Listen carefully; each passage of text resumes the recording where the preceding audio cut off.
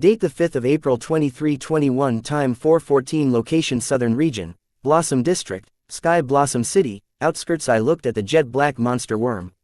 Though I could not make out what expression it was making, it seemed like it was looking down on me. Unable to defeat me in the battle of wits and constrained by the devil merchant code from using its strength on me, the only way the devil could think of gaining the upper hand was by showing off its wealth. A little snobbish for a devil, but I had left it no other option but to resort to this.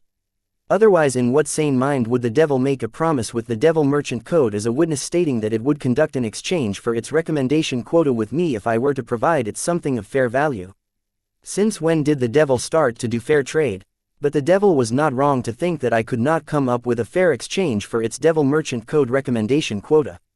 Though I had amassed a little fortune, I did not have high-level ingredients on me except for my share of phantom sword woods from Jill's plantation and a few broken runes. However, all of them put together were nowhere near to being considered a fair exchange for the devil's recommendation quota. I was a card soldier, I never felt the need to have high-level ingredients.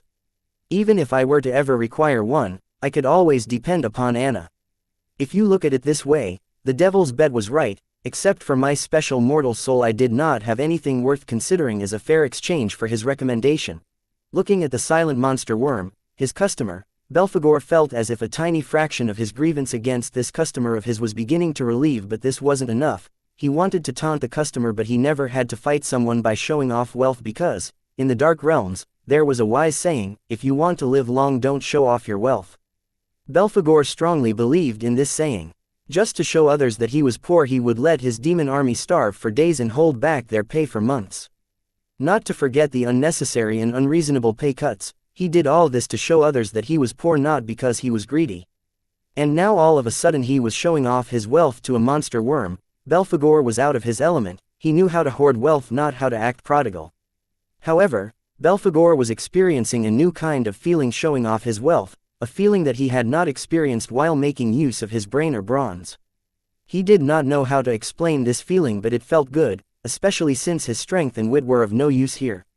You must be really confident to have played this move, I said to the devil, feeling its snobbish gaze look down on me. I am not going to lie, the devil's snobbish gaze bothered me. Be it this life or the past one, I always hated snobbish people. It was one of the reasons why I made sure to separate time from my research work to amass wealth. Kid, it is not that I am confident, but I know for a fact that only those that don't have anything else will choose to summon a devil merchant as a last resort to gain what they want in exchange for their lifespan, their soul, the souls of their loved ones, sacrificing innocent souls, etc. Belphegor spoke these words out of his ages of experience as a devil merchant. Well, fact or confidence, you will regret making a promise with the devil merchant code as a witness, I said, having thought of what would be of fair value to exchange for the devil's recommendation quota. Ha ha ha, let me be the judge of that, just show what you got.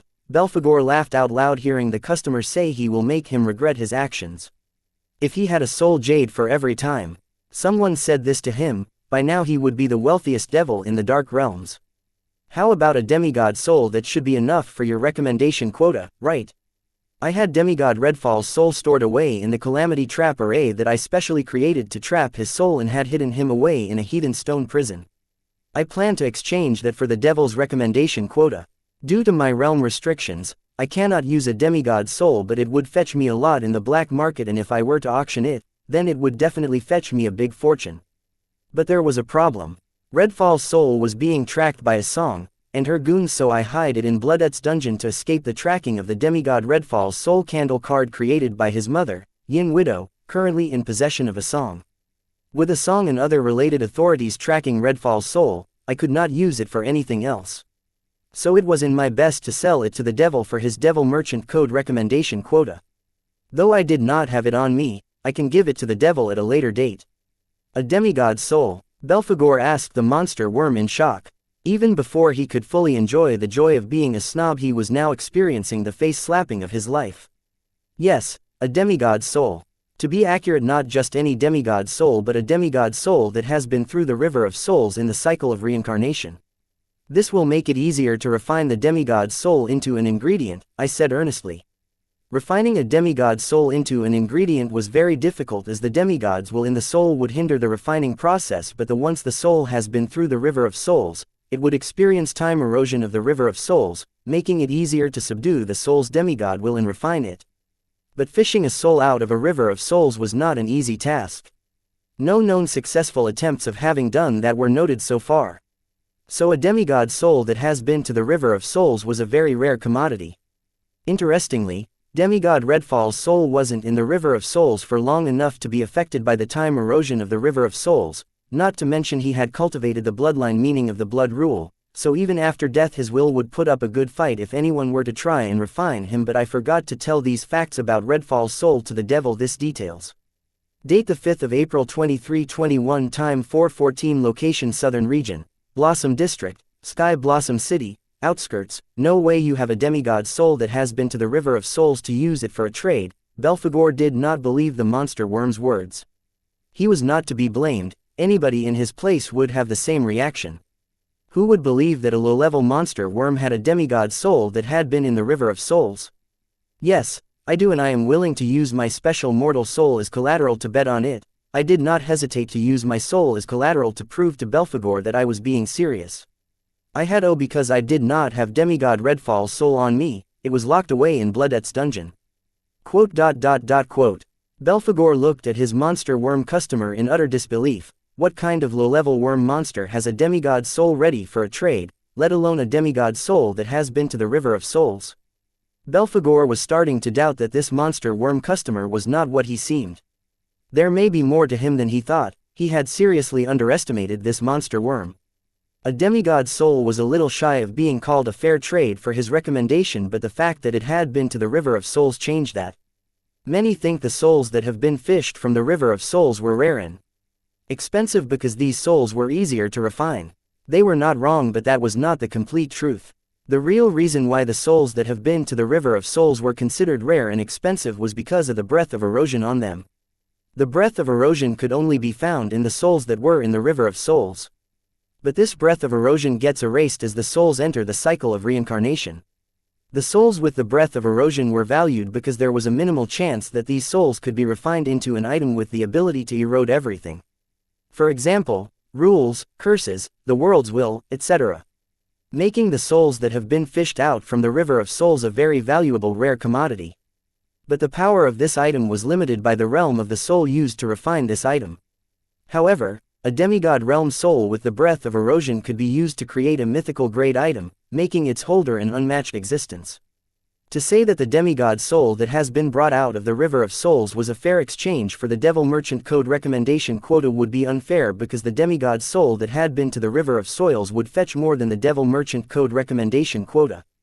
Do you really have a demigod soul that has been to the river of souls?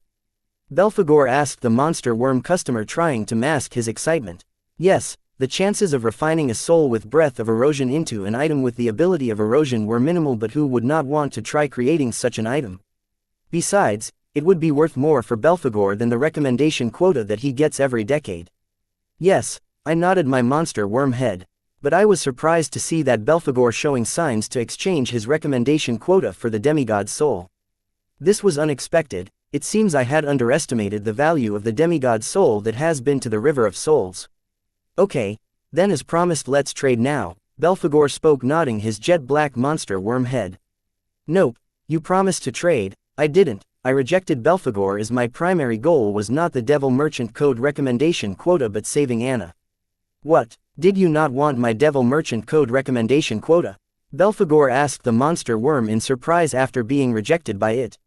I do, but I feel like a demigod soul that has been to the river of souls is worth more than your recommendation quota. I did not know why Belphegor seemed to be enthused to get his hands on a demigod soul that has been to the river of souls, but with it now I had enough leverage to get him to do my bidding. Kid, you are funny. Belphegor looked at me as if I was joking, insinuating that I was a fool to think that my demigod soul that has been to the river of souls was worth more than your recommendation quota. Belphegor, you can leave now. I used the devil's true name, commanding it to return. The card's note said that I could not unequip the card until I had summoned the Devil Merchant once. However, it never said that I had to make any trade with the Devil Merchant. Usually, since the summoner doesn't know the devil's true name, they cannot ask it to return after summoning it. Unfortunately for Belphegor, I knew his true name. Wait, Fine, your demigod soul that has been to the River of Souls is worth more than your recommendation quota. Don't be like this, let's negotiate if you don't like the price. Belphegor, immediately compromised, being commanded by the monster worm to return because he could not continue to act indifferent as he watched a demigod soul that has been to the River of Souls and 2 special mortal souls slip from his grasp. No, I am not interested in negotiating, but a bet, are you up for it? I slowly led the conversation to my agenda. A bet? Belphegor asked me in confusion. Yes, a bet. If you win you get the demigod soul that has been to the River of Souls, my special mortal soul, and a chance to harvest her special mortal soul, I said, pointing my worm head at the semi-demigod chicken, then continued to add, however, if you were to lose I get your devil merchant code recommendation quota. Date the 5th of April 2321, time 4:14, location Southern Region, Blossom District, Sky Blossom City, outskirts. No, I don't want to enter the bet, Belphegor rejected without a second of consideration after hearing the stakes of the bet. He was greedy, but not a fool. Just the thought of losing everything and not gaining anything scared Belphegor. Then, shaking his jet-black monster worm head, he said, I made a promise to exchange for my recommendation quota if you offered a fair price, so I will ask you once again, do you want to trade my devil merchant code recommendation quota for your demigod soul that has been to the River of Souls? Wow, just like that, you are not even going to consider that if you win the bet you will get everything you want without paying for it. I was surprised to see Belphegor not be swayed by the juicy winning stakes I offered to him and reject the bet. It seems I misread him. Belphegor was not just greedy but a hoarder. Someone like that would not take a risk of losing everything. It seems losing his wealth was what limited his greed. I seem to have not provoked him enough. Now if only I could do something about that. Yes, no doubt. So are we doing this trade or should I just leave? Belphegor asked the monster worm, knowing if he stayed here any longer he may not be able to suppress his greed for the demigod soul that has been to the River of Souls and the 2 special mortal souls. Fine, let's trade, your devil merchant code recommendation quota for my demigod soul that has been to the River of Souls. I agreed to the trade with Belphegor, having figured out just the thing that would provoke Belphegor enough to agree to my bet despite his better judgment. Good, I guess you do not have the demigod soul on your person, Belphegor said, knowing somebody of the monster worm's realm would prefer to stash something as valuable as the demigod soul someplace than carry on person. Yes, I can get you the demigod soul within a week. Until then let's sign a devil's pact with my special mortal soul as collateral. That should do right. I did not have time to find Courtney and get the bonded storage card I stashed in Bloodette's dungeon seal, therefore I plan to enter a devil's pact with Belphegor, stating that I will pay him due demigod soul that has been to the River Souls within a week, and if I fail to do so he can come to collect my soul. Only this way would I be able to get my hands on Belphegor's recommendation quota right away.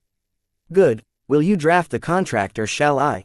Belphegor would usually draft a crafty contract for his customers, but today it was different. His customer was not only smart but also knew his true name. With Devil Merchant Code watching, there wasn't much room for Belphegor's tricks. Not to forget, even if he were to make the contract, the customer could always ask him to make some changes according to their concerns, making drafting a contract a troublesome chore, so Belphegor decided to throw the paperwork to his customer. I have already drafted a contract using your true name, sign it and give me the recommendation quota, I said, summoning my golden grimoire which had the contract drawn under both our true names. As for the witness, both the card world's will and Devil Merchant Code were mentioned. And it had many other terms and agreements in line with the interest of both parties signing the trade contract, such as no return policies, customer and merchant safety policies, and other standard stuff.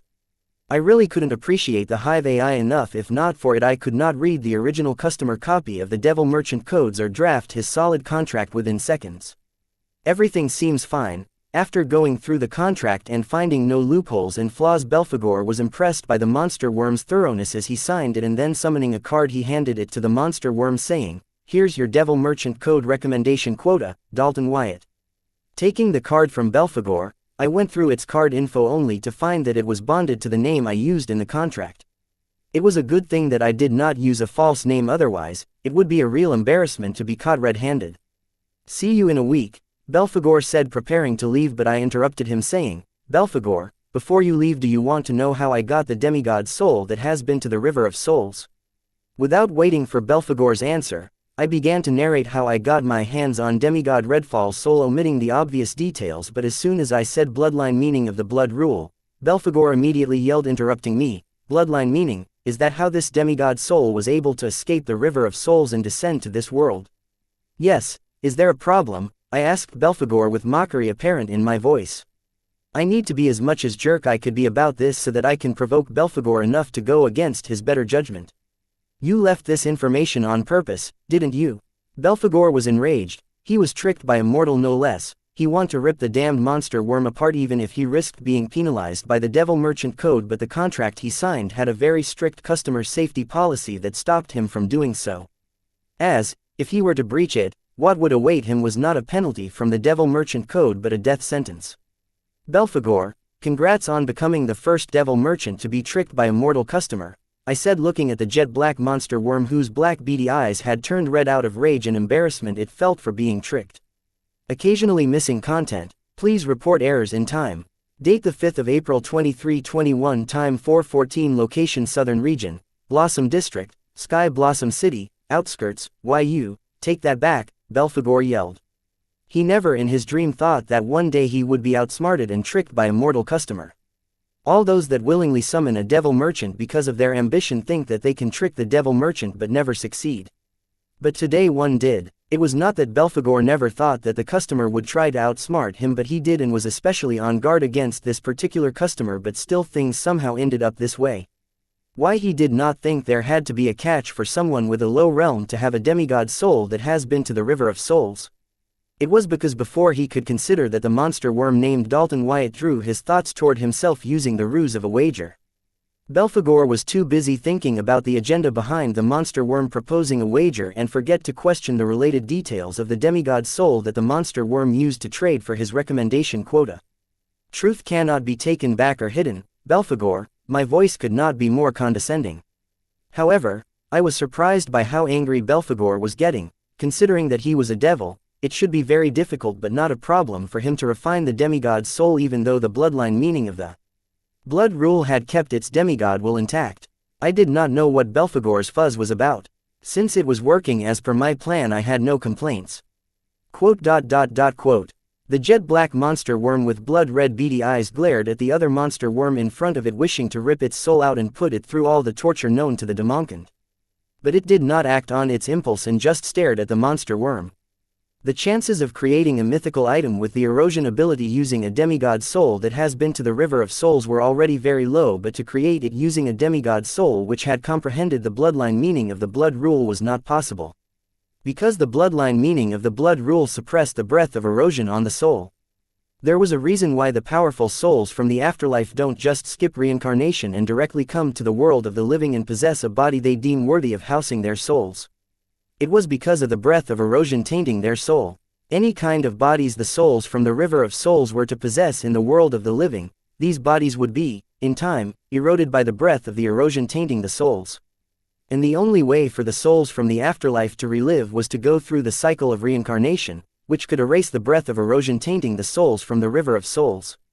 So despite the breath of erosion tainting them, how were the souls with bloodline meaning of the blood rule able to possess the body of their progeny?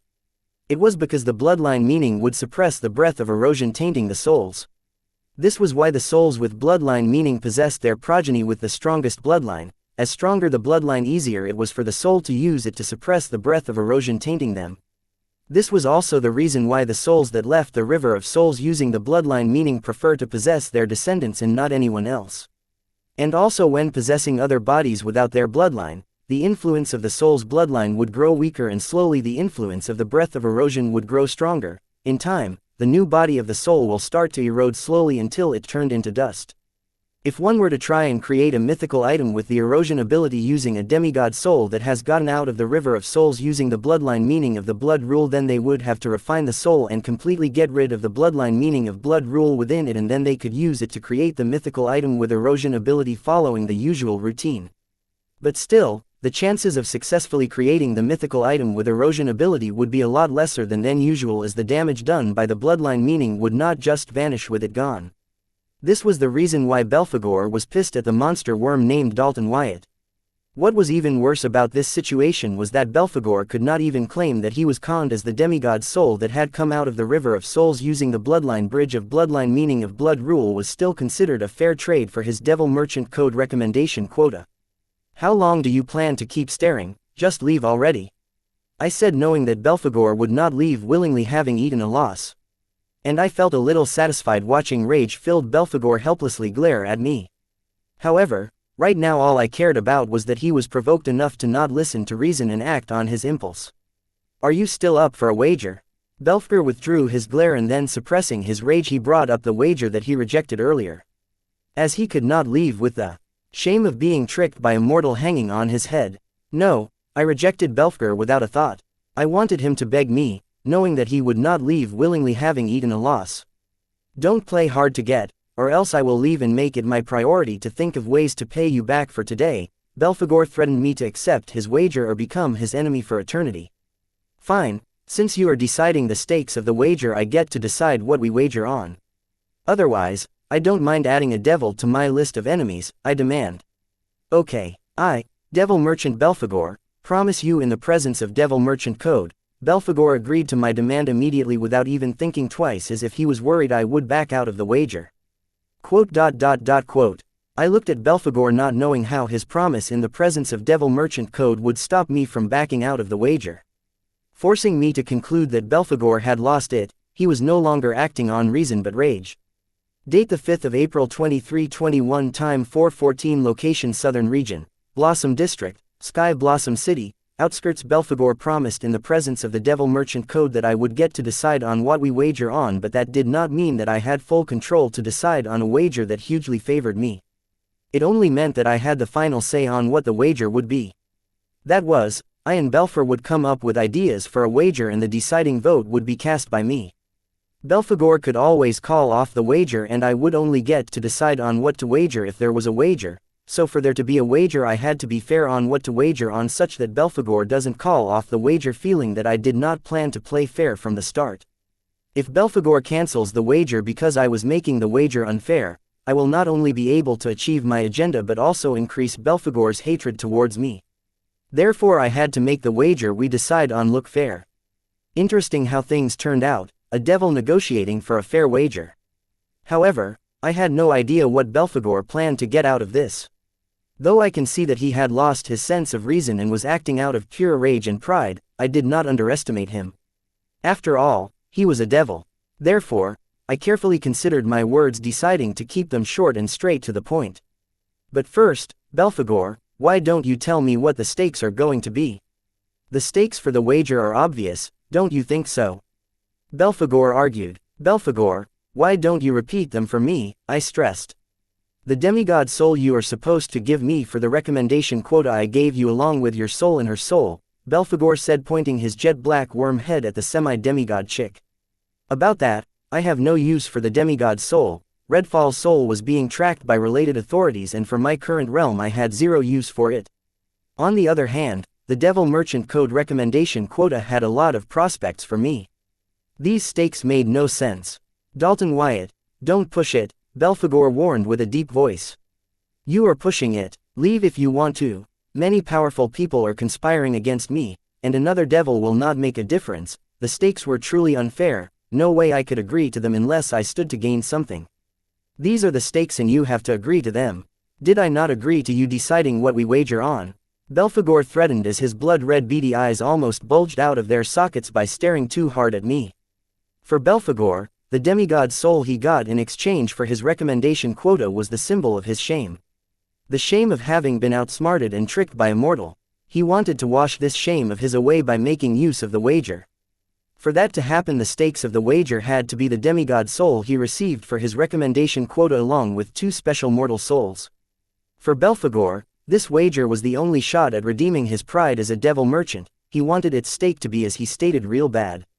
If the stakes of the wager were to be any different, then it would not be worth it for him to enter the wager, so he went as far as to make empty threats to get the stakes of the wager to be as he stated.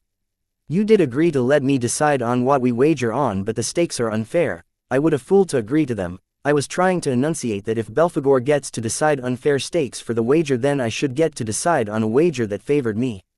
Seeing how badly Belphegor wanted this, I thought I could get him to give me some handicap when we agree on what to wager on. Quote. Belphegor went silent hearing the monster worm named Dalton Wyatt. Belphegor knew the stakes were unfair and the monster worm did not have any reason to agree to them, but this did not mean he would agree to wager on something with unfavorable odds staked against him. Then there would be no point to this wager. He entered this wager to wash his shame, not to add to his shame.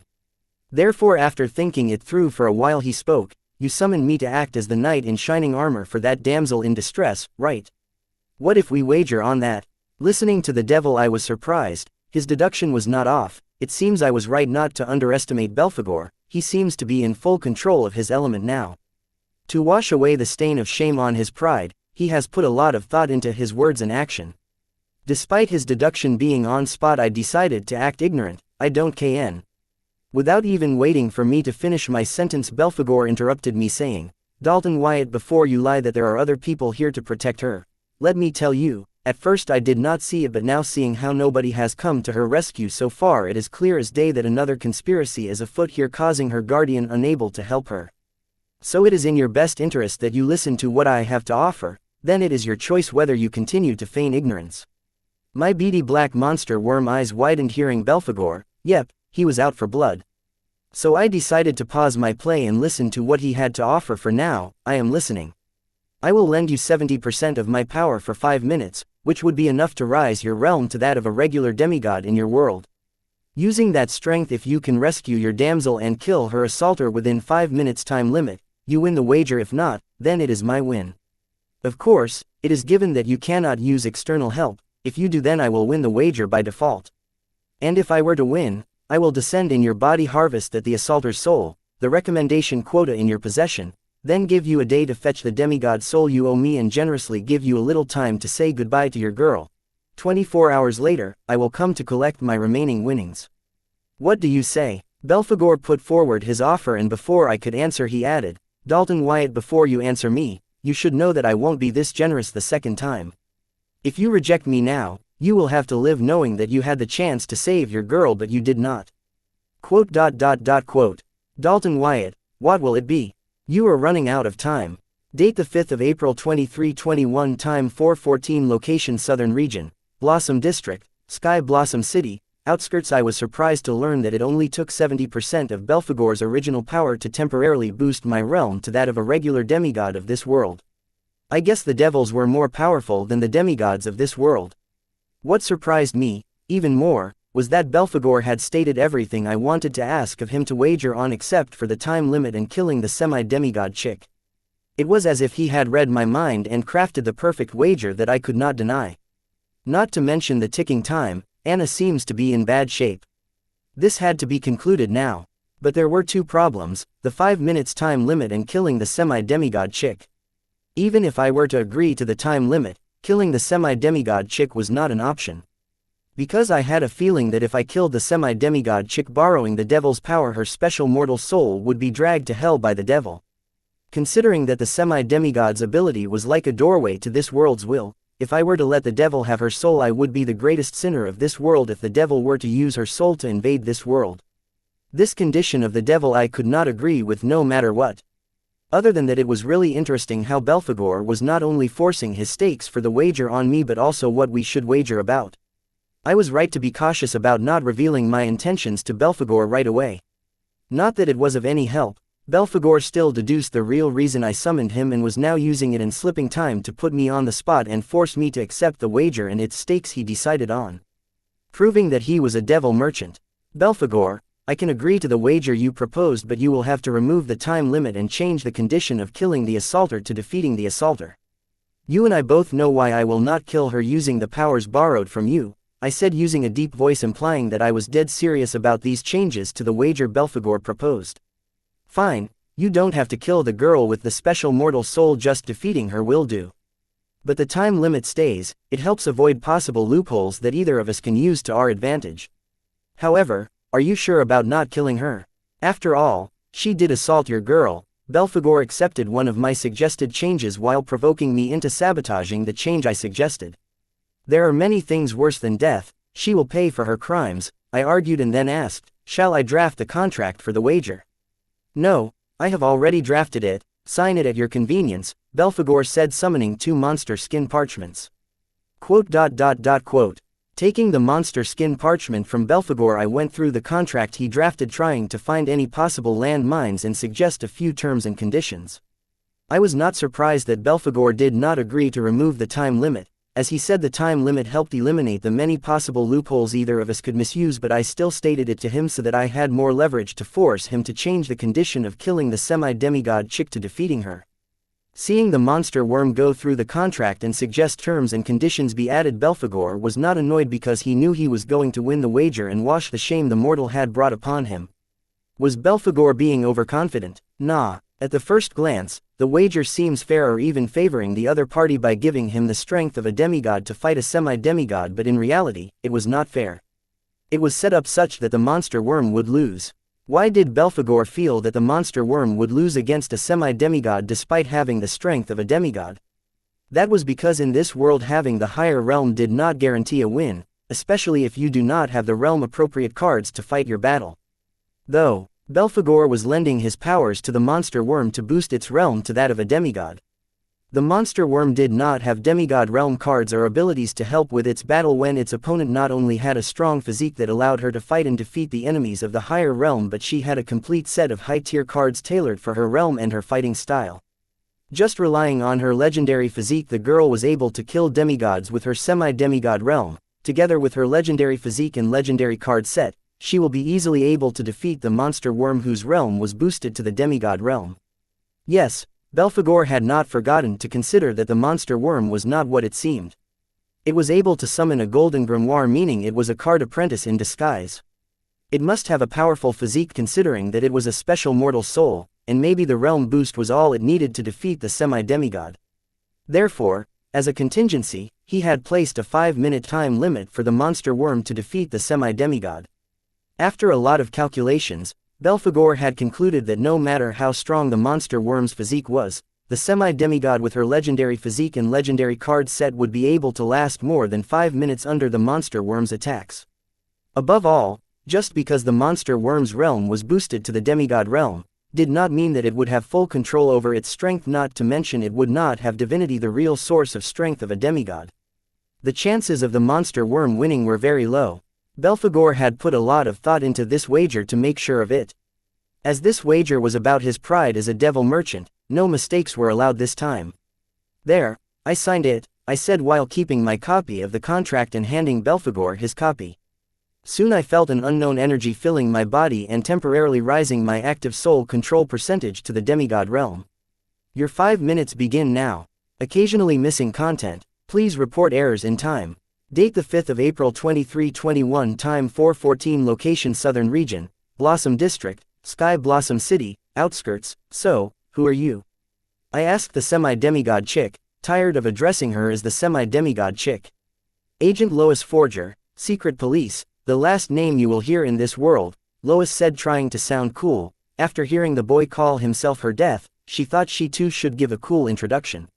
"Sure, Agent Lois Forger from the Secret Police," I acknowledged the opponent and then asked, "Before we begin I have to ask, do you admit defeat?"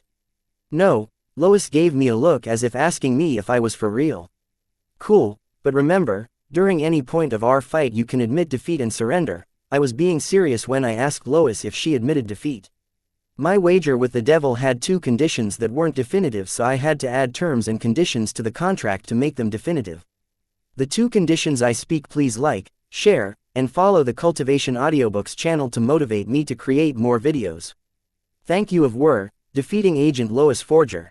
What constituted defeating Agent Lois could vary depending from person to person, therefore I set a few ground rules to define defeating Agent Lois, and Lois admitting defeat was one of them. The other was her being rendered unable to fight, and the last one was trapping her. I wanted to add her fleeing as her defeat too, but Belphegor did not agree to it, saying that being able to flee would be considered her capability. So defeating Lois was either rendering her unable to fight or her surrendering or trapping her. Use of external help to defeat Lois would lead to Belphegor winning by default. What constituted external help? This one was tricky. It was given that involvement of a third party would be considered external help, but what about using soul jades, broken runes, other energy sources, or borrowed items like the dummy ring? Was it considered external help? Fortunately, Belphegor and I came to an understanding that the use of everything I had on me while signing the contract would not be considered external help. making it so that Anna's ring, which was on me the whole time, would not be considered external help.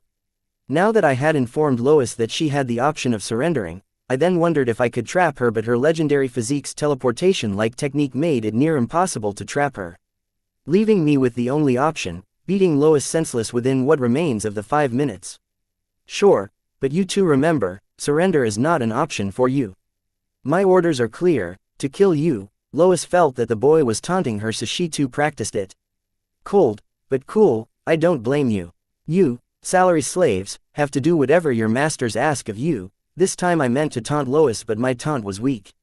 However, it achieved its purpose, as, soon Lois vanished from my field of vision and I felt her presence in my spiritual channel. Then suddenly she appeared in front of me to stab her sword in my heart, but before she could do that my 2 heads and pairs of arms floating behind me instantly appeared behind Lois, preparing to restrain her, but before that could happen, Lois vanished once again. If you see me, I see you. This was one of the abilities of my Gigamite physique, which allowed me to instantly pinpoint people spying on me. The way this worked was if the target was watching me, then my floating heads and arms would teleport behind them, restraining them from me. But the use of this ability was not limited to catching peeping toms, but also helped me avoid any possible sneak attacks on me. As long as the assassin sees me, they were doomed to fail, making it a bane of Lois's mysterious teleportation-like trick. Though this ability of Gigamite saved me from Lois's sneak attacks, they were not able to teleport to wherever Lois vanished. It seems when Lois vanished she would go into a different space. My money was in the middle section of Lois's spiritual channel. Since she could appear in the middle section of my spiritual channel, then she could also travel to the middle section of her spiritual channel. I was so sure of this because when Lois vanishes, to normal eyes Lois was completely gone, but to my soul pupils I could see the end of her spiritual channel that was in the physical plane. And also because the midsection was in between the physical plane and the spiritual plane, a separate space where my floating heads and arms could not follow her. Right now my top priority was not defeating Lois, but figuring out how I can stop Lois from vanishing and escaping into the midsection of her spiritual channel. Because as long as Lois kept vanishing into the midsection of her spiritual channel, I will never be able to defeat her within the time limit. I had to figure out a solution for this if I planned to defeat Lois. But for me to do just that, I needed more data, therefore I provoked Lois into using her teleportation-like trick. As long as I figured out how her physique allowed her to move into her spiritual channel, I could always think of a way to stop her from doing so. So I made use of my soul pupils and Hive AI to record every little change in Lois's soul pathways and arrangements. Not just Lois, but the soul pathways surrounding her too, just to be thorough, as I had no idea how Lois was able to move in and out of the spiritual channel. As much as I hate to admit this, for now, like Anna, I too was limited to defending against Lois's sneak attack, but I fared a lot better than Anna against Lois's sneak attacks, as Lois did not manage to land a single blow on me so far. My floating heads and arms made sure of it. But I did manage to get tons of data on Lois's mysterious ability. Date the 5th of April 2321, time 4:14, location Southern Region, Blossom District, Sky Blossom City, outskirts. While my Hive AI was busy collecting data and my slave consciousnesses were busy fending off Lois's sneak attack, I was busy trying to figure out how to attack Lois's spiritual channel's end in the physical plane. So far I have concluded that it was intangible to physical and soul energy attacks. Now all that was left were mental strength and rule power. Since my arsenal of mental strength attacks was near to none, I decided to use the blood rule power, especially the blood fate plunderer meaning. But there was a problem. Since my floating heads and arms were able to ward off her sneak attacks, Lois had increased the intensity of her sneak attacks. So much so that there was barely any interval between her next sneak attack. My floating heads and hands were able to keep up with her, but the problem was that I could barely manage to spot the physical plane end of her spiritual channel. Thanks to the ability, "If you see me I can see you," my slave conscious had caught up with Lois's random teleportation, but I did not have that luxury. Fortunately, I had demigod Michelangelo Godsend's insight forecast skill, which helped me predict where Lois would vanish and appear, allowing me to pinpoint the location of the physical plane end of her spiritual channel. Though now I was able to pinpoint the locations, the time window for the physical plane end of Lois's spiritual channel to be present in one spot was very short. But thanks to my newfound powers, the reaction speed of my Gigamite physique had raised to a never-imagined level, and along with insight forecast, I began to bombard the spots where the physical plane end of Lois's spiritual channel appeared, like playing the game Whack-A-Mole. Soon I came to realize that physical attacks combined with rule power were also not able to hurt the physical plane end of Lois's spiritual channel. Now I was left with mental strength alone, but I had never used my mental strength as an offense. So I decided to use my mental strength to try and invade the physical plane end of her spiritual channel, just like Lois tried to invade mine. The only difference was that Lois tried to invade my spiritual channel through the spiritual plane, but I was going to invade her spiritual channel through the physical plane. Preparing my mental strength, I immediately used it to invade the physical plane end of Lois's spiritual channel as soon as it appeared, but something amazing happened when my mental strength invaded Lois's spiritual channel's end in the physical plane. My consciousness too was dragged into Lois's spiritual channel's end in the physical plane. Ellipsis quote dot dot dot. Slave. Lois saw the boy try and taunt her, but all she heard was the word slave. Considering her upbringing, this word was taboo for her. Everyone in the organization thought that the masters favored Lois and she was the organization's unspoken princess, but only she knew that all the masters saw in her was a tool, a slave, that would come in handy in continuing their regime over the 5 regions. So the word slave was Lois's taboo, and despite the boy's weak taunt, she instantly got provoked having heard it, and started to unleash her barrage of sneak attacks on the boy. However, to no avail, none of her attacks managed to reach their target. They all were interrupted in middle by the target's weird defenses counterattacks. For some reason, despite the randomness of her attack, the boy's defense was able to keep up with all her sneak attacks and counterattack her. This was just chilling. The boy's defense didn't just defend against a sneak attack but also counterattacked a sneak attack. Lois did not think anybody under Transcendence could actually do that to her. And also the boy was proving to be a more troublesome enemy than the Fusion Southern Emperor in terms of defense. Having failed numerous times, Lois was nowhere near giving up on sneak attacking the boy. She was just getting started. After the first round of her attacks, Lois decided to increase the speed and randomness of her sneak attacks. She did not believe that the boy's mysterious defense would be able to keep up with her speed and counterattack her.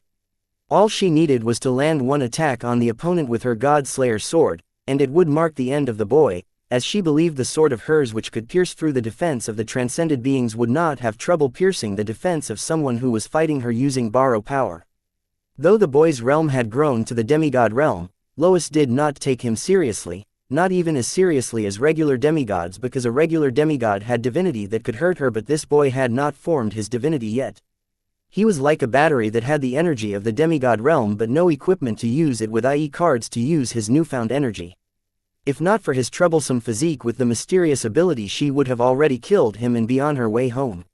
However, to Lois's surprise, her second round of sneak attacks was also countered by the boy's mysterious physique. Yes, the boy's defense was able to keep up with the speed of her sneak attacks regardless of the randomness behind her attacks. What was more shocking was that they were still able to counterattack her sneak attack at an unimaginable speed. Lois was without words. She could understand the boy's defense being able to outdo the speed of her sneak attacks, but how were they able to keep up with the randomness of her sneak attacks? It was as if they could predict where her next attack could come from. The first time, it was luck. The second time, it was a coincidence. What about the third time and the numerous other times? The boy definitely had an ability related to prediction.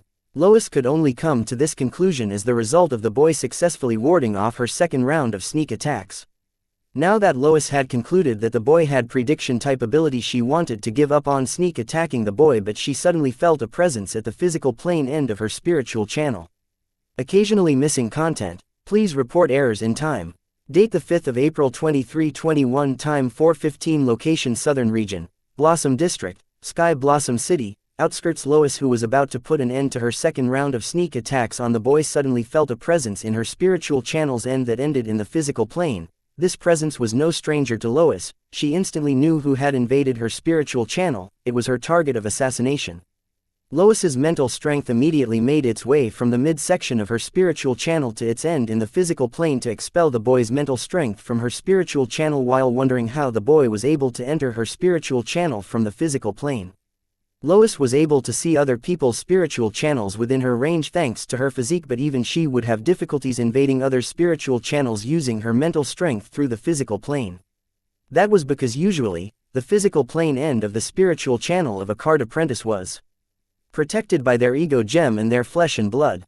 Even if Lois had her body compressed and moved into the midsection of her spiritual channel and left its end in the physical plane unguarded, it should be impossible for anyone to see the end of the spiritual channel in the physical plane using naked eye, be it a card demigod. But the boy was somehow not only able to spot her spiritual channel but also invade it using his mental strength. During her contemplation, Lois remembered the boy's origin card mentioned in his files, or a sight. Was the boy able to spot her spiritual channel in the physical plane because of his origin card? Lois wondered if it was possible, but that was unheard of. However, considering that the boy's realm was boosted, it was possible the boy's origin card must be showing its true potential. Lois, you did not have to come all this way to receive me. I was headed your way, I said, feeling Lois's mental strength approach me from deep within her spiritual channel. Get the fuck out. The mental strength with Lois's energy signature took the shape of Lois's physical body, forming a specter of Lois, and then yelled. Learning from Lois's use of her mental strength, I morphed my mental strength to take the shape of my physical body, forming a mental strength specter of myself. My specter was not as well defined as Lois's specter. Fortunately, I had an AI to make up for some of the areas where I lacked. And my specter looked like an exact replica of my physical body shape. Then I used my specter body to float toward Lois's mental strength specter, saying, Lois, that is not how you should greet your guest. Did your parents not teach you any better? I am going to make you regret being born, Lois's specter yelled. Being kidnapped from her mother by the Empire and then being raised as a tool by the organization behind the current government, Lois was very sensitive about her parents. So hearing the boy say her parents did not teach her any manners, Lois was pissed off and vowed to only rest after killing the boy. So she encased her specter into a huge cone, which began spinning. Lois had formed a makeshift drill machine out of her mental strength and launched it at me, guided by her specter.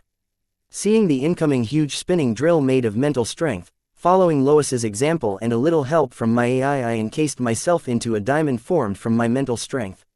If it were the regular world, a regular drill would never be able to dig into a diamond, but it wasn't. Neither were the drill and the diamond regular, they were made out of mental strength. When the two mental strengths clashed, it all came down to the difference between their power. Lois being a semi-demigod and me being a temporary demigod, the difference in our mental strength was not much, so the result of the clash was not obvious. Apart from the difference in the power of the two clashing mental strengths, the technique of how two mental strengths were used and applied mattered the most, mostly when the difference between the two mental strengths clashing was too little to be a deciding factor. The difference in the power behind Lois and my mental strengths being very little despite the obvious difference in our realms was because of various reasons, and two of them were Lois's legendary physique and that my powers were borrowed. Still, my mental strength was 4 times stronger than any regular mental strength thanks to my mutated soul. Therefore, under Lois's tyrannical mental strength, my mental strength was able to hold its ground with its temporary boost. Adding to that, morphing my mental strength into a diamond down to the covalent structure of its atoms helped. When Lois's mental strength drill clashed with my diamond-shaped mental strength, we came to stand still until Lois's drill broke down and her mental strength scattered. From this ordeal, I came to learn a new application of mental strength, though it was not polished. All I needed was more practice. However, with the assistance of my AI, I think I have an incredible advantage in fights using mental strength. During the clash of my mental strength with Lois's mental strength, I learned despite gaining the devil's power and the 4 times boost of the mutated soul, my mental strength fell short against the strength of Lois's mental strength. But thankfully the little shortcoming was made up by our technique of using and applying our mental strength. The diamond I had formed using my mental strength resembled a diamond down to its atomic structure, but Lois's drill was just her mental strength coming together to take the form of a cone that could spin. Though Lois's mental strength was concentrated at the tip of the drill, it still was just an origami of a drill made using mental strength, but not an actual drill made using mental strength. Occasionally missing content. Please report errors in time. Date the 5th of April 2321, time 4:15, location Southern Region, Blossom District, Sky Blossom City, outskirts. Lois's scattered mental strength gathered to form a specter of herself, and then it looked at the specter of the boy encased in a diamond made of his mental strength in shock. As a semi-demigod, Lois's mental strength was exceptionally strong, enough to defend and overpower the mental strength of a demigod realm card apprentice. If not for her legendary physique being too important and rare to lose, she would be recommended to the Trinity Immortal program. The reason why Lois's mental strength was stronger than that of a regular semi-demigod and demigods was all thanks to her legendary physique, which allowed her mental strength to navigate through the spiritual plane. The spiritual plane was not a place where one could let their mental strength wander carelessly. Even a demigod would behave within the spiritual plane and not dare to go deeper into the spiritual plane. Lois, however, not only wandered deeper into the spiritual plane but also dared to navigate it to find the spiritual channels of the various card apprentice in her surrounding and invade them. Just because Lois's physique allowed her mental strength to navigate in the spiritual plane did not mean Lois could do as she pleased within the spiritual plane, because her mental strength needed to be strong enough to travel long distances within the spiritual plane. Seeing the top of a mountain and climbing to the top mountain were two different things. Only after a lot of tempering and practice did Lois's mental strength grow strong enough for her to be able to travel within the spiritual plane and invade other spiritual channels. Lois's legendary physique only gave her mental strength and the ability to navigate the spiritual plane, but it did not enhance her mental strength to a point where she could be reckless in the spiritual plane. She too, like other card apprentices, was restrained by the other restrictions of the spiritual realm. But with her hard work, she continued tampering with her mental strength until they had grown to the point where she could be reckless in the spiritual realm. So when Lois's mental strength failed against the mental strength of the boy, she was beyond shocked. Even with borrowed powers boosting a card soldier's mental strength to that of a demigod, it should not be a match for her mental strength, but for some weird reason that wasn't the case. Lois failed. Her decades of tampered mental strength failed against the mental strength of a boy who wasn't even 2 decades old. Calming herself, Lois started to observe the boy's mental strength, and to her shock, it seemed to be an amalgamation of 4 different mental strengths. How could one person have 4 mental strengths? That was just impossible, and not to forget they seemed to be collaborating without any problem. Especially considering that they were able to create a perfect replica of a diamond. That level of control over one's mental strength was just monstrous. Lois finally began to understand why her mental strength failed when faced with the mental strength of the boy. Though convinced of her defeat, Lois still had to throw the boy's mental strength out of her spiritual channel. As the boy chose to ignore her presence and continued to march to the midsection of her spiritual channel, concentrating his mental strength in a diamond form. Lois was not out of tricks, but she had a much simple way to trough the boy out of her spiritual channel. So Lois withdrew her mental strength to her body in the midsection of her spiritual channel, and soon she appeared in the physical plane. With the arrival of Lois's body and ego gem, the boy's shortcut to her spiritual channel was cut off, sending his mental strength back to him. "Caught you." After my mental strength returned to my body, I said, learning that as soon as Lois's physical body appeared in the physical plane, she prepared to retreat from my side but was caught by my 2 floating pairs of arms. "You are not bad. I will start to take you seriously." Though restrained by my floating arms, Lois showed no sign of fear. Clearly, she felt like she could get rid of them anytime she wanted. "Bring it," I laughed, as my hive owl was going through all the data we had collected on Lois's ability to figure out how she was doing it. Its current speed, it shouldn't take more than a minute. Once it was done, then I would like to see if Lois continued to remain so fearless then.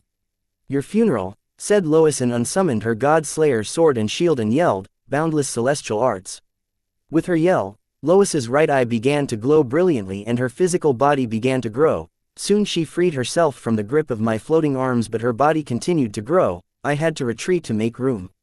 Lois did not stop until she was 22 meters high. And then Lois looked down at my small figure and added, "Tell you what, if you don't resist, I will make your death a little painless." "Aren't you getting cocky just because you grew a few meters tall?" "Two can play at that game," I said, activating the second form of Calamity Soul Gem transformation skill. To be honest, I could have tried to sneak in a few attacks as Lois grew in size. I don't know if she had any counter or defenses set in place, but I could have attacked her. However, I didn't, because seeing that I finally meet an opponent who was using size to fight, I was excited as I never actually got to use the second form of the transformation skill of Calamity Soul Gem in battle.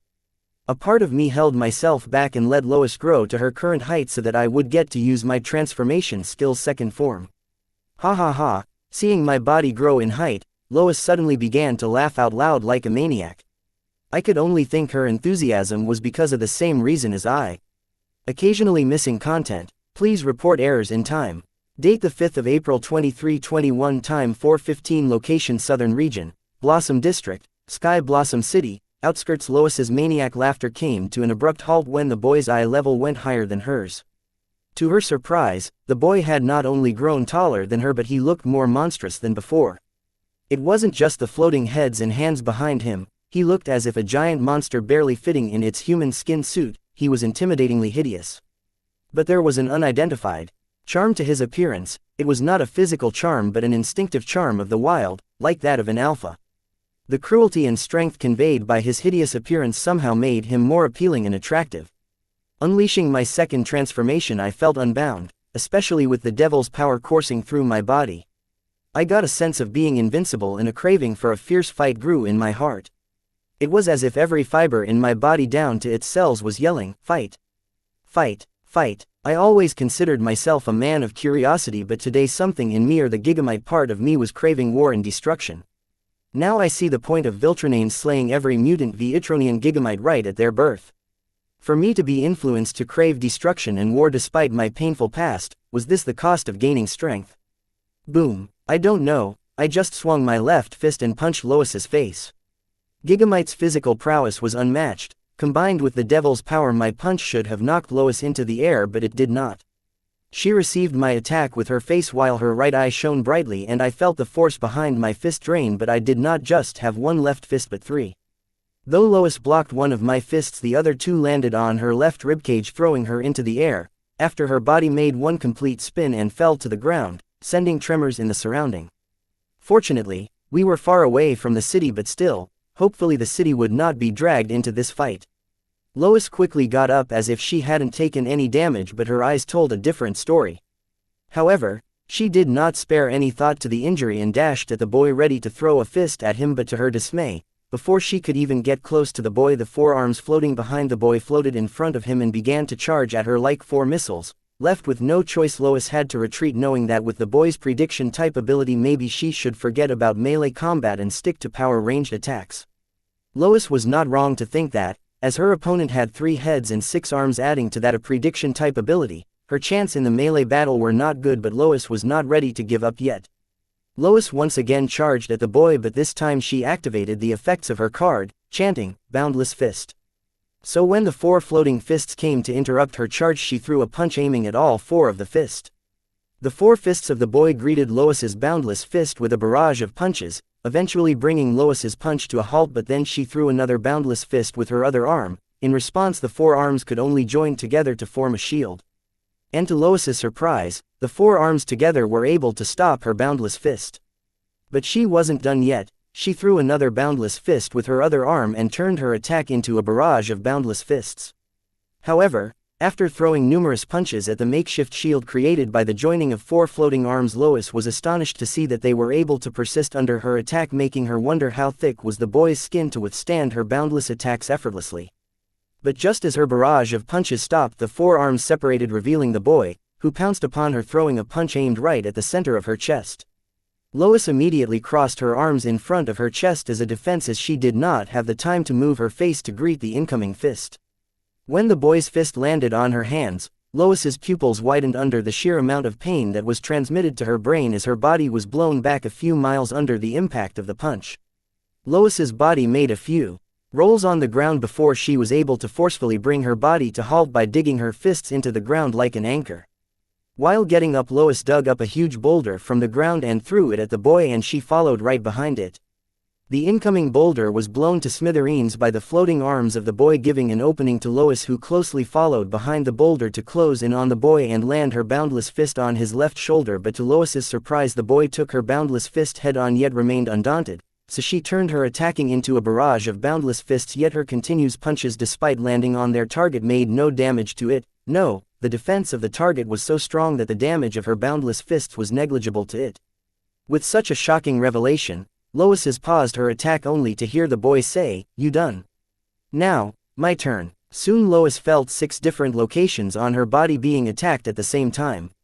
Once again her body was thrown back with the impact of the boy's attack, but this time the boy did not stand around to let her get up, rather he followed her free-falling body and landed a brutal kick in her gut, causing fluids to spray out of Lois's mouth involuntarily. With this kick, Lois's body descended to the ground like a meteorite, and shock waves from the impact of her giant body on the ground caused huge landslides that buried a few low-rank field dungeons in the nearby area. Occasionally missing content. Please report errors in time. Date the 5th of April 2321. Time 4:15. Location Southern Region, Blossom District, Sky Blossom City, Outskirts. What the? Carrying a block of ice encasing a human-sized egg made of molten flesh and blood, Colleen rushed to the outskirts of the city to find two giants fighting. She immediately identified the two giants as Agent Lois and her granddaughter's useless fiancé. She had only gone for a few minutes, but the battle outside had progressed to the point where she found it beyond her comprehension. Where had demigod Baxter and Anne gone? And why was a card soldier oozing the power of a demigod? I smell a devil, Colleen muttered and turned to look in the direction where she smelled the presence of a devil, only to find badly wounded fusion Anne lying in the embrace of the boy on whose left shoulder stood a jet-black monster worm, devil in disguise. It did not take long for Colleen to figure out that the boy was oozing the power of a demigod because he had made some kind of deal with the devil to borrow its power to save Anna. Coming to this realization, Colleen's first reaction was the joy that her granddaughter had found someone willing to sacrifice themselves for her, but soon it was replaced with rage and she vanished to appear behind the boy, freezing the jet-black monster worm on his shoulder into a block of ice. Then she shattered it into ice shavings. "Grandma," Anne uttered in surprise at Colleen's arrival. "Well, aren't you enjoying your time?" Colleen mocked her granddaughter for not knowing the place and time for romance and asked, "Where is Baxter? I need his ability for interrogation." About that, Anne did not know how to answer her grandma that they not only failed but also required the target of their protection to protect them. If it was someone else, Anne would not bother with such a silly dilemma, but it was their grandma, the only person that Anna cared to prove to. "Girl, don't waste my time. They have your cousin Luna." Colleen asked Anna to not waste time informing her that the attackers had also kidnapped Luna. Anne screamed in pain as they separated back into two separate individuals. This process was a gruesome scene, unlike their fusion process, because the damage they suffered would be inflicted on both their bodies. Had it been a complete fusion, wounds of this range wouldn't have been a problem for them and healed within seconds. They did not want to show such sight to their lover, so they did not separate before and chose to powerlessly lay in his embrace. But now that they heard that the culprits had kidnapped Luna, they had reached a decisive decision. Being separated from Anne immediately said, "Grandma, that semi-demigod with legendary physique teleported demigod Baxter and Baylor to some place. I haven't seen or heard from him since then. Useless bouffon, how could he be trapped by a semi-demigod? I blame my luck." Colleen did not hesitate to call demigod Baxter bouffon for being trapped by a semi-demigod. "I have an idea where Lois might have teleported them," the boy suddenly spoke, surprising Anna, and Colleen, but they held back their surprise as the boy continued to say, "Send a text to them informing them that their body has been compressed and transferred into the midsection of their spiritual channel. To get out, all they have to do is command their spiritual channel to send them out. That should do." Finding that the boy not only knew where Lois had teleported the two demigods to but also knew how to get out of there, Anna immediately hugged him and prepared to kiss him, but she was stopped by him saying, "Original body gets jealous easily." Hearing the clone of the boy, Anna was dumbfounded but immediately said, "Fine, I will save this kiss for him." "Girl, stop flirting and heal yourself." Colleen threw a high-grade potion at her granddaughter, asking her to have some restraint and heal her body. "I have sent the text to demigod Baxter," Anne informed, and took the potion her grandma passed to her and began to heal herself. Soon Baxter appeared next to Colleen, and bowing his head he apologized for his incompetence, saying, "Forgive me, Your Highness, this will not happen again. I do not have time to deal with you. Come, let's find a quiet place to interrogate the perp I caught." Saying that, Colleen prepared to leave, but she paused and turned to look at the boy's clone and said, "I trust that you know what you are doing." In response to Colleen's words, the boy's clone nodded. Finding the boy's nod genuine, Colleen nodded before vanishing, with Baxter following behind her. "Well, my grandma seems to like you. This is the first time she has so openly shown her approval to one of my lovers," Anna said to her lover's clone, who turned to look at her and said, "Demigod Baylor is missing. I did not share the information with him. We can deal with him later." Anne informed that she had only sent the text to demigod Baxter and not demigod Baylor. "No, I mean demigod Baylor has already left," the boy's clone said, unable to find demigod Baylor's spiritual channel's end in the physical plane.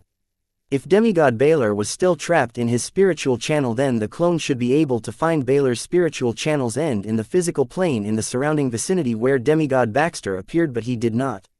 This could only mean that demigod Baylor had freed himself long ago and had escaped or was in hiding somewhere. Anne and Anna did not bother to ask why the boy was so sure that demigod Baylor had escaped Lois's trap. Instead, they believed in him, and Anne shared the information with her grandma's grimoire. But then a jet black monster worm appeared on the clone's shoulder and said, "I thought she would never leave." Date the 5th of April 2321, time 4:15, location Southern Region, Blossom District, Sky Blossom City, outskirts. Why the fuck are you still here? As a devil merchant, shouldn't you be busy tricking some innocent soul somewhere? My clone asked the devil, not caring about being polite. 5 minutes is not long, I will wait. Besides, I feel a familiar breath from you and these two. It seems we have an acquaintance in common. The jet black monster worm revealed its intentions. Do whatever you want, just stay away from us, my clone said to the devil. But the devil did not leave and shamelessly stuck around. As much as I would like to send Belphegor where he came from until the wager was over, I could not send him back because Belphegor had the right to witness that wager. Wyatt, now that Grandma and Baxter are here, why don't you ask for their help? Concerned for her young love, Anna finally was unable to hold in her worries and spoke out. As a card warrior herself, Anna knew the significance of a card duel. If it were her card duel, she would not want anyone to interfere with it to help her until she was down. After all, one had to be alive to have pride. However, all that pride nonsense went out of the window at the sight of the slightest chance of her loved one being killed. I know you are saying that out of care for my well-being, but trust me, I can have got this under control, the clone assured Anna, not bothering to go into details about his pact with the devil. Besides, Anna's grandma offered to help earlier, but I rejected her offer, saying I have got everything under control here. Then I turned to look at Anne and asked, why are my floater vessels detained by the Southern Watch? A while ago I received news from Van and Old Ben that as soon as the floater vessels they were traveling in left Sky Blossom City, the Southern Watch detained their floater vessels without giving them any reason. I had a feeling that Lorenzo or Anne was behind this. Why are you asking me? I am not the Southern Emperor. The Southern Watch doesn't answer me. Anne dodged my clone's question. To which the clone raised an eyebrow and turned to look at Anna. I have no idea what you are taking, but if the Southern Watch has detained your people, then there must be a reason. What were your people charged with? If it is nothing serious, I will help them get out, Anna clarified and offered her help to the clone.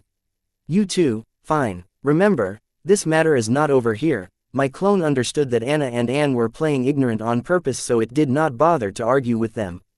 Oh, my, a lover spat. My clone and the twin turned to look at the jet black monster worm, hearing it comment on our argument, and yelled in unison, shut up. This one's name is Belphegor, be careful of him. I am returning to the original body. Pointing its head at the jet black monster worm, my clone's body dissipated with the wind, leaving behind the jet black monster worm with the twins. Fuck, Lois cussed as she props herself up from the crater that had formed due to her crash.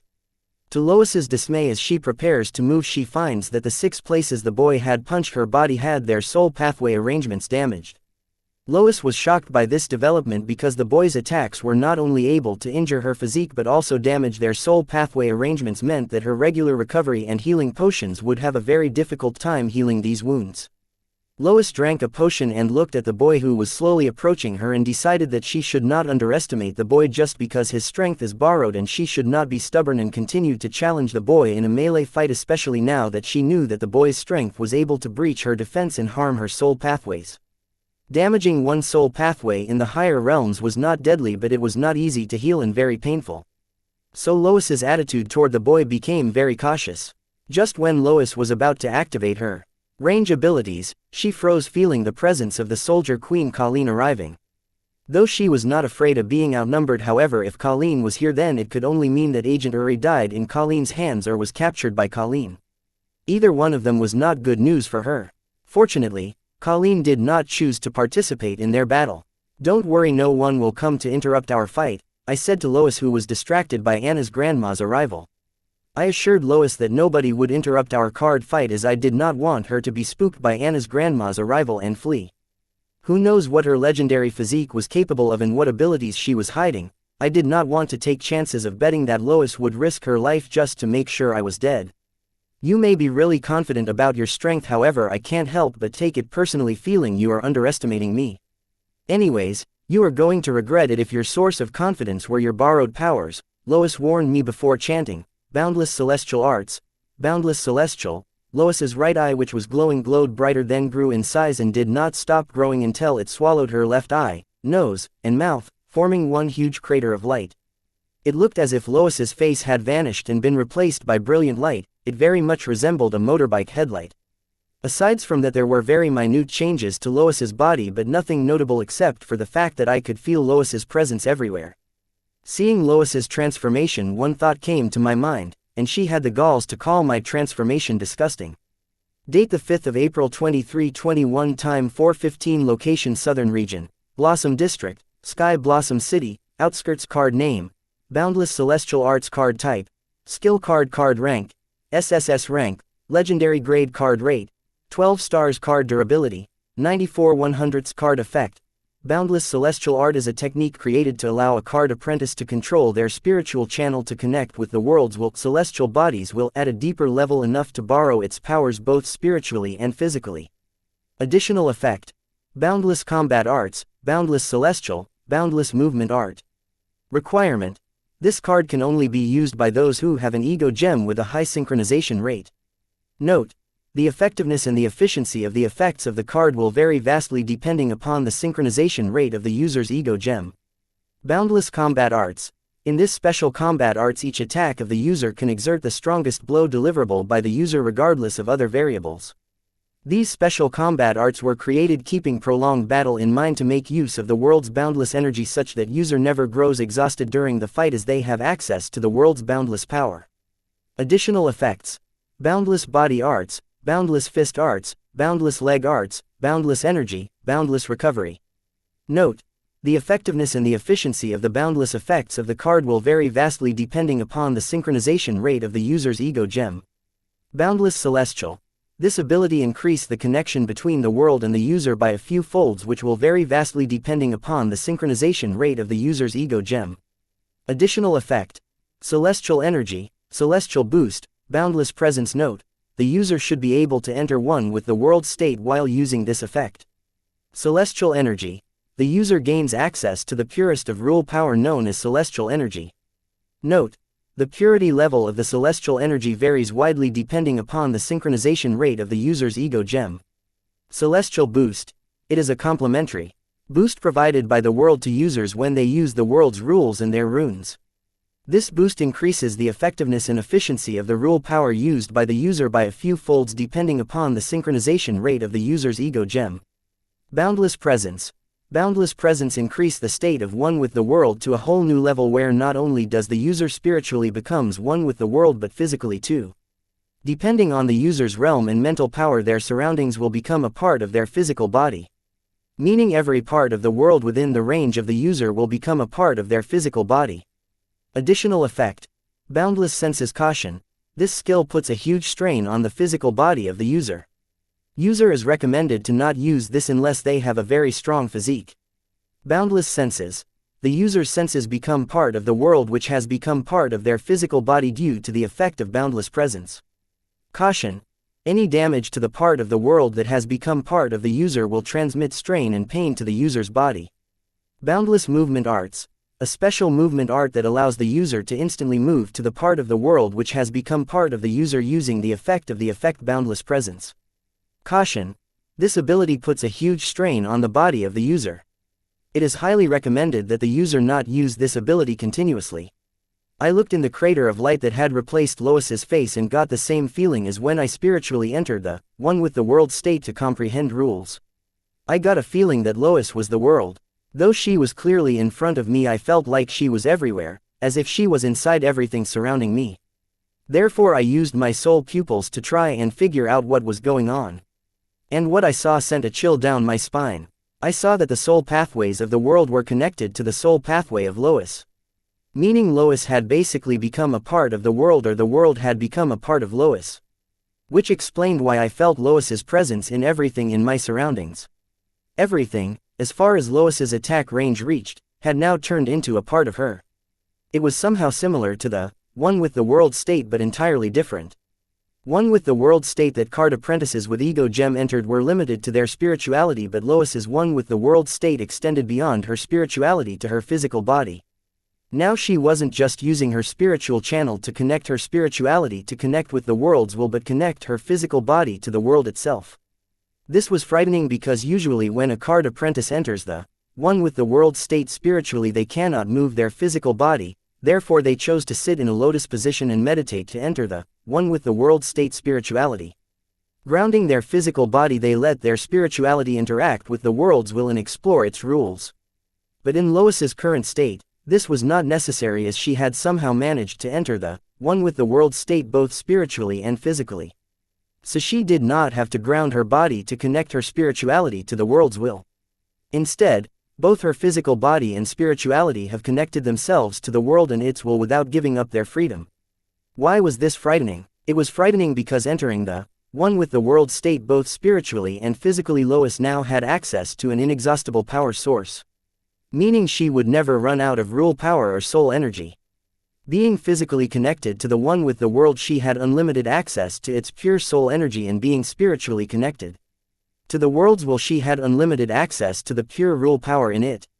The purity of any energy source, be it soul energy or rule power, played a huge role in one's strength, and now Lois had an unlimited supply of the purest soul energy and the rule power of this world. I honestly do not know what all advantages Lois gained by becoming one with the world both physically and spiritually. I would not be surprised if she were to manipulate the reality of this world with her thought. Hopefully, for my sake, she did not have that much access to the world and its will. If not, I am doomed. Date the 5th of April 2321, time 4:16, location Southern Region, Blossom District, Sky Blossom City, outskirts. Lois, who had entered the boundless celestial mode, immediately healed the damage the boy did to her soul pathways.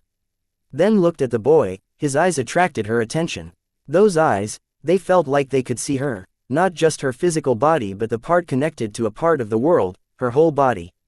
Lois immediately got a feeling that the boy's eyes didn't just have the ability or a sight, but there was more to those eyes. Maybe they had mutated into something never seen or heard before, which could make her feel naked even though she was one with the world both physically and spiritually.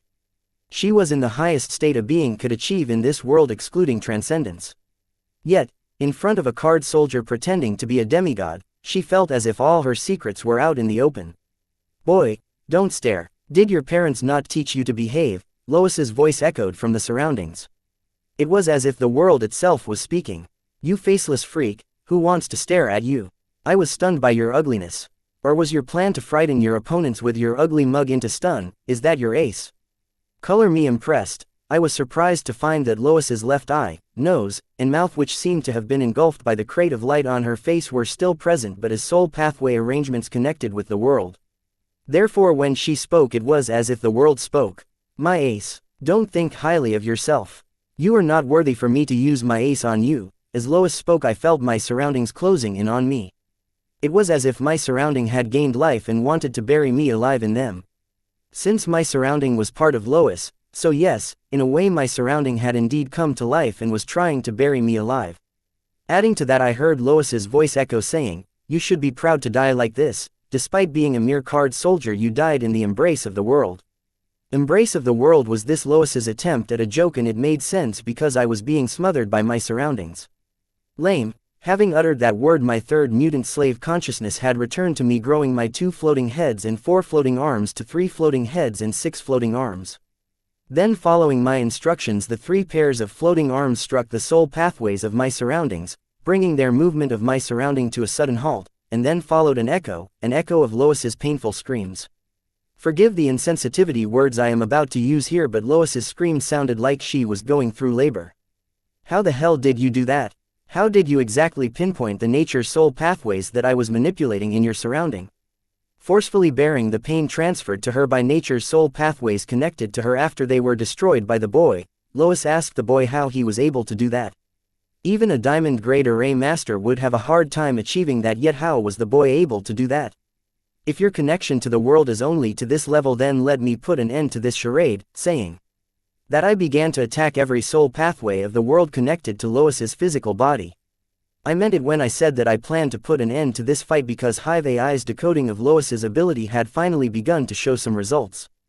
Though Hive AI still had to figure out how Lois's physique was able to send the compressed physical body of a card apprentice into their spiritual channel, it has been successful in figuring out how Lois's ability was able to compress a card apprentice's body. It was something similar to mass alteration. Mass alteration was the ability to increase or decrease mass in an object. And somehow Lois's ability was able to achieve a similar effect as the mass alteration on themselves and others in a matter of seconds. I said similar effect because Lois's ability did not compress Lois and others into a miniature version of themselves and transfer them into their spiritual channel. Instead, they were compressed into a meatball with spirituality before being transferred into their spiritual channel. So this made it obvious that Lois's ability was not able to achieve complete mass alteration but something similar to it. And this also meant that she did not have all the luxuries that the mass alteration ability had. That was, Lois's ability could not compress its target when the said target was in physical contact with another being. Determining this flaw of Lois's ability was all thanks to Hive AI simulation ability, which using the data we collected on Lois using her ability was able to simulate Lois using her ability under various circumstances, and after a lot of trials and errors, it was finally able to find a few flaws in Lois's ability. Most of them were insignificant and could not be of any help to me, but one flaw stood out. It was that Lois's ability could not affect a target if the said target was in physical contact with other beings. Now that I know how to stop Lois from hiding in her ability, I knew the only way I could bring Lois down was by forcing her into melee combat. But since Lois had connected her physical self to the world, she had foolishly forsaken her troublesome ability. And made it easier for me to attack her. Now that Lois's body was connected to the world and our surroundings, she was indirectly in physical contact with me, meaning she will not be able to use her ability to vanish into her spiritual channel, allowing me to show her the terror of the Gigamite that Viltronians felt, who were popular for their indestructible physique. Gigamite's strength plus my soul pupils, I was sure I could put an end to my fight with Lois. But just when I was attacking the soul pathways of the world that were connected to Lois's physical body, they caught on fire, engulfing me in a storm of flame. Occasionally missing content. Please report errors in time. Date the 5th of April 2321, time 4:16, location Southern Region, Blossom District, Sky Blossom City, outskirts. Have you ever wondered what your flesh will smell like when barbecued? Well, trapped in a storm of fire, I got the chance to do just that. I smell delicious. Ordinary fire, regardless of its temperature, would not be able to hurt the skin of a Gigamite demigod, but the same could not be said for the fire rule power in its purest form.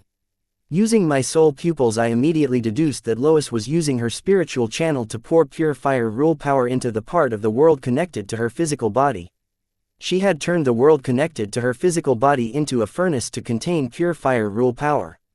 Unfortunately for me, I was trapped in this furnace with pure fire rule power, which kept getting wilder with every passing second, and I don't know if my Gigamite recovery would be able to keep up with it. But I did not plan to stick around to watch if my physique's recovery could keep up, as I had the restructuring ability of the Calamity Soul Gem. I used this ability to regrew the burnt part of my body faster than Lois's pure fire rule power burned my body. However, this consumed a lot of soul energy in the process. So I did not waste time and continued to focus on attacking the soul pathways of the world that were connected to Lois's physical body, turning the fight into a competition of who hurt whom more and who would be able to tolerate pain longer. I cannot be the judge of who was inflicting greater damage to whom, but I knew I would be able to tolerate the pain longer than Lois. Thanks to Hive AI acting as a replacement for my consciousness for my pain sensors, I did not feel pain. There were no side effects to this, as Hive AI was processing the signals from my pain sensors and then feeding them to my consciousness. This way I had all the data from the pain sensors without feeling any pain. While I am at this, I didn't just focus on attacking the world's soul pathways connecting to Lois's physical body, but I also subtly drew closer to Lois's physical body. The damage I had done to the world's soul pathway would only drag Lois but not affect her overall, because she could just shed the part of the world connected to her physical body if she willed it. So if I wanted to make some real damage to Lois, then it had to be made to her original physical body. But knowing Lois was avoiding melee combat with me, I had to be subtle about this. Soon I began to hear the painful screams of Lois. This meant that I was on the right track. Now all I need to do was get her in my melee range and put an end to this fight. How are you still alive? That is the pure fire rule power. Even veteran demigods will avoid it. How is your body able to overcome it? Lois asked the boy, barely managing to hold in her pain. Now that Lois had stopped underestimating the boy, she had changed her battle strategy. Instead of going all out to kill the boy and escape within the time limit, she had decided on a prolonged battle, knowing that the boy's pact with the devil had a time limit. As for the threat of Field Marshal Heatsend, being a slave of the shadow ruler of the government came with many privileges, and today she planned to use one if necessary. The only reason Lois was risking her life by staying behind to continue with the mission despite one of her team members being a traitor and another teammate's situation being unknown was that she, personally, wanted to make sure that the boy dies, completing her mission. Now she had two ways to go about this, but taking the strength displayed by the boy in consideration, she was down to one option to make sure that the boy died, and that was to prolong the battle until the devil comes to take his soul. Everyone knew that the devil's power came with a lot of limitations, one of them being the time limit. Instead of being headstrong about this, Lois had decided to act smart. The privileges she had were there to complete the missions the organization assigned to her. Though so far she rarely had to make use of them, today she will use them to complete the mission. Isn't it obvious? I am just that strong, I said arrogantly so that Lois would focus on what I said instead of what I was up to. Ha ha ha, fine, let me see how long you last. Lois, with her unlimited supply of pure soul energy and pure rule power, was not worried about running out of power, but it was different for me. The continuous restructuring of my body to regrow the burnt part of my body was using most of my soul energy. I was not an opponent of Lois in a prolonged battle, and I never planned for a prolonged battle. Having stalled enough, I had managed to find the flaw in Lois's ability. As long as I got her physical body in my melee range, then it was game over for her. Nearing Lois, I felt a little uneasy, as if something was wrong with this situation. The part of the world I was in was literally part of Lois, so how could she not know that I was subtly approaching her original physical body? Why was she not reacting to this, unless she wanted me to get close to her, or was I overthinking it? No, I wasn't overthinking it. Because I felt Lois introducing a second type of rule power into the furnace she created using the part of the world connected to her physical body. Before I could react to the second rule power Lois had introduced to the pure fire rule power, the fire rule power grew volatile, leading to a disastrous explosion. Boom. Occasionally missing content. Please report errors in time. Date the 5th of April 2321, time 4:16, location Southern Region, Blossom District, Sky Blossom City, outskirts. The sun burns by fusing the hydrogen in its surrounding with the helium in its core, making the burning of the sun a nuclear fusion reaction. So no amount of water thrown at the sun could cause it to go out. Instead, any amount of water thrown at the sun will only cause it to burn even more. Imagine if the sun was closed in a furnace and a large amount of water was to be introduced to it, it would burn faster, giving an illusion of an explosion. Now consider the pressure of the furnace on the sun during this reaction. Though the sun will continue to burn faster within a closed and limited space, it would cause a huge explosion to break free of the limit of the furnace. Apparently, this was true for pure fire energy too, as proven by Lois, who attempted something similar by using the part of the world connected to her to contain the pure fire rule, and then she introduced the pure water rule to it. The pure water rule here, instead of acting against the pure fire rule, acted as fuel to the pure fire rule, which caused an explosion to break out. How is this even possible? How is it that you survived something like that? Even I would not be able to get out of that explosion unscathed, Lois said in shock, feeling the presence of the boy within the storm of her pure fire rule power contained in the part of the world connected to her. Lois had already noticed that the boy was trying to get close to her, but she turned a blind eye to that because she wanted him to be at the center of the explosion she was about to cause. Therefore she ignored him as he subtly walked closer to her. She patiently waited for him to walk into her trap. But never in her dream would she have imagined that he would come out unscathed from her trap. Lois could not help but wonder how durable was the boy's mysterious physique. Lois's explosion had caught me by a surprise. I did not think she would try to accelerate the pure fire rule by using the pure water rule as fuel. I had many doubts about how Lois was able to use the pure water rule as fuel for the pure fire rule, but if I were to guess, I think this should be related to the varying purity level in the two rules. I believe the purity of the fire rule must have been higher than the purity of the water rule for the water rule to act as the fire rule's fuel, but I couldn't say that for certain without going through the data. I did not survive Lois's explosion unscathed despite what she was led to believe.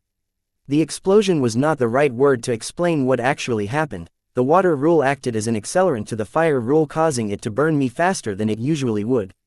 During this incident, the rate at which my body burned by the fire rule had suppressed the rate at which my restructuring skill regrew my burnt body parts. Due to this, my body was almost burned by the explosive boost to the fire rule. However, a little mass of my body remained, hiding my calamity soul gem. So when the fire rule returned to normal, I did not spare any energy to return to my peak physical condition. It happened in an instant, causing Lois to think that I survived her trap unscathed. I was in the second transformation of the calamity soul gem. For such a large body to be combusted in a matter of seconds, the acceleration given to the pure fire rule by the pure water rule was very huge. Had Lois continued the feeding the pure fire rule and the water rule for a second longer, then I would have had to abandon my current calamity soul gem and transfer my mutated soul to a pseudo calamity soul gem that I had hidden nearby, to protect the secret of the calamity soul gem. However, Lois couldn't continue feeding the water rule to her pure fire rule, because then she would be risking burning the part of the world containing the fire rule power, which meant she would be indirectly burning herself. So Lois had little choice when she stopped feeding water rule power to the pure fire rule power. Even though Lois could shed the part of the world connected to her at will, but the strain and pain transmitted to her body in case the part of the world were to be burned would be astronomical. Even her legendary physique could not handle that amount of strain and pain. She might end up losing consciousness mid-fight, which would be counterproductive. Therefore, Lois had to stop when she stopped. If she were a second late, she would be paying a huge price for being stubborn and stupid. "Is that the best you got?"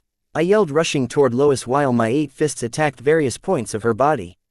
Before the explosion, I was a few hundred meters away from Lois. Now, after the explosion, Lois was still in shock from my survival. Making use of this moment, I burst with the maximum speed I could muster and closed in on Lois with my 8 fists aiming at her lethal points.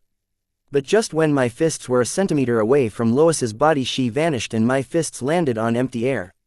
And I turned my head, hearing Lois's laughter coming from behind. "Ha ha ha, you thought you could close in on me? Sucker, you are in my domain and I know you have a huge advantage at melee range with your monstrous physique, so you can forget about closing in on me while I can attack you at my will." Instantaneous movement. These words came to my mind seeing Lois vanish and appear far behind me. This one was different from her previous trick. As in her previous trick, she wasted time hopping for the spiritual channels of herself and her target. But this right here was genuine instantaneous movement. Damn it, just when I thought I held the winning card. Occasionally missing content. Please report errors in time. Date the 5th of April 2321, time 4:17, location Southern Region, Blossom District, Sky Blossom City, outskirts. The instant movement ability was a troublesome skill, but I wasn't worried about Lois using it against me.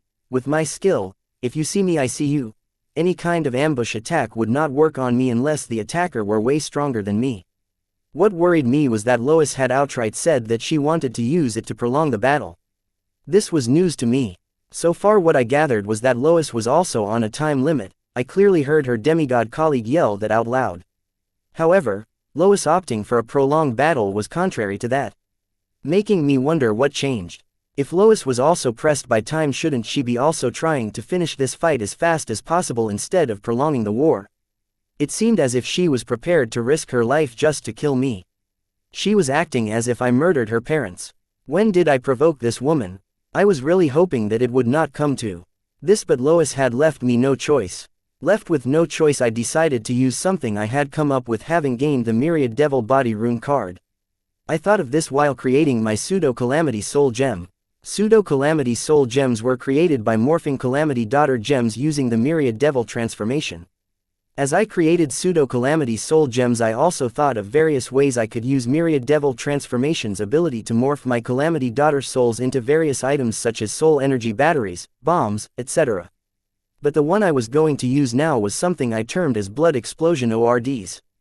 Blood Rule, Blood Explosion ORDs, as I chanted that my 6 floating arms each created a blood red gem that began to ooze blood rule power, which enveloped the blood red gems. Soon the blood red gems were buried in an ample amount of blood rule power. They looked like blood red orbs.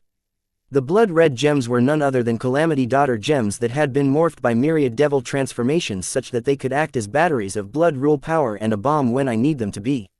Myriad Devil Body card was a fascinating card with wide use, especially its Myriad Devil transformation ability. I was able to use it on Calamity Daughter gem to change their purpose to fit that of a battery and bomb. This was possible because I used the Myriad Devil transformation to morph the soul pathways of the Calamity Daughter gem but not the Calamity Daughter gem itself. Using Myriad Devil transformations directly on the target's soul pathways but not the target as a whole allowed to keep the target the same but morph some of their traits.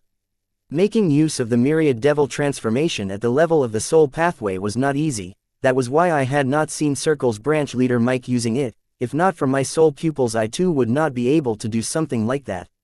Using the ability to morph someone or something's soul pathway was just godlike.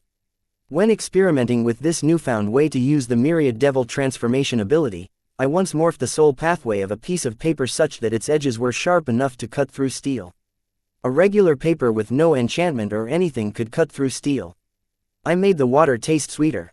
The only limitation of this ability was that these changes I made to their soul pathways were temporary. They would only last till I supplied them with the required soul energy. Once the supply of soul energy was stopped, their morphed soul pathways would return to their regular self.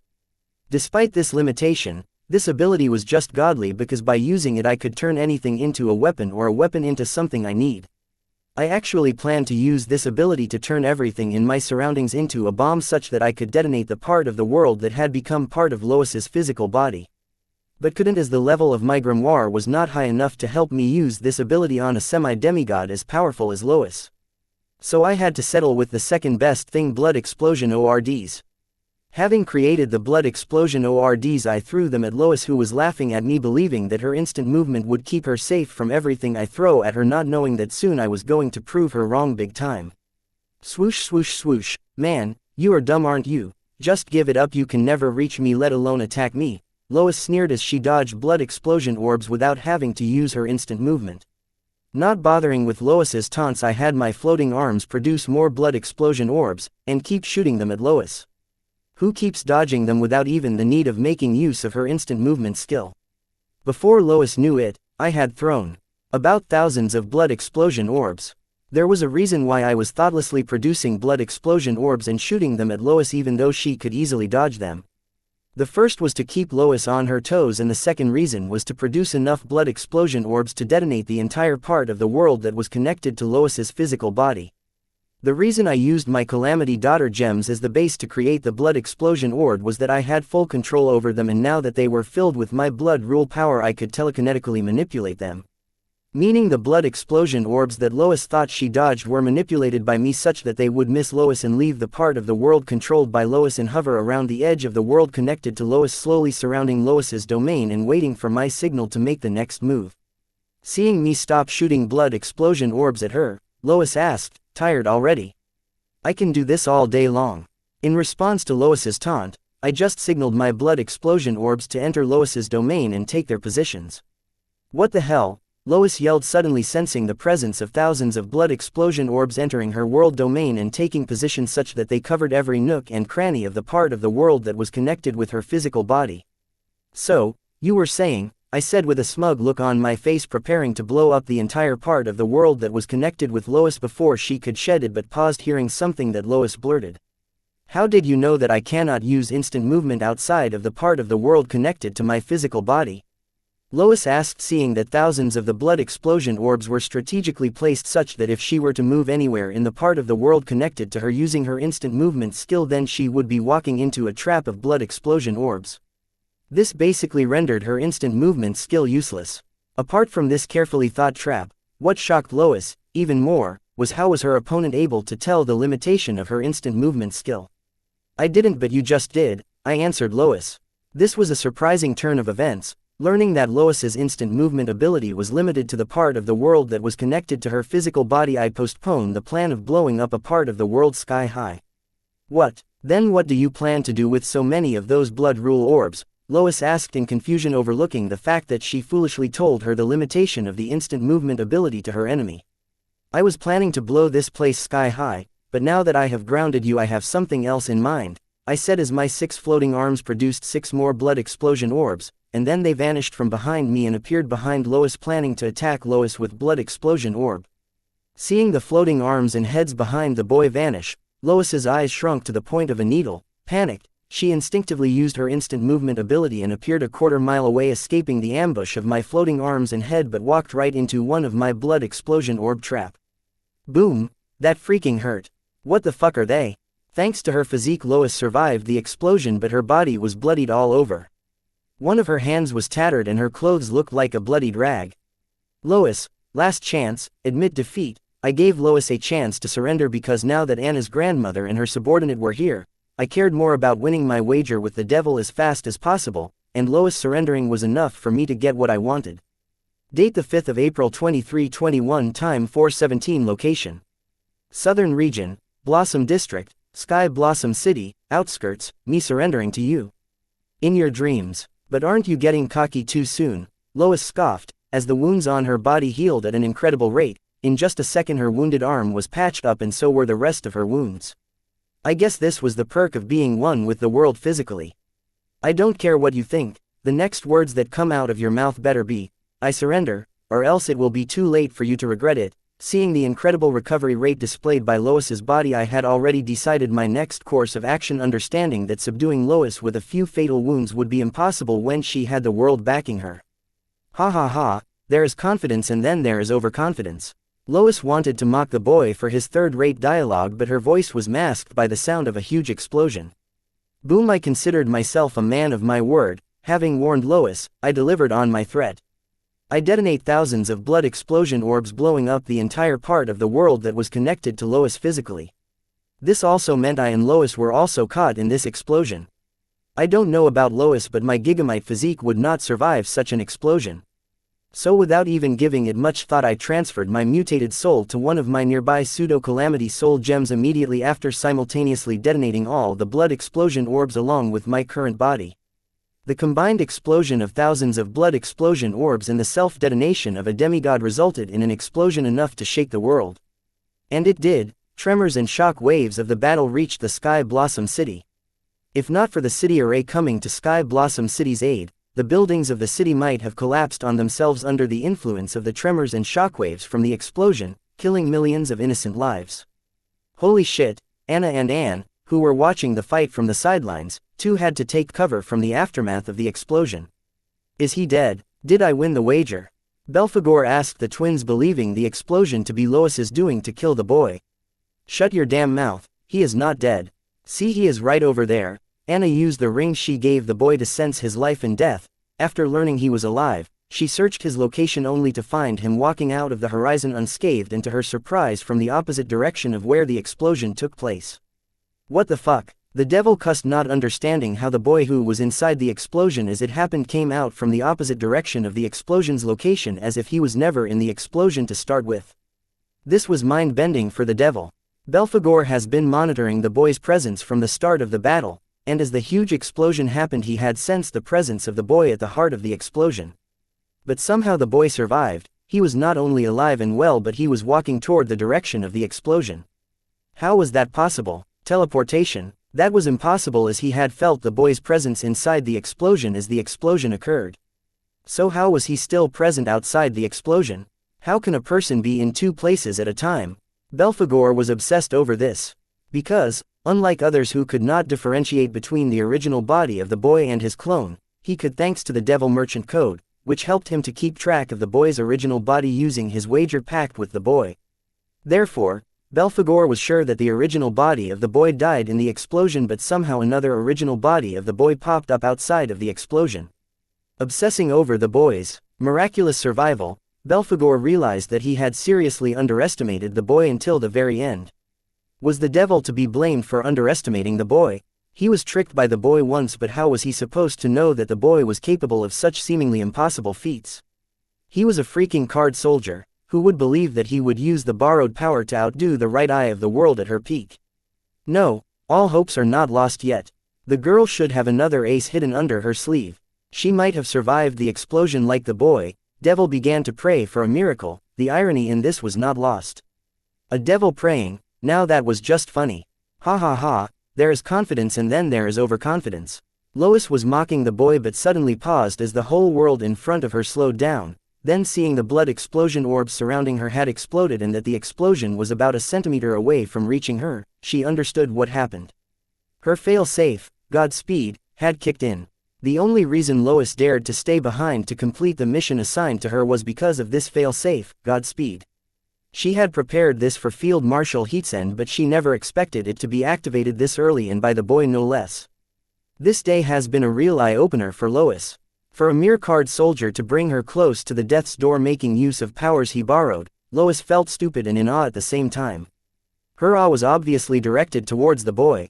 Speaking of the boy, Lois searched for him, thinking she should kill the boy before fleeing the scene.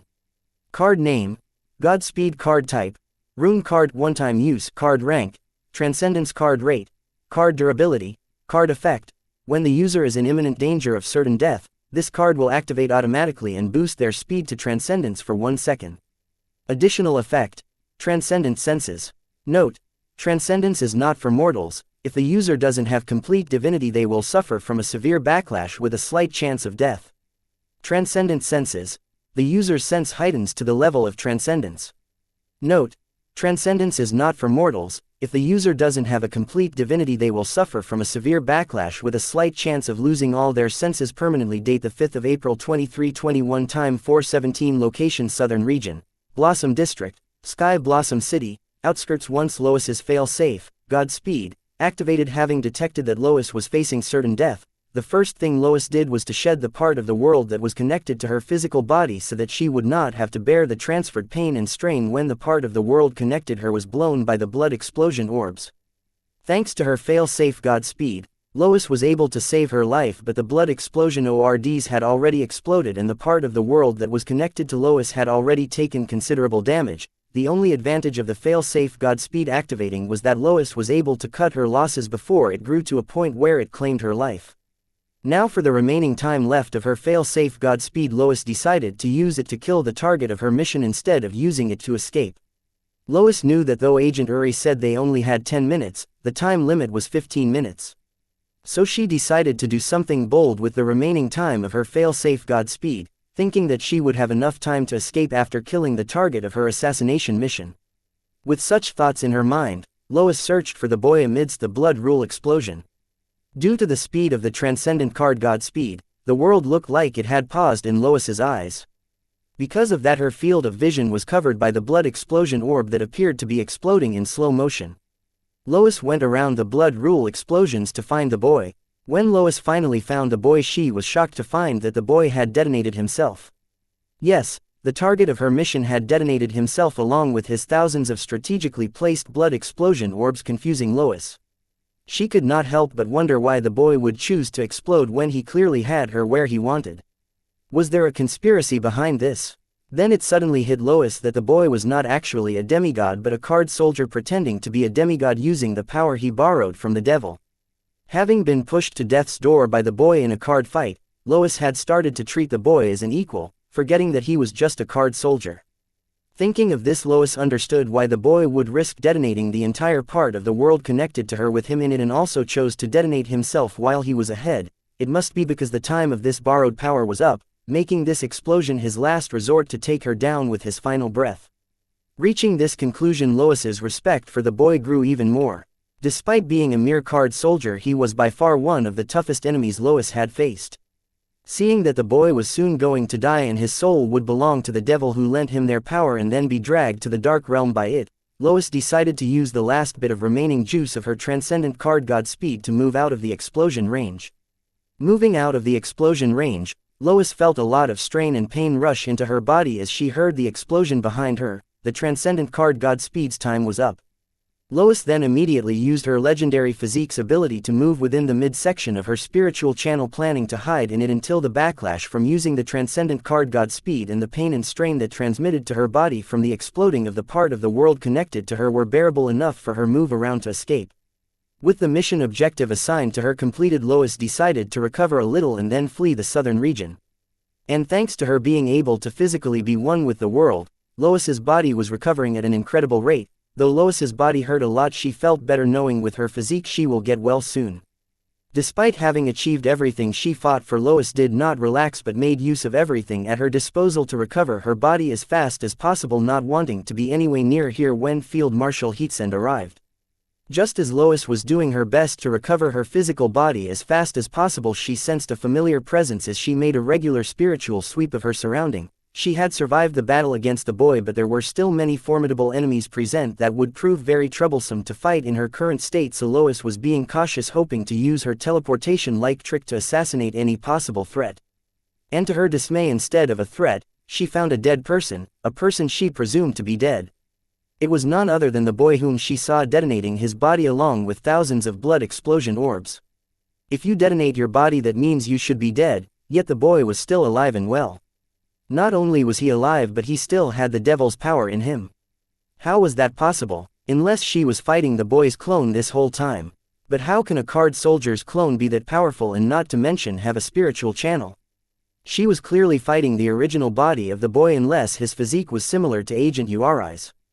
Come to think of it, the clone of the boy that carried away the Southern Emperor also seemed to have a spiritual channel.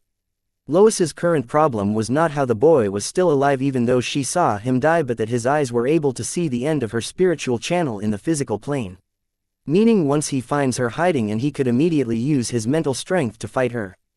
But with her current condition, she was not a match for him. So in a panic, Lois decided to launch a primitive strike before the boy detected her presence, believing that the boy was currently defenseless, not being aware that she had survived the explosion. Thinking of this, Lois teleported from within the midsection of her spiritual channel to the midsection of the boy's spiritual channel, preparing to assassinate him. Occasionally missing content. Please report errors in time. Date the 5th of April 2321, time 4:18, location Southern Region, Blossom District, Sky Blossom City, outskirts. Walking towards the huge blood rule explosion, I searched for Lois, as none of the conditions of my wager with the devil were met to indicate that either I or the devil had won the wager. This could only imply that as a result of the explosion I did not get Lois to surrender or render her incapable to fight or kill her, nor did Lois flee. Meaning, Lois was alive and hiding in the vicinity. As much as I would love to know how Lois survived, I decided to search for her using my soul pupil, feeling that she might have hidden in her spiritual channel to recuperate. However, before I could find Lois, she found me. I was certain of this as I felt her presence in the midsection of my spiritual channel. Unfortunately for her, I knew something like this would happen. Rather, I baited Lois into doing this by acting defenseless, as I felt that baiting Lois would be easier and faster than finding her in this vast land. Not to mention the time limit of my wager with the devil was almost up. My bold choice of baiting Lois was all because the Hive AI had finally managed to find how Lois's physique was able to transfer the compressed body of the target into their spiritual channel. The answer to this was right in front of my eyes, but I never considered this possibility. However, hundreds of thousands of simulations conducted by Hive AI did, finally unveiling how Lois's physique was able to send the compressed body of the target into their spiritual channel, and it was none other than Lois's physique's mass alteration type ability that compressed the body of the target. Yes, the same ability of Lois's physique that compressed the body of its target was also the reason for sending the target into their spiritual channel. I never thought that the mass alteration type ability of Lois's physique could be applied to the spiritual channel like this. Consider the spiritual channel of a card apprentice as their center. What Lois's physique does was it would compress the body of the card apprentice except for their spiritual channel, to the point that the body of the card apprentice becomes smaller than the card apprentice's spiritual channel. By this step, the compressed body of the card apprentice will be nothing but a small mole on the outer surface of the spiritual channel of the card apprentice. Then this small mole gets further compressed such that it vanishes from the outside surface of the spiritual channel and regrows inside the spiritual channel's inner walls with the ability to move independently along the inner walls of the spiritual channel. The ability to move their compressed body independently along the inner walls of their spiritual channel was only limited to Lois but not to her targets, as they did not have her physique. In conclusion, Lois's physique compressed the body of the target to the point where they grow smaller than its spiritual channel and then regrows within its spiritual channel attached to the spiritual channel's inner walls. Like a benign tumor had grown on the inner walls of the spiritual channel. This was how Lois was able to use her physique to move in and out of her spiritual channel and trap her victims in their spiritual channels.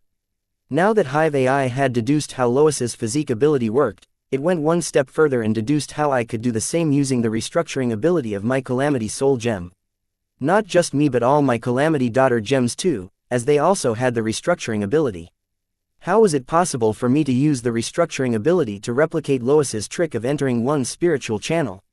It was simple. Taking the spiritual channel as the center of the Calamity Soul Gem, instead of using restructure ability to grow my body around the Calamity Soul Gem, What if I grew a miniature version of my body using the restructure ability within my spiritual channel?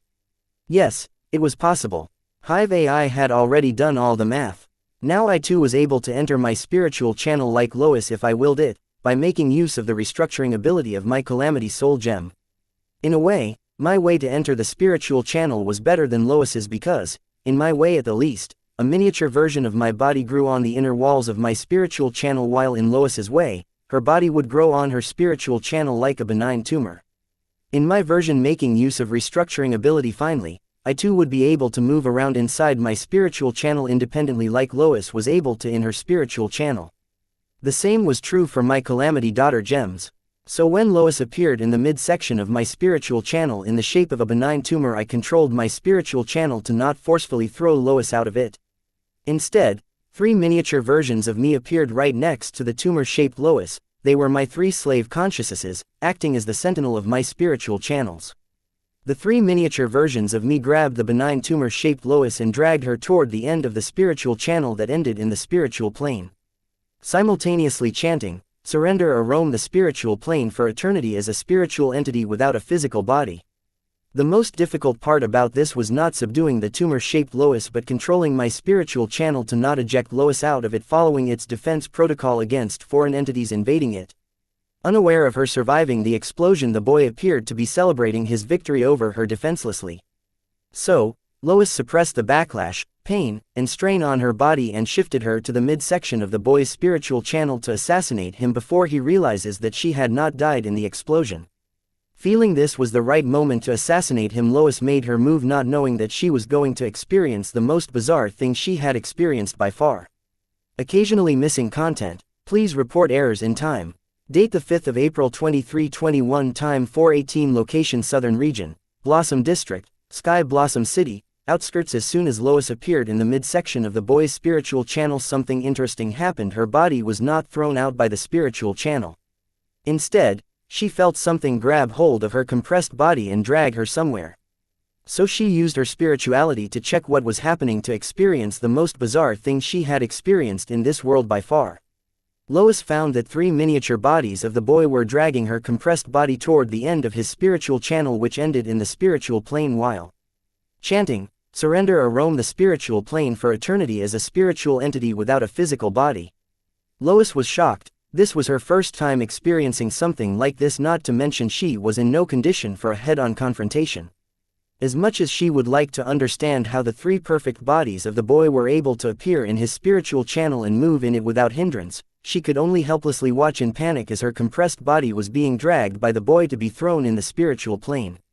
Since Lois's compressed body was in physical contact with the 3 miniature versions of the boy, her physique could not use its abilities to transfer her back or grow her body to its normal size. In a way, the limitation of Lois's physique had now made her a prisoner within their target's spiritual channel. Right now, one of Lois's worst nightmares, moving into the spiritual plane with her physical body, was about to come true.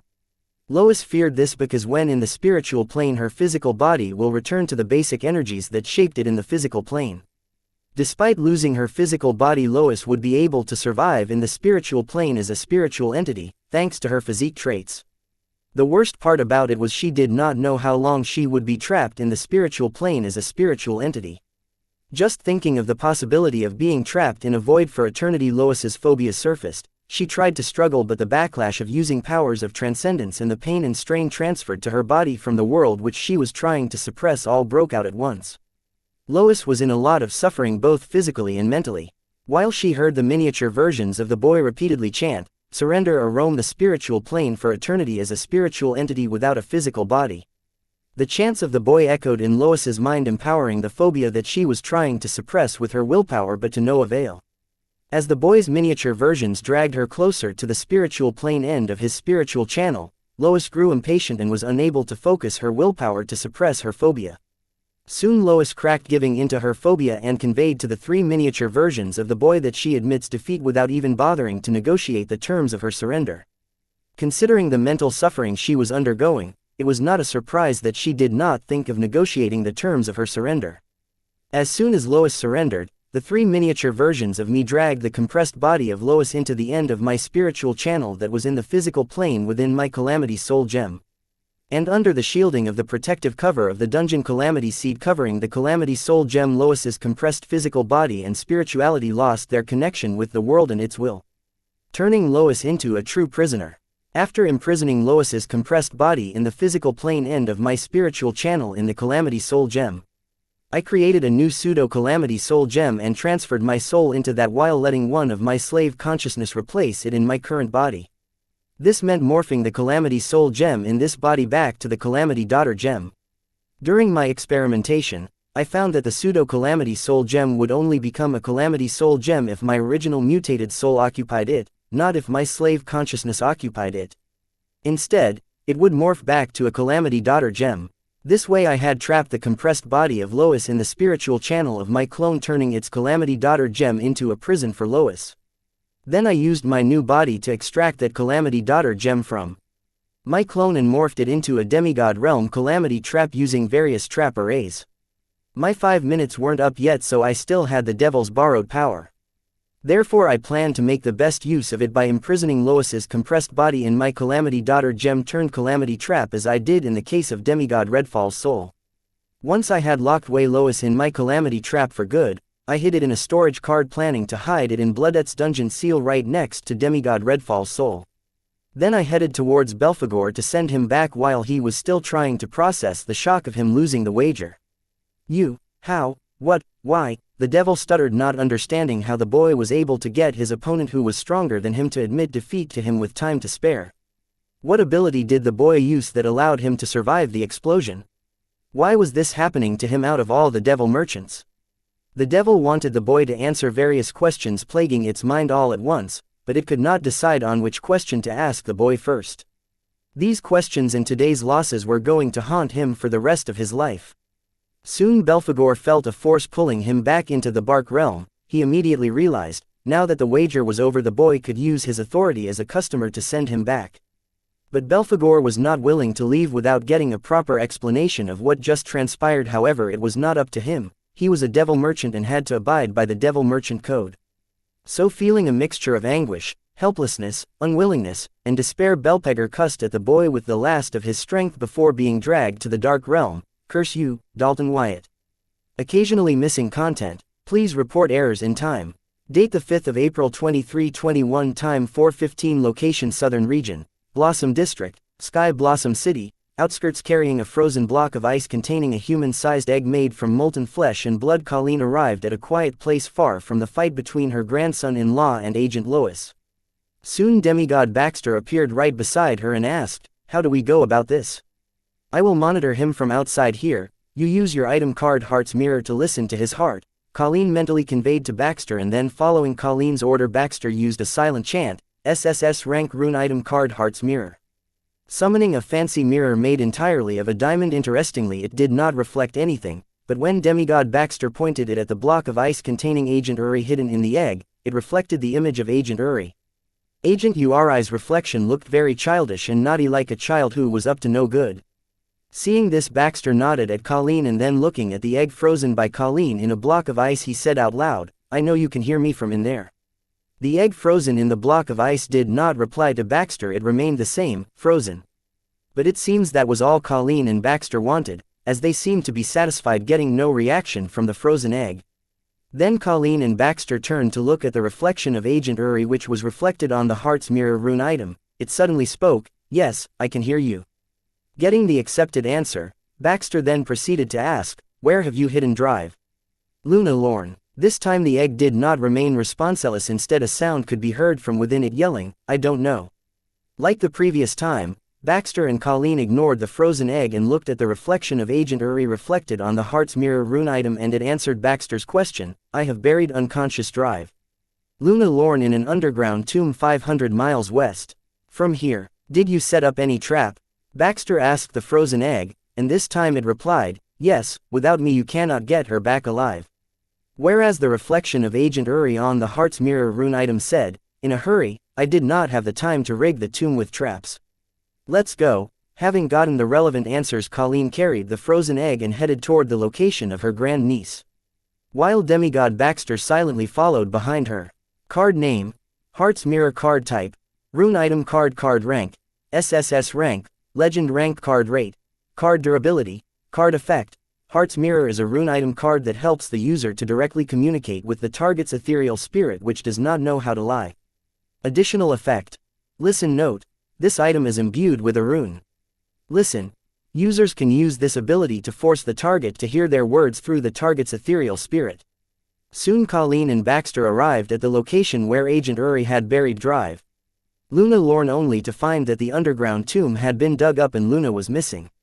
Seeing this, Colleen and Baxter used every sensing ability in their arsenal to check the tomb and its surroundings to locate anything suspicious, but their effort found them no clues or sense anything suspicious. Baxter immediately summoned his Heart's Mirror rune item card and pointing at the frozen egg he summoned Agent Uri's ethereal spirit's reflection on his Heart's Mirror and asked, "Who else knew that you had hidden Luna here?" "I had shared this location with my handler," Agent Uri's ethereal spirit answered.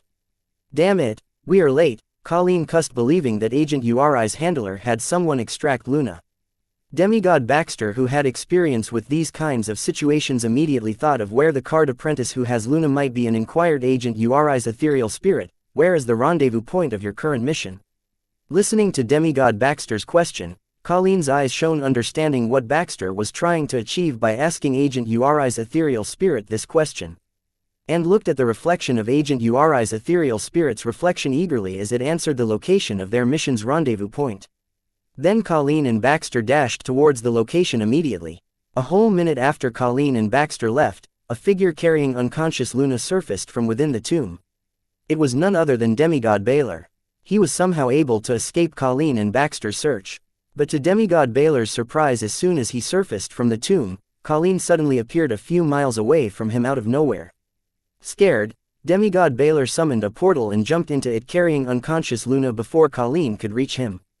Colleen made use of the fastest speed to catch up with Baylor, and she did, but an invisible shield stopped Colleen from entering the portal. Soon the portal vanished, leaving behind angry Colleen in a vast wasteland, all alone, yelling at the top of her voice out of frustration, "Ah!" Thinking of the possibility that the villain who has her grandniece might still be hiding in the vicinity while heading to the rendezvous point of the enemy, Colleen had left a mark a few miles from the tomb, which would not only help her to teleport to that location instantly but also monitor what was happening in its surroundings. Colleen's intuition was correct, but unfortunately, she was one step too late. Damn those freedom fighters, Colleen cussed Baylor and summoned her grimoire to texted her sister-in-law informing that Demigod Baylor was a freedom fighter. Freedom Fighters is an extremely powerful organization led by an unknown leader. They are the only force in the world that directly and openly opposes the world government and seek to dismantle it. They are particularly against the 4 royal families and the nobles of the central region who benefit from the corruption of the world government. The only reason they were able to survive despite opposing the world government was that they hide in the worlds connected to this card world through reverse dungeons. Date the 5th of April 2321, time 4:18, location Southern Region, Blossom District, Sky Blossom City, outskirts. "So you were the hidden leader of the Freedom Fighters," Field Marshal Heatsen told her guest to Field Marshal Henriks, having read the text from her sister-in-law. "I knew I should not have used my ability that day to save you. Honestly, I thought you would have been able to figure out my identity a lot sooner. I am surprised it took you so long." Henriks did not deny Field Marshal Heatsen's guess. "Yes, you are right, I should have figured it out a lot sooner." Field Marshal Heatsen agreed with Henriks that she should have this connection a lot sooner. But in her defense, this man had saved her and her comrades' lives, so out of respect she chose not to pursue her suspicions about him till today. Field Marshal Henriks added, "Who else knows about your second identity?" "You are the first. The only other person who knew my ability was killed by me." Henriks spoke the truth. Even his disciple Baylor did not know his secret identity. The other person he spoke of was none other than his master, who introduced him to the organization that ruled the world government from the shadows. "I guess you had no choice that day." Field Marshal Heatsen spoke of the day Henriks used his ability to save her but did not kill her to keep his ability secret, because in that circumstance everyone would know it was he who killed her. Still, it was worth it. Because of the deed that day, now the Freedom Fighters are the only producers and suppliers of silver milk powder in the world, Henriks said proudly. His organization had always lacked in terms of talented manpower and capital compared to the government.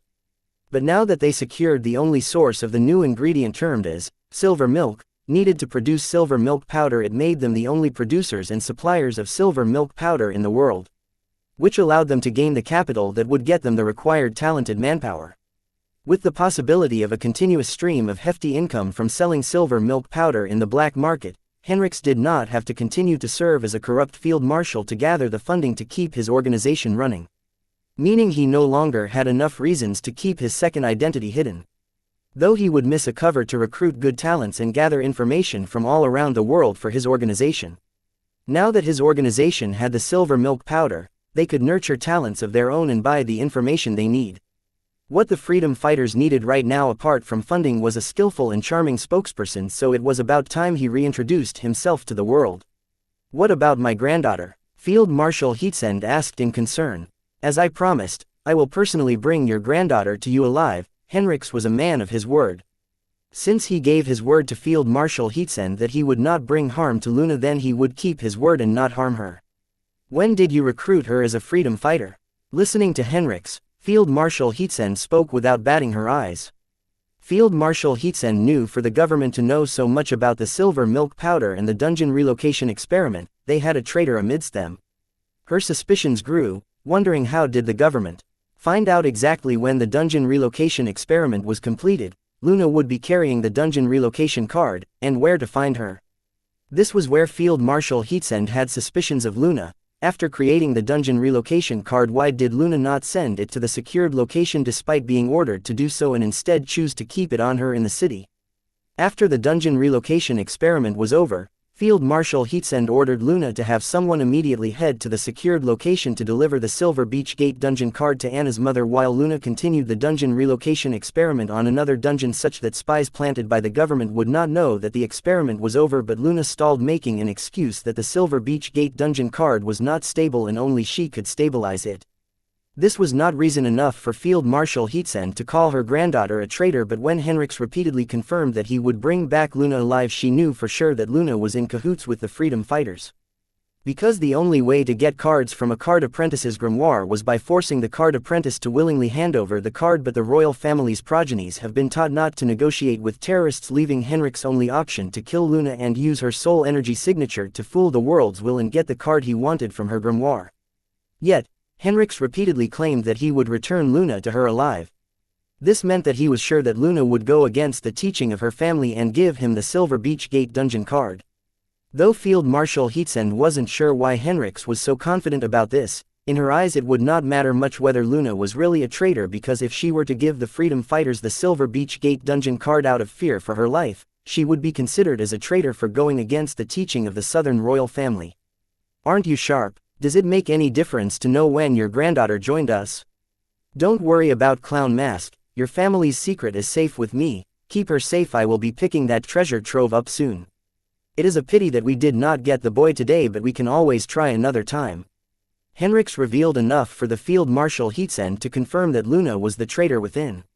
Soon a portal appeared behind Henrix, and taking a step back he entered the portal as it closed, leaving behind Field Marshal Heatsend, who continued to keep the honor of the Heatsend royal family.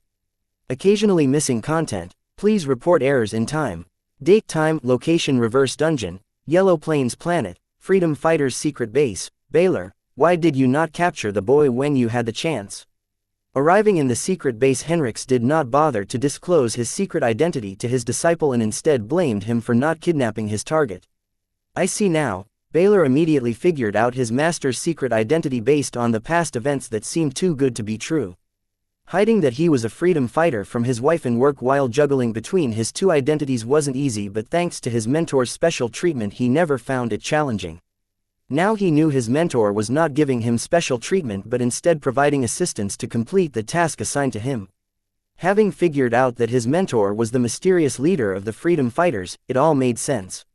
Kid, answer me why. Henrix repeated himself. I felt the Southern royal family will a safer place for him than here. Baylor did not lie, he genuinely felt that the Southern royal family would take better care of the boy than the freedom fighters. Though Baylor has been a part of the freedom fighters for a long time and supports what it stood for, believing that it could one day change the world with its ideologies, he still didn't think that it was the best fit for Ellen's son, as he did not want him to lead a life in hiding. Not to forget, seeing how the Southern Emperor willingly risked her own life to protect the boy, Baylor saw the same undying love he had for Ellen in the Southern Emperor for that boy. Therefore, He decided that for now, he should not interfere in the boy's life. Why you are as stubborn as always. Henrix knew that yelling at Baylor for not kidnapping the boy would do no good, so he just gave up and turned to look at unconscious Luna on the ground. Then he said, "Luna, wake up, your cover is blown. There is no need to continue the act." The unconscious Luna's body propped itself up and then opened its eyes in a ghastly manner. Then a light of wisdom shone in its eyes as if Luna's consciousness regained control over its body. Then Luna spoke, "How? I did not leave behind any clues. Sorry, it was my mistake, I gave it away. I should have known your grandmother will not give preferential treatment even to her own flesh and blood," Henrix said, shaking his head, having learned that the royals were very demanding of their blood.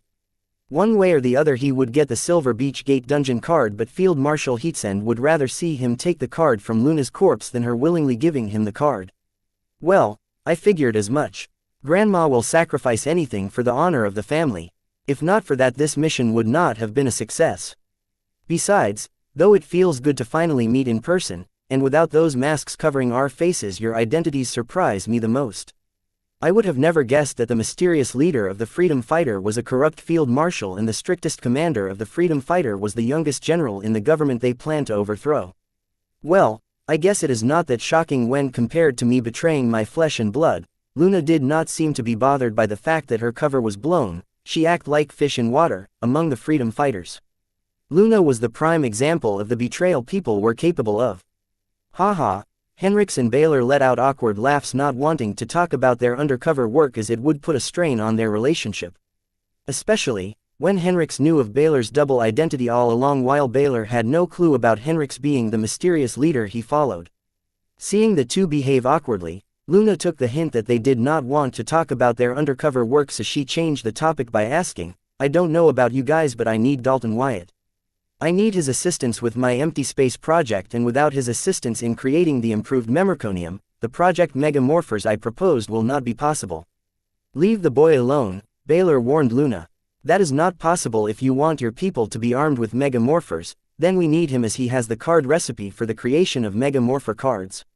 Aside from that, I have been working on the empty space project for decades, but I am stuck and out of ideas. However, with his origin card, we might find new leads." Luna continued to argue good points as to why they needed the boy despite the resistance from Baylor. "Baylor, shut up. If our army has any chance of standing against the armies of the royal families, Central Region nobles, and the government, then it is with them equipped with the Megamorpher cards. And don't forget, the empty space project is very detrimental to our people's survival in these other worlds. There is no denying that we need the boy. But right now our priority should be to set up a production house and a supply route for the silver milk powder. Luna, you are in charge of setting up the production line for the silver milk powder. Baylor, you are in charge of setting up a supply chain for the silver milk powder. I am trusting you both to cooperate on this silver milk powder project and help each other. Once we have gathered enough capital to fund the empty space project and the Megamorpher project, it wouldn't be late for us to reach out to the boy. Until then we have our work cut out for us." Henrix did not bother to entertain the arguments made by Baylor or Luna. Instead, he assigned them their work while suggesting that though this mission was a success, there was still a long way ahead for the Freedom Fighters to take into account. Occasionally missing content. Please report errors in time, date, time, location, reverse dungeon, Yellow Plains planet, Freedom Fighters secret base, Field Mars leader. Speaking of the supply chain, a secret organization has been working to uproot the black market our people set up in the Central Region. As a commander of the Freedom Fighters, Baylor has been in charge of many projects, and one of them was entering the black market of the Central Region and establishing a foothold. As a new player in the Central Region black market, the Freedom Fighters had many competitors and predators to fend off, but one of their competitors came hard on them. It was an unknown organization that did not hesitate to assassinate the members of the Freedom Fighters. Baylor wanted to retaliate against them, but he had no idea who they were. The members of the secret organization were like ghosts, as they did not leave behind any clues. This mysterious organization has been a real pain in Baylor's ass. Whoa, you don't know.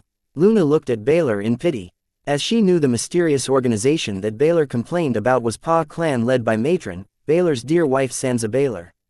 "What, do you know something? Tell me." Seeing Luna's reaction, Baylor understood she knew something about the mysterious organization he spoke of. Quote. Luna did not immediately answer Baylor. Instead, She glanced at Henrik's, waiting for his reaction, not knowing what attitude the freedom fighters planned to cultivate toward the Pa clan. They were rivals, but with the relationship between Baylor and Matron things could change. Then there was also the fact about Matron was trying to kill the boy that Baylor was trying to protect. This was really a tricky situation. Henrik shook his head, then looking at his disciple he said, "About the mysterious organization, I will get you the answer by tonight. Until then you guys brief your people about your assignments."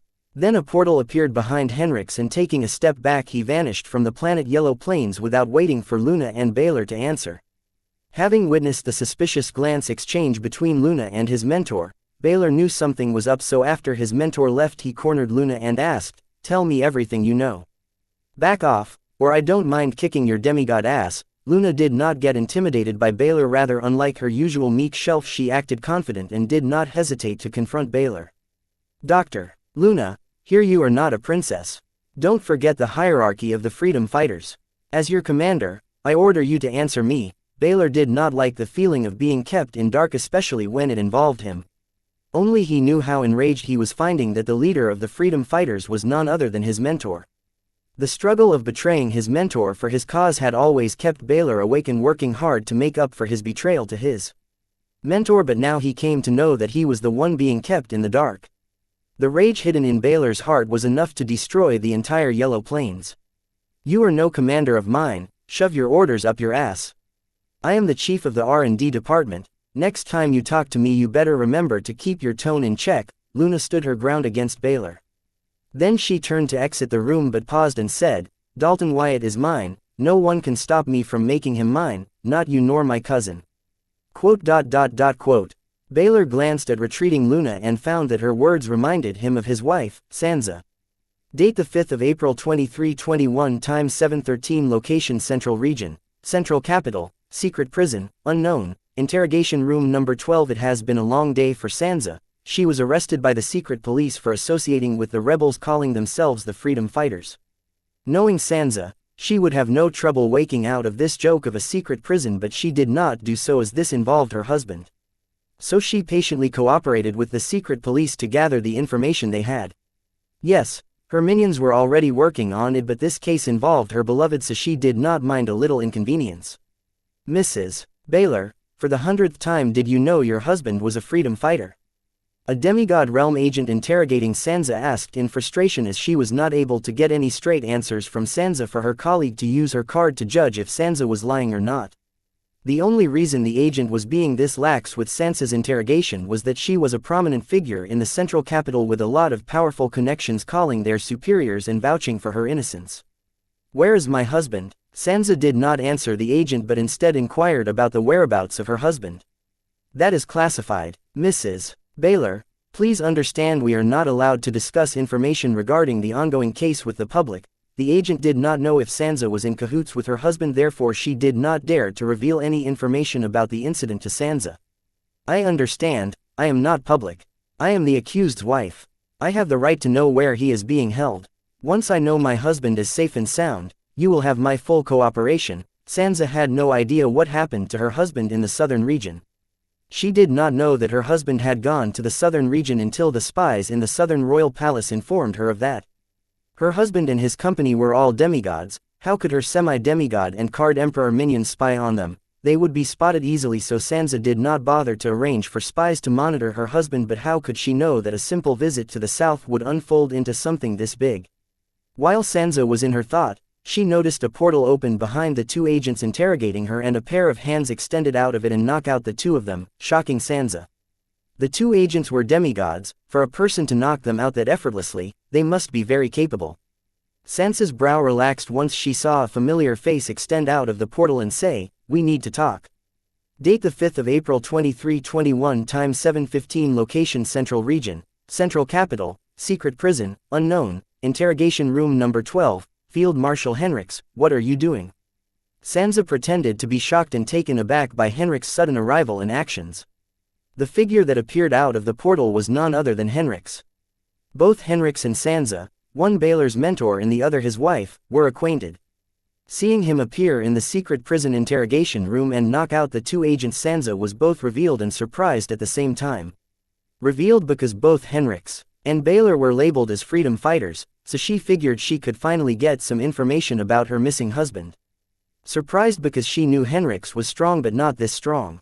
From breaking into the secret prison to knocking out 2 agents without alerting the authorities, it appeared, along with his second identity as the boss of the freedom fighters, Henrix also hid his overall strength. Quote. Henrix did not bother to observe Sansa's performance. Instead he threw the 2 unconscious agents into the portal and then sat across her waiting for her to finish her act. Field Marshal, where is my husband? Is he safe? Tell me what they are saying about him is not true. Tell me, my husband is not a freedom fighter. He is the most loyal man I have ever seen. Tell me, they are wrong about him, Sansa hysterically wailed contrary to when the 2 agents were interrogating her. Wow, I thought Baylor was dense. But you are a very convincing actor. Henrix finally understood that Baylor was not at fault for not having figured out the true identity of the woman who shared his bed every night. This woman was just too good. Field Marshal, I don't understand what you are talking about. Sansa acted ignorant as she really did not understand the reason behind the change in Henrix's attitude toward her. If she knew what Henrix was getting at, then she could deny it instead of pretending to not understand.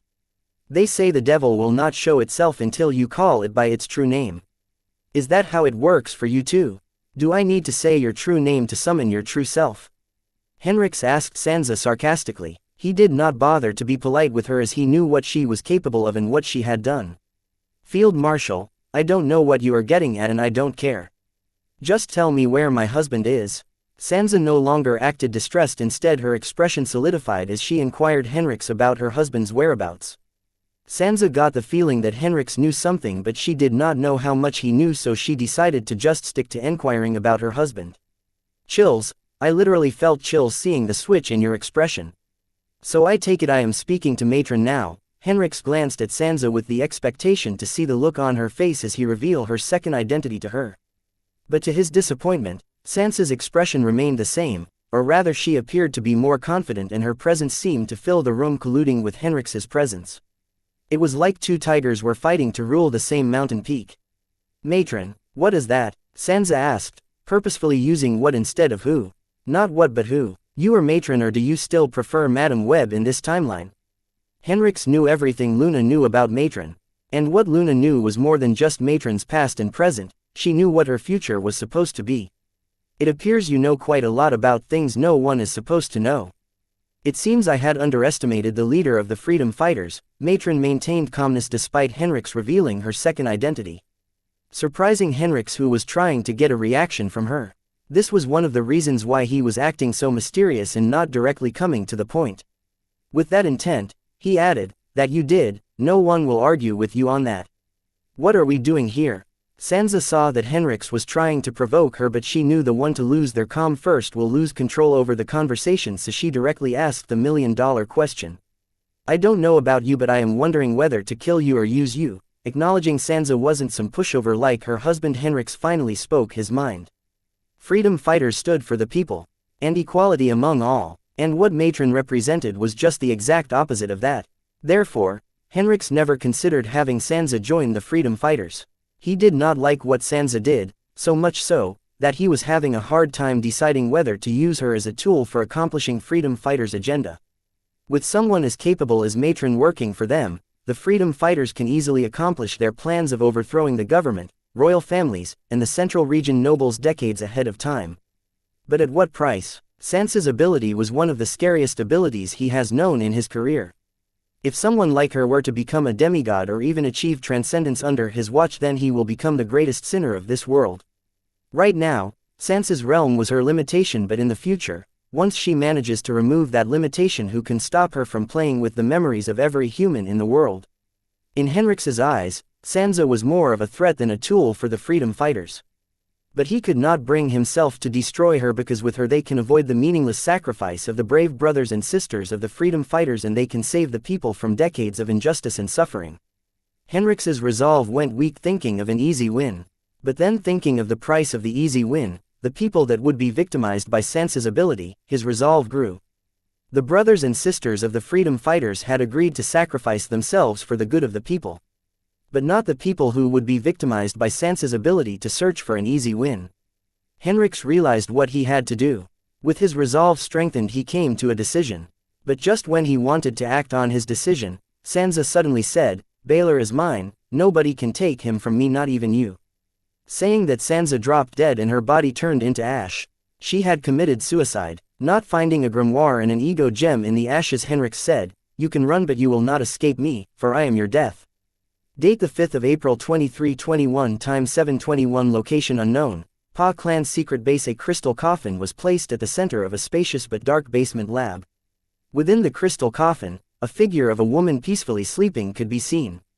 Suddenly her eyes opened and she began to grasp for her breath as she shoved open the crystal coffin lid. This woman closely resembled Xianxia Baylor, who had just committed suicide in the secret prison. "Fuck, that old bastard really planned to kill me. I will fucking kill every last one of the freedom fighters that should teach him not to mess with me," Xianxia cussed in fury. Her mental state after attempting a successful conscious transfer appeared not to be stable. But she regained her calm soon, or it appeared so, as she added, "Except for my darling, of course." Then she summoned her grimoire and began to use her ability to awaken 1/3 of the sleeper spies she had planted in the freedom fighters, asking them to kill and capture as many freedom fighters as possible and surrender to the government, while handing over the captured freedom fighters and any information about them for leniency in their sentencing. Calming that freedom fighters were a demonic cult that preached freedom to prompt their demonic agenda. Was Xianxia overreacting? No, not at all. Because despite all the cards in his hands to force her to do his bidding, Henriks chose to kill her. This meant war, where neither side could surrender. Besides, Xianxia was not the first to attack, Henriks was. If Xianxia did not react to his killing intent toward her, then she would be a fool. Having made her move, Xianxia headed outside to adjust to her new identity. Walking out of the basement, she was greeted by two teenage girls of the Card Lord realm. "Welcome back, Professor Xianxia Orion. How was your experiment?" "The experiment was a dud. Did anyone come by while I was retreating for the experiment?" Xianxia was not surprised by the two teenage girls calling her Xianxia Orion instead of Xianxia Baylor, as these two girls were her minions who were tasked to maintain the presence of her fake identity, Xianxia Orion. "No, Professor Xianxia," one of the girls answered. "You guys did good," complimented Xianxia, then ordered, "Register a class for the upcoming first year. I plan to teach dungeon exploration, make it happen." "Yes, Professor," the girls agreed, as they were the official student assistants of Professor Xianxia Orion. Date the 5th of April 2321, time 8:01, location Central Region, Central Capital, unknown. "Sir, I am sorry to disturb you, but Baylor's wife and the two agents interrogating her have disappeared," Uri's handler reported to the master he and Uri served. "It must be Henriks, his ability is tricky. I will think of something. Update me on Agent Uri and Lois's status. Did the Southern royal family agree to hand them over? What do they want in return?" The mysterious master did not seem to be affected by the betrayal of Henriks. He appeared rather rational and calm, as if this level of the matter was nothing to him. Uri's handler was unable to think of words to explain his negotiation with the Southern royal family. Not to forget, despite how cool and level-headed their master appeared, he would not hesitate to kill millions of innocent lives over a simple inconvenience. How could he dare to report bad news to someone like that? But Uri's handler did not dare to delay his report any longer, as their master hated repeating himself. "Master, the Southern royal family killed Agent Uri and claimed to not know of Agent Lois's situation. I had the diviner look into it, and she too concluded that Agent Uri is dead, but Agent Lois's status is still unknown. I believe that Agent Lois managed to escape using her physique and is in hiding. I did not ask for your opinion. You should not talk about things that you don't understand. Agent Lois's ability is miraculous, but it is not almighty. She must be taken prisoner by the Southern royal family and held somewhere our diviners cannot reach," the mysterious master calmly explained to Uri's handler, like an elder teaching their younger generation. Uri's handler was surprised to see that their master was not bothered by Uri's death and Agent Lois being captured. Ignoring that, he hurriedly said, "Then I shall make arrangements to rescue Agent Lois." "No, that is a lost cause. You said they lost one of them, right? Heatsen will be out for blood. It would be better if we stay clear of him and let Lois be his vent. Don't worry about other masters, I will handle them." The master seemed to have given up on Lois in exchange to appease the patriarch Heatsen for the loss of his grandniece Drive. Luna Lorne. "Yes, master," Uri's handler did not dare to argue. Their master was willing to sacrifice Lois, who had a legendary physique. A paper pusher like him was not a big deal. I am restarting the Trinity Immortal project. I need volunteers and recommendations for the next Trinity Immortal. With Uri dead, the mysterious master lost one of his best assassins. Fortunately, he had the recipe to create another one of those. Hearing Henrik say that he would be restarting the Trinity Immortal project, Uri's handler's mind went blank, understanding that if enough people did not volunteer, then he and other desk warmers might be forced to participate until one of them becomes a Trinity Immortal. Yet, he gathered his courage and nodded in agreement. Yes, master. As if the mysterious master could understand his subordinates. Hesitation, he said, this time the person to become the Trinity Immortal will be made the Field Marshal. With Henriks and Lois out of the picture, 2 Field Marshal seats were up for grabs, and the mysterious master planned to have one of his men sit in one of 2 seats. But not anyone could become a Field Marshal, they had to be worthy and strong, and someone with the Trinity Immortal physique fit the bill. With their assassination technique, they will easily be able to gather the merits worthy of a Field Marshal in no time.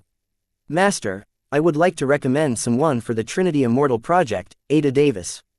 Date the 5th of April 2321, time 8:11, location Central Region, Central Capital. Unknown. Uri's handler had immediately thought of his adopted daughter, Ada Davies, when their master talked about reviving the Trinity Immortal project. But having witnessed the fate of the last Trinity Immortal closely as his handler, he did not want to waste his investment in his adopted daughter. However, he changed his mind once he heard his master say that the next Trinity Immortal would be given one of the empty Field Marshal seats. He never dreamed that one day the crop he planted would give such a bountiful yield so early, and did not hesitate to recommend his adopted daughter's name for the Trinity Immortal project. Master, I would like to recommend someone for the Trinity Immortal project, Ada Davis. Ada Davies, the last of the Davies family, that you adopted a few years ago. I don't mind the favoritism, but isn't she too weak? The mysterious master asked his subordinate in doubt as he planned to make the next Trinity Immortal a Field Marshal. And strength was essential to become a Field Marshal. Yes, master, she is just a card lord, but her origin card makes her the perfect match for the Trinity Immortal project, saying that Ada's adoptive father shared the file on Ada with their master. Origin card. Devil Skull Mask, gives the user all the abilities of the Swarm Devil Brudnun. And she has the potential to become a devil, the closest being to achieving transcendence. Where were you hiding this gem so far? The mysterious master smiled ear to ear, reading the file on Ada Davies as if he had found a new toy to satisfy his curiosity. Due to the nature of her origin card, I had her infiltrate the demon worshippers, and she was the one who helped us leak the information about the dungeon relocation experiment to the demon worshippers, Ada's adoptive father answered. Ah, I see, she will make a perfect Trinity Immortal. With her present, I don't think I will be requiring any other volunteers or recommendations for the Trinity Immortal project. Get her to base as soon as possible. I can't wait to see what kind of masterpiece I will be able to create this time. The mysterious master kept rubbing his hands with great anticipation. Yes, sir. And about the Field Marshal seat, if I may, Ada's adoptive father asked their master to speak. Please like, share, and follow the Cultivation Audiobooks channel to motivate me to create more videos. Thank you. His thought on the next Field Marshal. What about it? The mysterious master asked his subordinate without even sparing him a glance, as he was too busy going through Ada Davies's files for the 4th time. I know Ada is weak to seat on the Field Marshal position, so I was thinking that until she grows strong and gathers enough merits, I should temporarily sit on the Field Marshal seat, just until she is worthy to take the sit from me. Ada adoptive father finally put forward his agenda for recommending Ada for the Trinity Immortal project. When he first found Ada, he adopted her, seeing the endless potential in her. He thought if he trained her well enough, someday she will become his sword. But, never in his dreams did he ever think that one day she will help him get this closer to the Field Marshal seat that he dreamed of. I don't see why. You have more than enough merits, though you are lacking in the strength department. We can think of something. But no, I need you right where you are. You will be guiding Ada Davies as you did with the previous Trinity Immortal. Nonetheless, I will not forget your merit in helping me find the perfect subject for the Trinity Immortal experiment. The mysterious master rejected Ada's adoptive father, crushing his dream of becoming a Field Marshal. Thank you, master. Ada's adoptive father had no choice but to swallow his anger and dissatisfaction in face of his master's rejection, as he had no other choice. The handler wanted to make use of Ada to climb the ranks in the organization, but he forgot that in their master's eyes, someone like him was expendable. Who in their right mind would promote an expendable? Despite knowing the answer, he had to aim bigger. After all, you never know. Master, it has been confirmed that the freedom fighters are in possession of the dungeon which produces silver milk required for the creation of the miraculous silver milk powder. How do we proceed? Henriks made sure that the government was never able to determine the authenticity of silver milk powder. So until today, the masters of the organization running the government were never really 100% sure that such a miraculous item existed, and some did not even hear about this item or the scandal behind. Otherwise it would not be the freedom fighters who would have the last laugh with regard to this. We do not need to take any actions with regard to this matter. This will work in our favor in the long run. The end of the freedom fighters is nearing. The mysterious master seems to not care that a miraculous item like the silver milk powder had fallen into the hands of their enemy. Yes, Master, Ada's adoptive father had a slight idea of what their master was talking about. Until today the freedom fighters were the government's problem, but once the silver milk powder hits the black market, the freedom fighters will become the problem of the royal families, central region nobles, hidden sects, secret clans, the entire world. After all, with something like silver milk powder in their possession, one would not have to worry about their younger generation deteriorating, not allowing their and their ancestors' sacrifices to go vain. The two worries of every world power were their inevitable dead and their younger generation not being able to grow or even protect what they had built using their blood and sweat. Though the silver milk powder did not make them immortal, it did ensure that their younger generation would be more than capable enough to protect what they and their ancestors had built. Occasionally missing content. Please report errors in time. Date the 5th of April 2321. Time 8:45. Location Empire. Michelangelo City, Church of Michelangelo, unknown. Don't you shitheads dare to slack off. I wanted each one of you people to dig through every inch of this scared land with your hands. If I see any of you use a card or soul power or your mental strength, so help me God, I skin you all alive. A semi-demigod realm priest hovering in the sky yelled at the top of his lungs at the demigod worshippers digging the scared land with their bare hands where the Church of Michelangelo once used to be. Language. One of the other semi-demigod priests present did not commend the ways of the semi-demigod priest who just yelled. I apologize for my language, but if we don't get strict, it will take ages to find the buried relic, the semi-demigod from the earlier argued and then asked. We can't use soul energy or mental strength to find the relic. What about using rule power?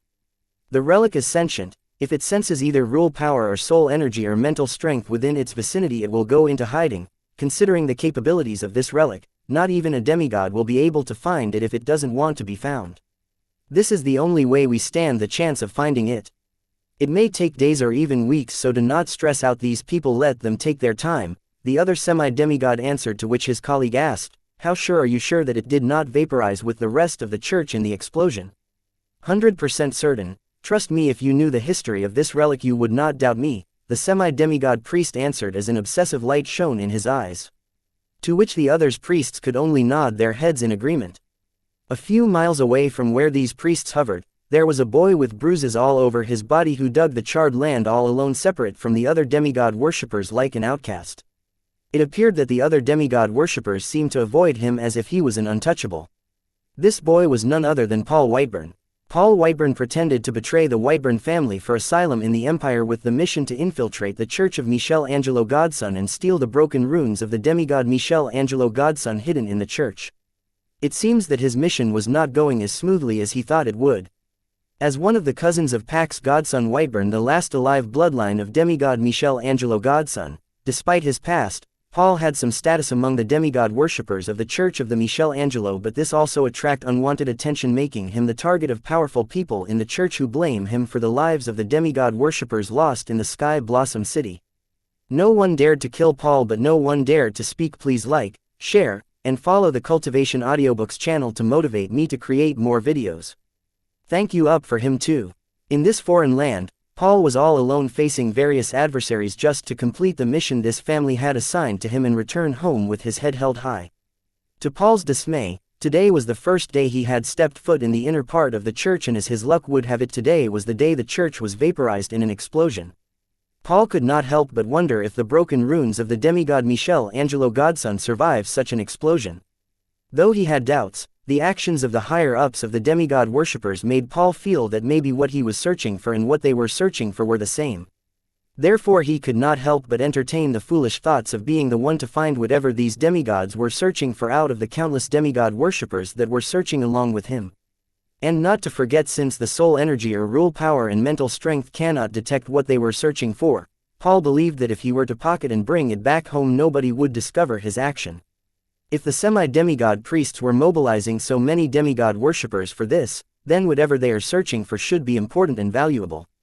So what if he failed to get the demigod Michelangelo's broken runes? This must be enough for him to get pardoned by the family head.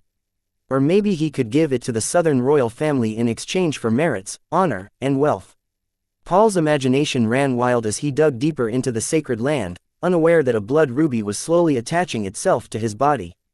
Until he heard a voice in his head, "Don't freak out, just keep digging as you were." Paul was surprised to hear a voice in his head but chose to follow its orders.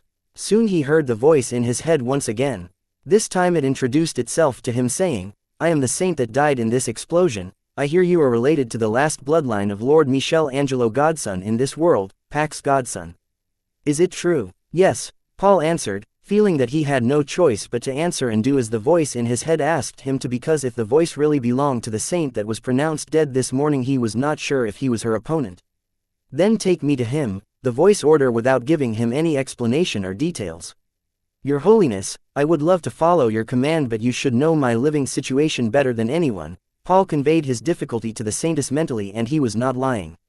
Ever since he arrived here he was under constant surveillance. He felt they were overdoing it, unable to understand how could he be of any threat to the demigod worshippers in his current realm. "Don't worry, they are my people. Continue with your day-to-day life. Next time you see one of them, yell the Lord's name and I will appear. For your sake, I hope you do not get any funny idea." Warning Paul to not do something stupid, saintess ended her small conversation and went into hiding inside Paul's body, fearing that if she used her mental strength any longer she would be discovered by the demigod realm priest up in the skies amidst the clouds would sense her presence on Paul. Occasionally missing content. Please report errors in time. Date the 5th of April 2321, time 8:51, location Empire, Michelangelo City, Church of Michelangelo. Unknown demigod Michelangelo godson and the other ancestors of the royal families and the nobles of the central region can be considered the founding fathers of the current regime ruling the world. They were the people who stopped waiting for the dungeon outbreak to happen so that they can kill the monster wave using traps and advantage of the location. Instead began to adventure and explore the dungeons fearlessly, putting end to many notorious dungeons which house the most powerful monsters in the history of the Card Apprentices. The adventures of the founding fathers in the dungeons were risky, but with risk came the rewards. Being the first to explore the dungeons and destroy them, the founding father had amassed a lot of precious and rare treasures that raised their power to a level that made them worthy of their titles, the founding fathers. The level achieved by them was something that the powerhouses of this generation can only dream of. By the end of their era, some founding fathers decided to leave their treasures to their younger generations, creating the current royal families, central region nobles, secret clans, hidden sects, etc., and some like demigod Michelangelo godson left their treasures to their loyal followers so that their followers would carry on their mission while they truly became one with the world in their afterlife, creating the church and the empire as we know today. While some of the founding fathers stubbornly held on to their treasures and used every despicable method to extend their lifespan, creating the mysterious organization and its puppet government. The saintess was one of the early generation followers of the demigod Michelangelo godson, who was chosen by his children to guard the broken runes of the demigod Michelangelo godson with her life. For a millennium, saintess had been doing just that without interfering in the affairs of the mundane world. As one of the most famous demigods of the early era, demigod Michelangelo godson's broken runes have been considered to hold the secret to achieving transcendence.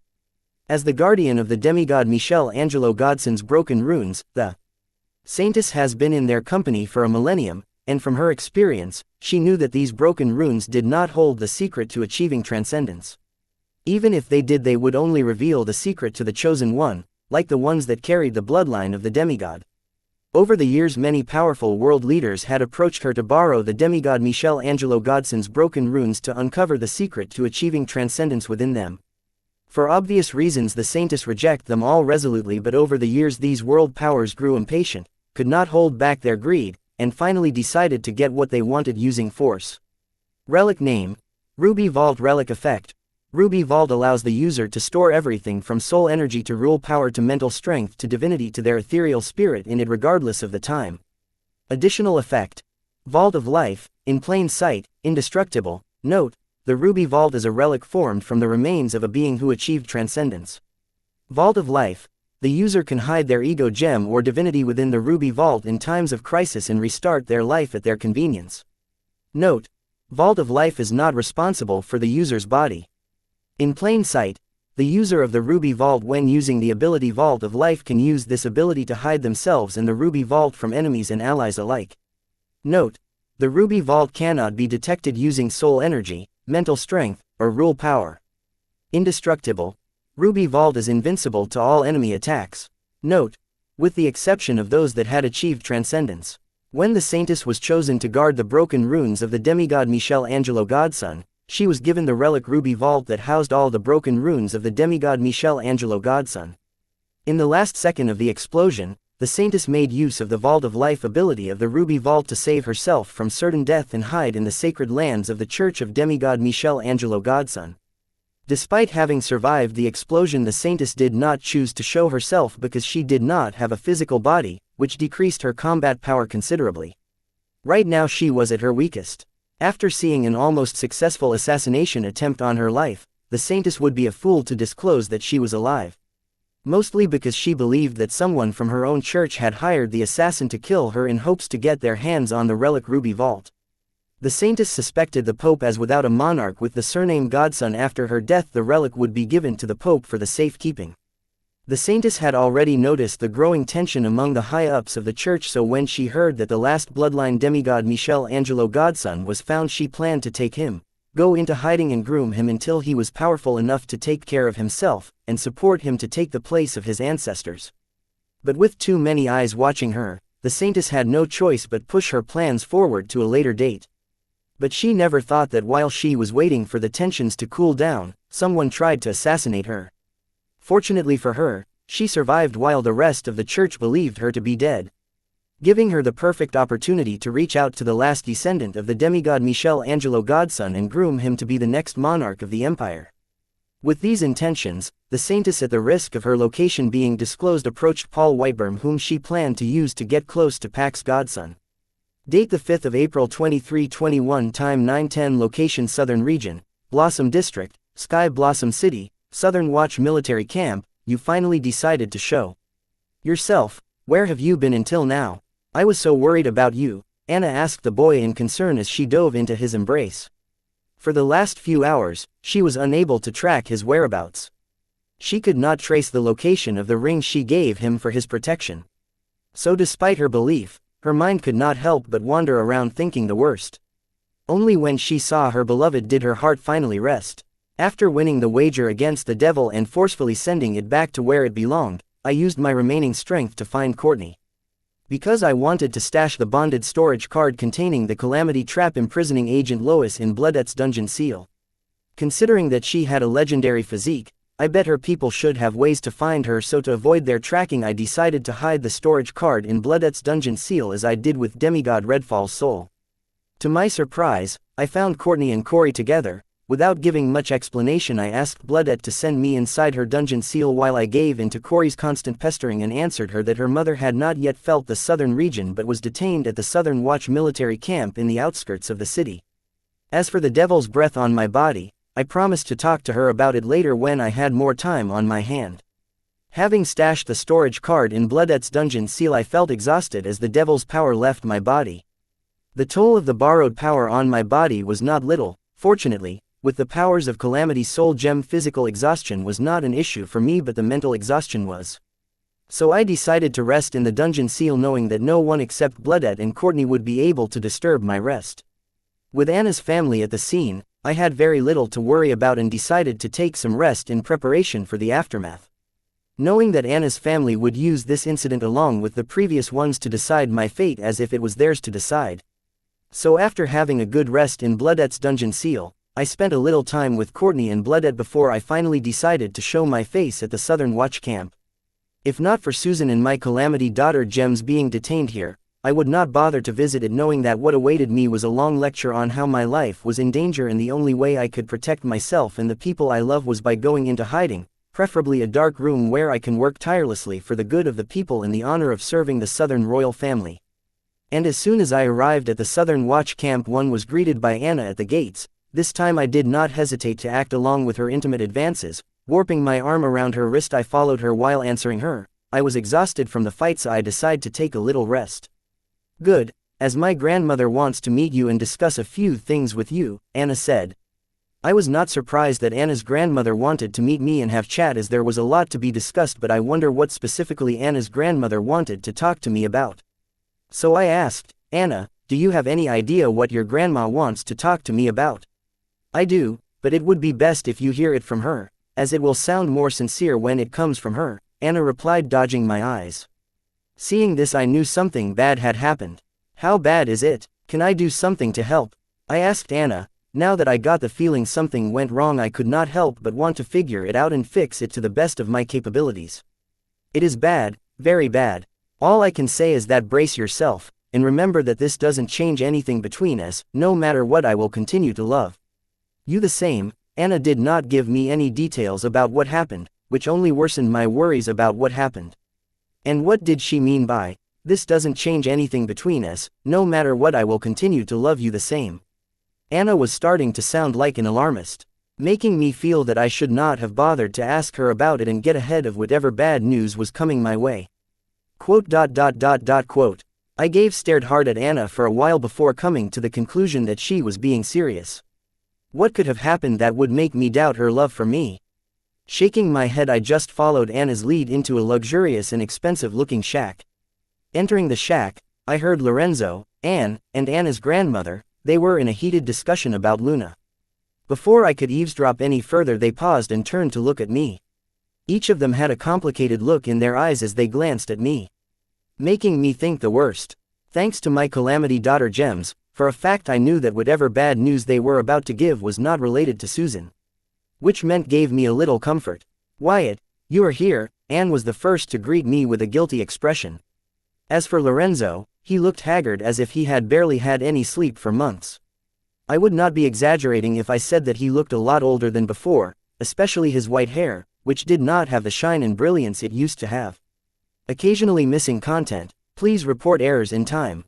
Date the 5th of April 2321. Time 9:18. Location Southern Region, Blossom District, Sky Blossom City, Southern Watch Military Camp. Seeing your expressions, I can tell you guys have nothing good to tell, so let us just get it over with. Anna's grandma did not mind my manners, so I did not bother to change them and addressed everyone as if they were my friends and we were all equal. Kid, how come I cannot perceive through your thoughts? Colleen asked, as she did not feel any vulgar thoughts of the boy directed toward her. Not just vulgar thoughts this time, she could not perceive any intent from him. Being unable to perceive the intent of a card soldier shocked Colleen, as even veteran semi-demigods and demigods could not hide their intent from her perception. You look beautiful, Your Highness, I said, dodging Anna's grandma's question only to have Anna pinch my waist. Boy, you are daring. With your arms around my granddaughter, you dare to flirt with me. Are you making light of us Heatsend family women? Colleen asked sternly, pretending to be strict. I was just saying praise where it is due. You Heatsend gals seem to be my type, I said, finding Anna's grandma easy to talk to. Another word and you are a dead man. Anna glared daggers at me. What? I am just stating the facts as they are. I take it back. Anna increased the force as she squeezed my waist, forcing me to concede. Ahem, let us talk work. Considering that you are the creator of the silver milk powder and hold its patent, I feel it is only fair to tell you that the Silver Beach Gate dungeon was stolen by the freedom fighters with the help of a traitor within our family, Drive. Luna Lorne. After making some small talk, Colleen spoke the matter at hand, throwing the room back into a graveyard silence. Quote. I stared at Anna's grandma, feeling she was joking with me, but then observing everyone's micro-expressions, I realized that this was no joke. Anna's grandma was being serious. Silver Beach Gate dungeon was stolen. Freedom fighters, Drive. Luna Lorne is a traitor. Anna's grandma might joke about the dungeon getting stolen, but calling her grand-niece a traitor, this was no joke. The Silver Beach Gate dungeon was indeed stolen. Fuck, does this mean I am poor again? After all, there was only one known dungeon that could produce silver milk. Without that, the Southern royal family cannot produce and supply silver milk powder to the world. Which meant my part of the shares in the production and supply of the silver milk powder were worthless. No, I was not poor, I was in debt. Believing that silver milk powder will be a huge hit once it hits the market, I had taken a lot of loans from the Southern royal family in the form of soul jades, broken runes, gold and platinum grimoires, rare ingredients, etc. Now that the Silver Milk project was finished even before it started, I owe the Southern royal family a big debt, which I don't think I could pay off by selling fine gold to them. Speaking of fine gold, the main reason Diana sold me her company was that I promised her the exclusive right to supply and distribute silver milk powder in Blossom District. If I were to give it a thought, my entire business model and future plans depended on the huge capital which I would gain from silver milk powder. It seems I placed a bad bet trusting the Southern royal family. "Wyatt, Wyatt," Anna called out to me as she gently shook me. "Why yes," I answered, Anna jolting awake from the thoughts of the crushing debt I owe and the false promises that I made.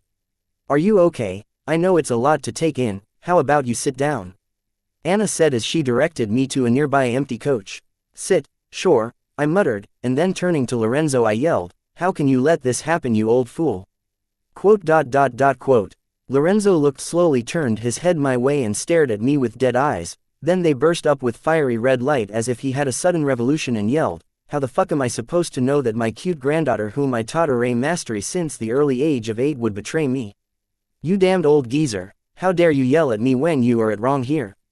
Here, I was trying to default on my debt by blaming it all on Lorenzo. A single platinum grimoire alone was priceless. I had borrowed quite few of them from the Southern royal family and handed them all to my subordinates. Not to forget the priceless broken runes. Now that I had lost the safety net of the silver milk powder, it may take me years to repay what I owe the Southern royal family. Wait, I still had a stand-in bulk order of Megamorpher cards. Is it still valid now that the one who placed the order was labeled as a traitor by the Southern family? Do I need to pay back the advance I took from Luna to the Southern royal family? Fuck, everything I worked and struggled so hard to build was now crumbling down right in front of my eyes. Without the captain from Silver Milk Powder, none of my startups will be able to take off. I regret it. I should have just mooched off Anna instead of letting my dick pride meddle with my head and arrogantly taking loans left and right even when I did not need them. Why did I not just let Anna be my sugar mama and take care of me? You damned brat, how dare you blame it all on me? Do I look like an easy target to you? Come here, I will have you know who is wrong here, Lorenzo yelled at the top of his lungs, pointing at me. It seems I was mistaken to assume this old fox would take the blame sitting sewn. Seeing him disgruntled and mopping, I thought he used self-pity and self-blame. If I played it right, he would accept that everything was his fault, giving me a reason to clean my debt. Instead, now I get the feeling that he was weeping crocodile tears to not get blamed by his family members for not raising his granddaughter well and papering her too much, especially Anna's grandma who was right next to him. Date the 5th of April 2321, time 9:29, location Southern Region, Blossom District, Sky Blossom City, Southern Watch Military Camp. "You two shut up," Colleen yelled at her brother-in-law and son-in-law and continued to say, "Luna got us good. Nobody could have seen it coming. I still cannot believe that Luna would be the type to betray us." "What's not there to believe? Luna has always been like this. I warned you guys about her long ago," Anna commented. "Anna, shut up or just leave the room," Colleen said, hearing Anna. As she still did not believe Luna was capable of something like this and felt she was in some sort of mind control, or something else. Luna must have had valid reasons for what she did. If it were up to Colleen, she would not declare Luna a traitor, but her sister-in-law was the one who had changed Luna's status to a traitor, and she did not dare to another drama on this, but she still felt her sister-in-law was being hasty with her decision. Tisk, Anna clicked her tongue in dissatisfaction and cuddled between her lover's bulging arm and chest. "Will you two just sit separately? Or do you want me to make you sit separately?" Colleen felt that Anna was doing this just to provoke her. "Speaking of which, what are you guys planning to do to get back the dungeon from the freedom fighters?" "Don't tell me you don't have any plans," I asked Anna's grandma in anticipation, feeling that all hope was not lost yet. "Nothing," Colleen replied as she watched the hope-filled gaze of her son-in-law shatter and die a little within. "What do you mean nothing? You guys are the Southern royal family. Where can they hide from you people in this world?" I asked, feeling that the Southern royal family had given up too easily. It would be one thing if their hideout was in this world, but it isn't. "They hide in another world conquered while the dungeon reversal," Colleen answered, shaking her head, then added, "Before you say anything, just know that the leader of the freedom fighters seems to have the ability to turn a normal dungeon into a dungeon reversal. It is not confirmed, but otherwise we are still unable to explain how the freedom fighters are able to control dungeon reversal and hide in another world." Hearing Anna's grandma, I recalled that though I had little information on freedom fighters, I have heard of an organization that uses dungeon reversal in the future vision of the clown mask. This organization was none other than the one that helped Abba Windsor to defeat the three mischiefs, cause the fall of the old government and build the new government. With the three mischiefs destroying the current government, freedom fighters never got to make a big splash in the world in the future vision of Clown Mask. Until they helped Abba Windsor to become the hero who defeated the three mischiefs and rebuilt a fair government to replace the old. My involvement seemed to have affected the development of the future to divert it from the direction that the Clown Mask saw in her future vision. Without me rediscovering the sliver milk powder in this world, the freedom fighters would not have bothered to show themselves this early in the timeline. What does this mean for the current government and the three mischiefs? According to what I gathered on the freedom fighters from the internet, I learned that freedom fighters were just a large group of like-minded people who gathered with one goal in mind, which was to overthrow the current government, which worked in the interest of the royal families, central region nobles, sects, and clans. Though the freedom fighters were a large group with a few tricks up their sleeves and the only group that openly rebelled against the current government, they were seriously lacking in terms of funding, and the members of the freedom fighters were not the match for the fully equipped government goons. They managed to make do with their determination and several sacrifices. But now that they had the silver milk powder for themselves, they not only had the funding they required but also the resource to train their people, making them the fourth force other than the three mischiefs that would be capable of fighting on foot with the current government or the royal families. So do you guys not have ways to travel to another world? I asked, feeling that since they were able to relocate gate dungeons, figuring out a way to travel to another world should not be difficult for them. No. If there were a way to travel to other worlds, the freedom fighters would not survive till now after openly challenging the authority of the government, Colleen explained. Grandma, there is a way to travel to another world, but we will require the coordinates of that world or a dungeon connecting to that world to travel to the said world, Anne corrected her grandma. There is a way to travel to another world. I wanted to ask this, but Anna beat me to the punch. Why do you ask? What will you do? Go party on them? Anne asked Anna sarcastically. That's a great idea, we are twins after all, Anna said, grouping Anne with the likes of her. Quote. I ignored Anna and Anne as I was lost in my own thoughts of returning to the earth. It hasn't been long since I left Earth, so I still had lingering feelings for it despite having come to this miraculous world. Shaking my head, I awoke myself from my thoughts and said, well, then why did the government not make use of that to purge the freedom fighters? Since they had the capability to travel to other worlds, then it should not be very difficult for the current government with capability to find the dungeon which the freedom fighters were using to travel to another world, right? Date the 5th of April 2321, time 9:35, location Southern Region, Blossom District, Sky Blossom City, Southern Watch Military Camp. First of all, traveling to other worlds is easier said than done. Yes. All we require is the world's coordinates or a dungeon between our world and another world to achieve travel between two worlds, but there are other factors that need to be factored in. For example, the world's will. Like how our world has a will of its own, other worlds also have their will. If a foreign being enters a world, then that world's will would treat that foreign being as an invader and attack them.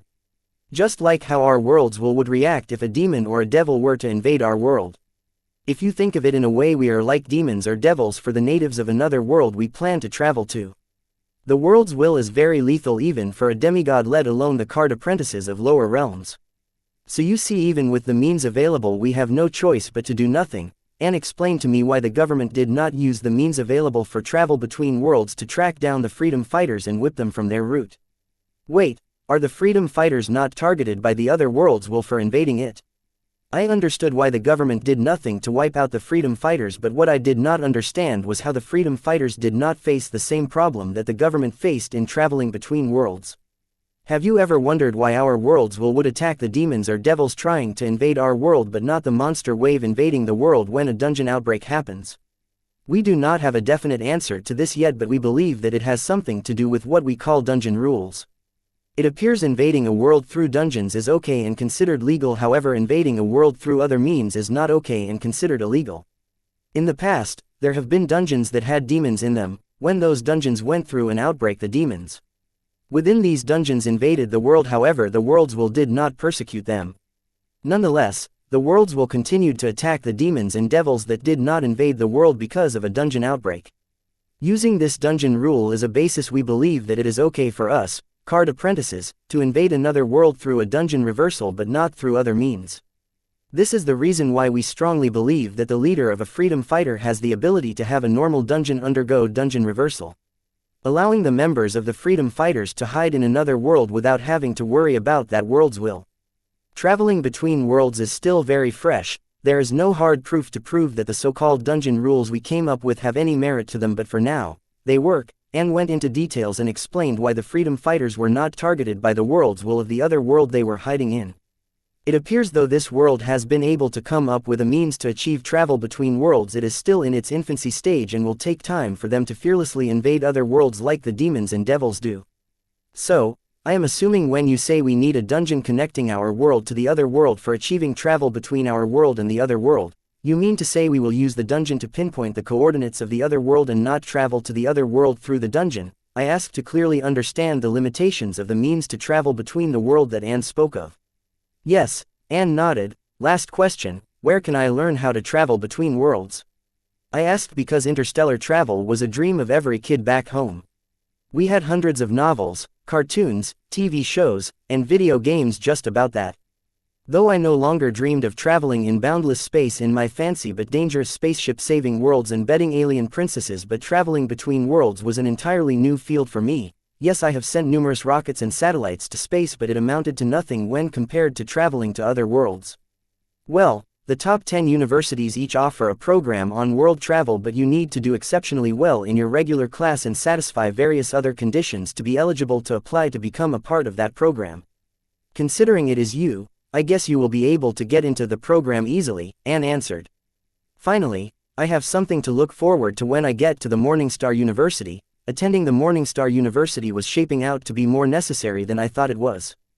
Kid, since you brought it up, I will have you know that you will not be attending the Morningstar University. Instead, you will be attending one of the universities in the southern academic region of your choosing and will work there as a researcher until you pay off the debt you owe to the royal family. Normally we would not go to this extreme, but since the amount you owe us is massive and you will become family sometime in the future, we are willing to help you to pay your debt.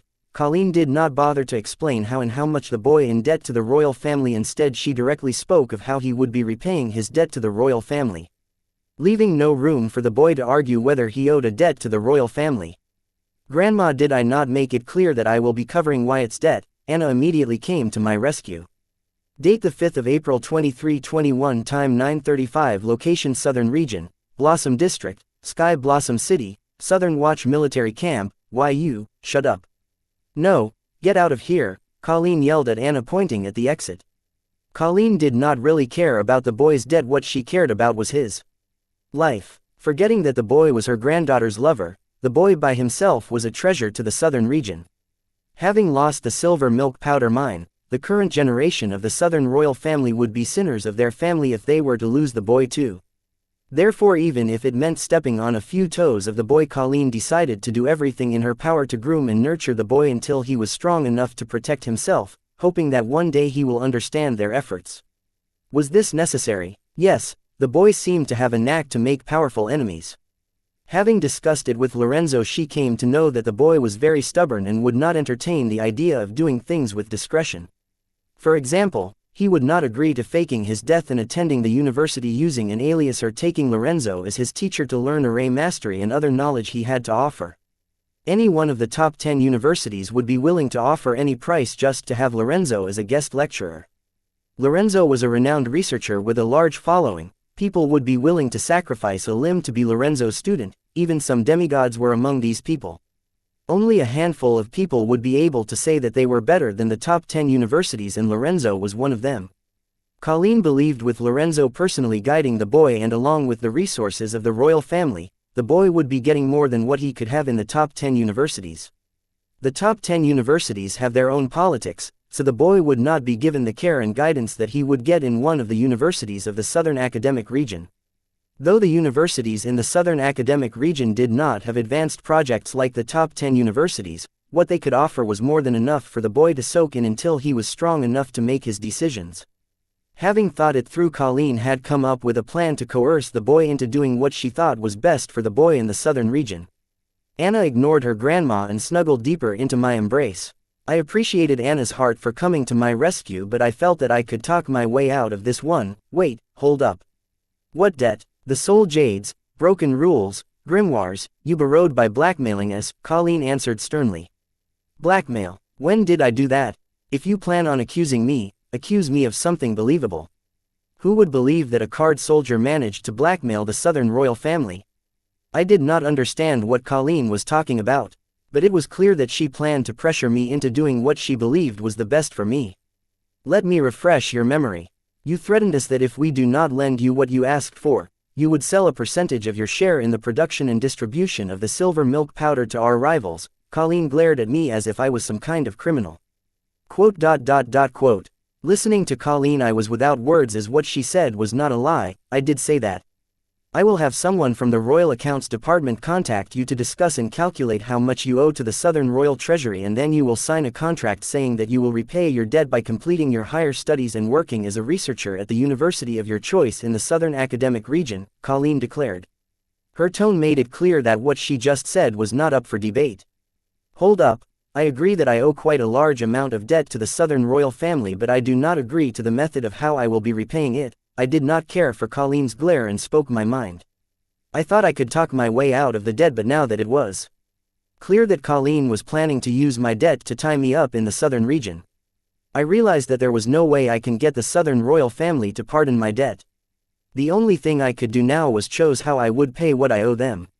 Kid, don't be ignorant, take the deal, it is in your best interest, Colleen persuaded me. My best interest? From what angle? All I see is you using the debt to trap me. I do not care. Send you accountants, let us calculate what I owe you and I will work my ass off to repay my debt my way, I declared, imitating Colleen's way of speech.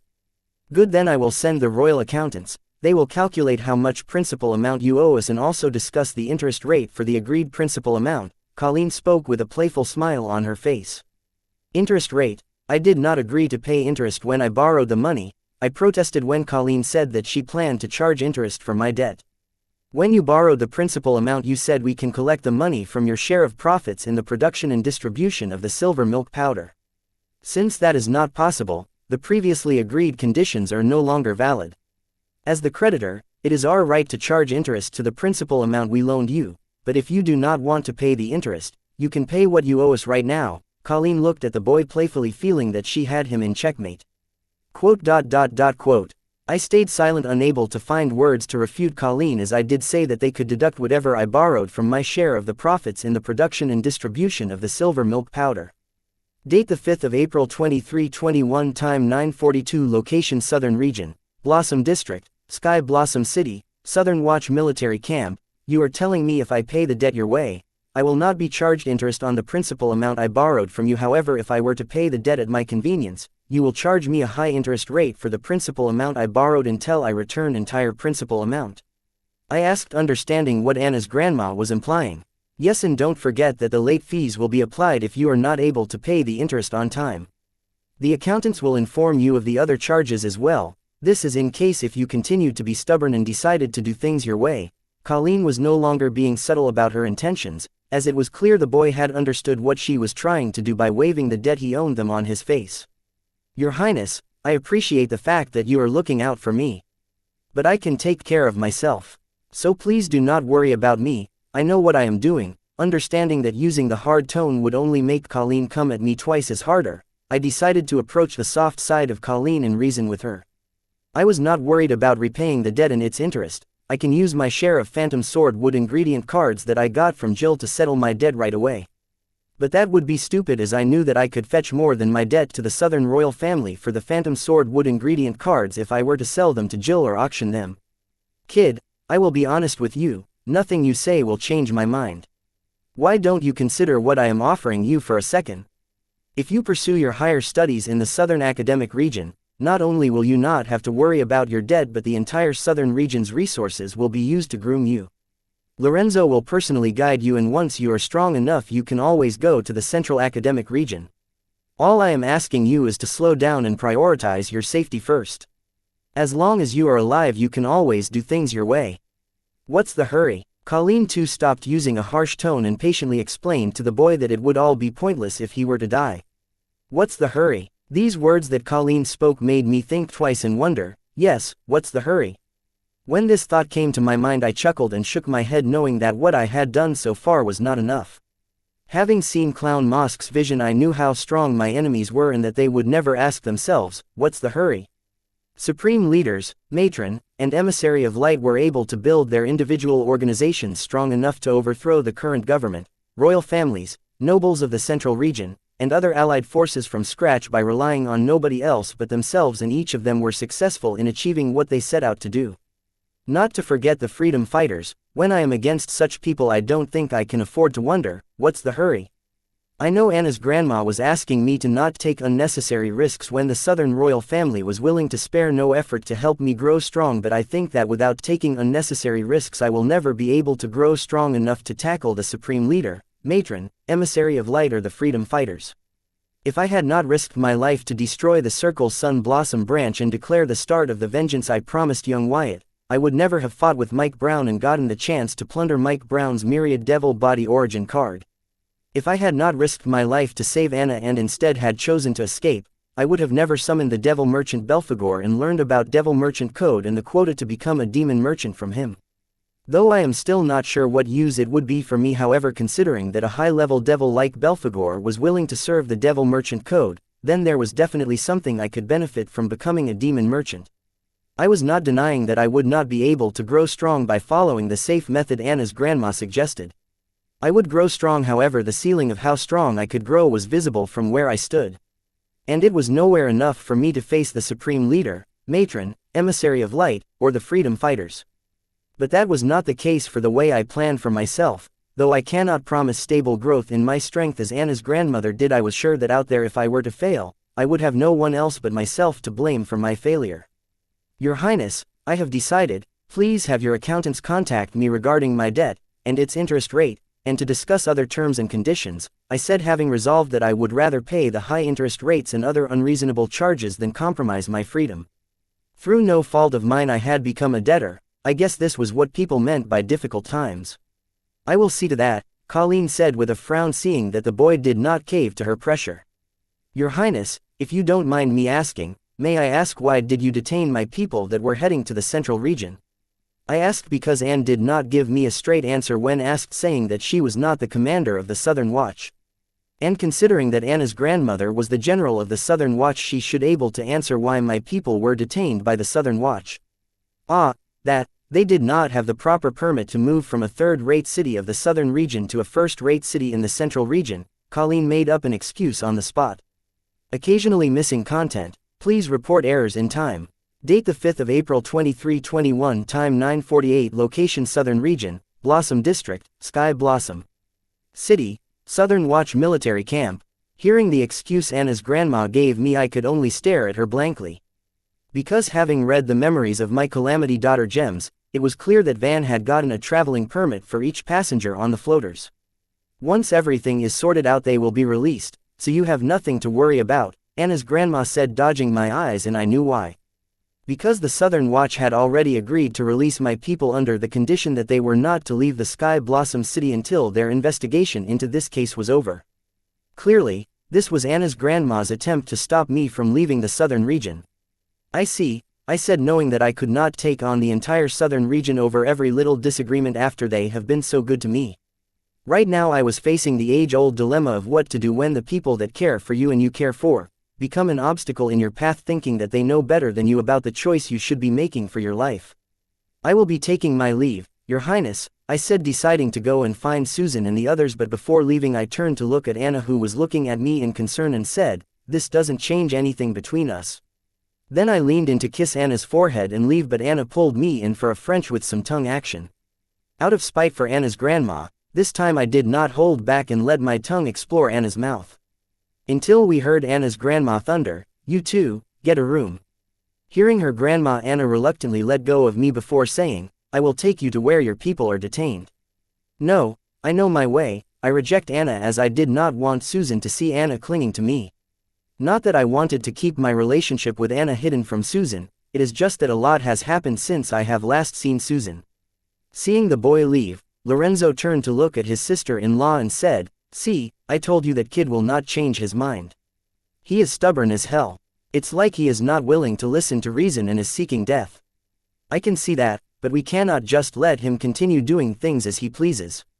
He has been very lucky so far. If he were to continue as such, soon, one day he will run out of luck and the southern region will lose its shot at redemption for losing the Silver Beach dungeon. Colleen seemed to have not yet given up on the idea of persuading the boy to take the safer route. Grandma, everyone here knows that Wyatt isn't just all luck. He was able to survive so far because he is capable. Anna came to her lover's defense. Girl, I don't know what I am going to do with you. Now I am starting to see why people protested when your grandpa made you his heir instead of your uncle despite the risk of offending your grandpa. Even if you can't see what's best for the southern region, can't you see what's best for your young lover? If he goes to the central region, there isn't much we can do to cover for him. Colleen was the first supporter of Anna taking the southern royal throne after her husband, but now seeing Anna's actions she was thinking if she should reconsider. Losing the Silver Beach Gate dungeon had already made this generation of the Heatsend royal family the black sheep of their family, especially Anna's grandpa who was the current generation head of the family. Despite his years of spotless service to the family at the very end of his term something like this happened, turning his merit of flawless and selfless service to the family for all the centuries worthless. He would forever be known as the sinner of the Heatsend family for letting the Silver Beach Gate dungeon be stolen under his watch. Though there was nothing Colleen could do about what had happened, she planned to try her best to help her husband's case by grooming a genius that would bring more prosperity to the southern region than the production and supply of silver milk powder. The reason why Colleen, the soldier queen, was willing to go so low as to pressure a junior was that she blamed herself for bringing shame to her husband's name. If only she had been a little faster, then maybe all this could have been avoided. It was Colleen's guilt and her love for her husband that made her so desperate. Grandma, Wyatt must have his plans. Please trust him. If you can't trust Wyatt, trust me. Anna vouched for her lover's actions. Why your mother was right. You will bring our family to ruins. If Colleen was the first to support her husband's decision to make Anna his heir, Anna's mother was the first to disapprove his decision, claiming that Anna was an idiot who could not even take care of her docile pet pixie dragon, let alone the entire southern region and its citizens. Your Highness, if I may, Lorenzo suddenly spoke up. Quote. Colleen nodded her head. Wyatt has made it clear that he would rather pay high interest rate rather than follow your Highness's arrangement for him. So I propose that we pardon his debt. Before Lorenzo could finish his sentence, Colleen yelled, interrupting him. Am I the only one here who thinks that we should stop the boy before he hurts himself? Your Highness, I completely agree with you that the boy is a danger to himself. But if you plan to use force against him, then I would strongly advise you against that. Using force will only strain our already strained relationship with the boy. The boy has been able to successfully fake his death twice. I don't think he will have trouble doing it for the third time. Once again Lorenzo was interrupted by Colleen, who furiously yelled, I am the ruler of this land. I control the fate of everyone living in this land, yet how come I am not able to decide the fate of a mere boy? Date the 5th of April 2321, time 9:48, location Southern Region, Blossom District, Sky Blossom City, Southern Watch Military Camp. Calling Jill Norley.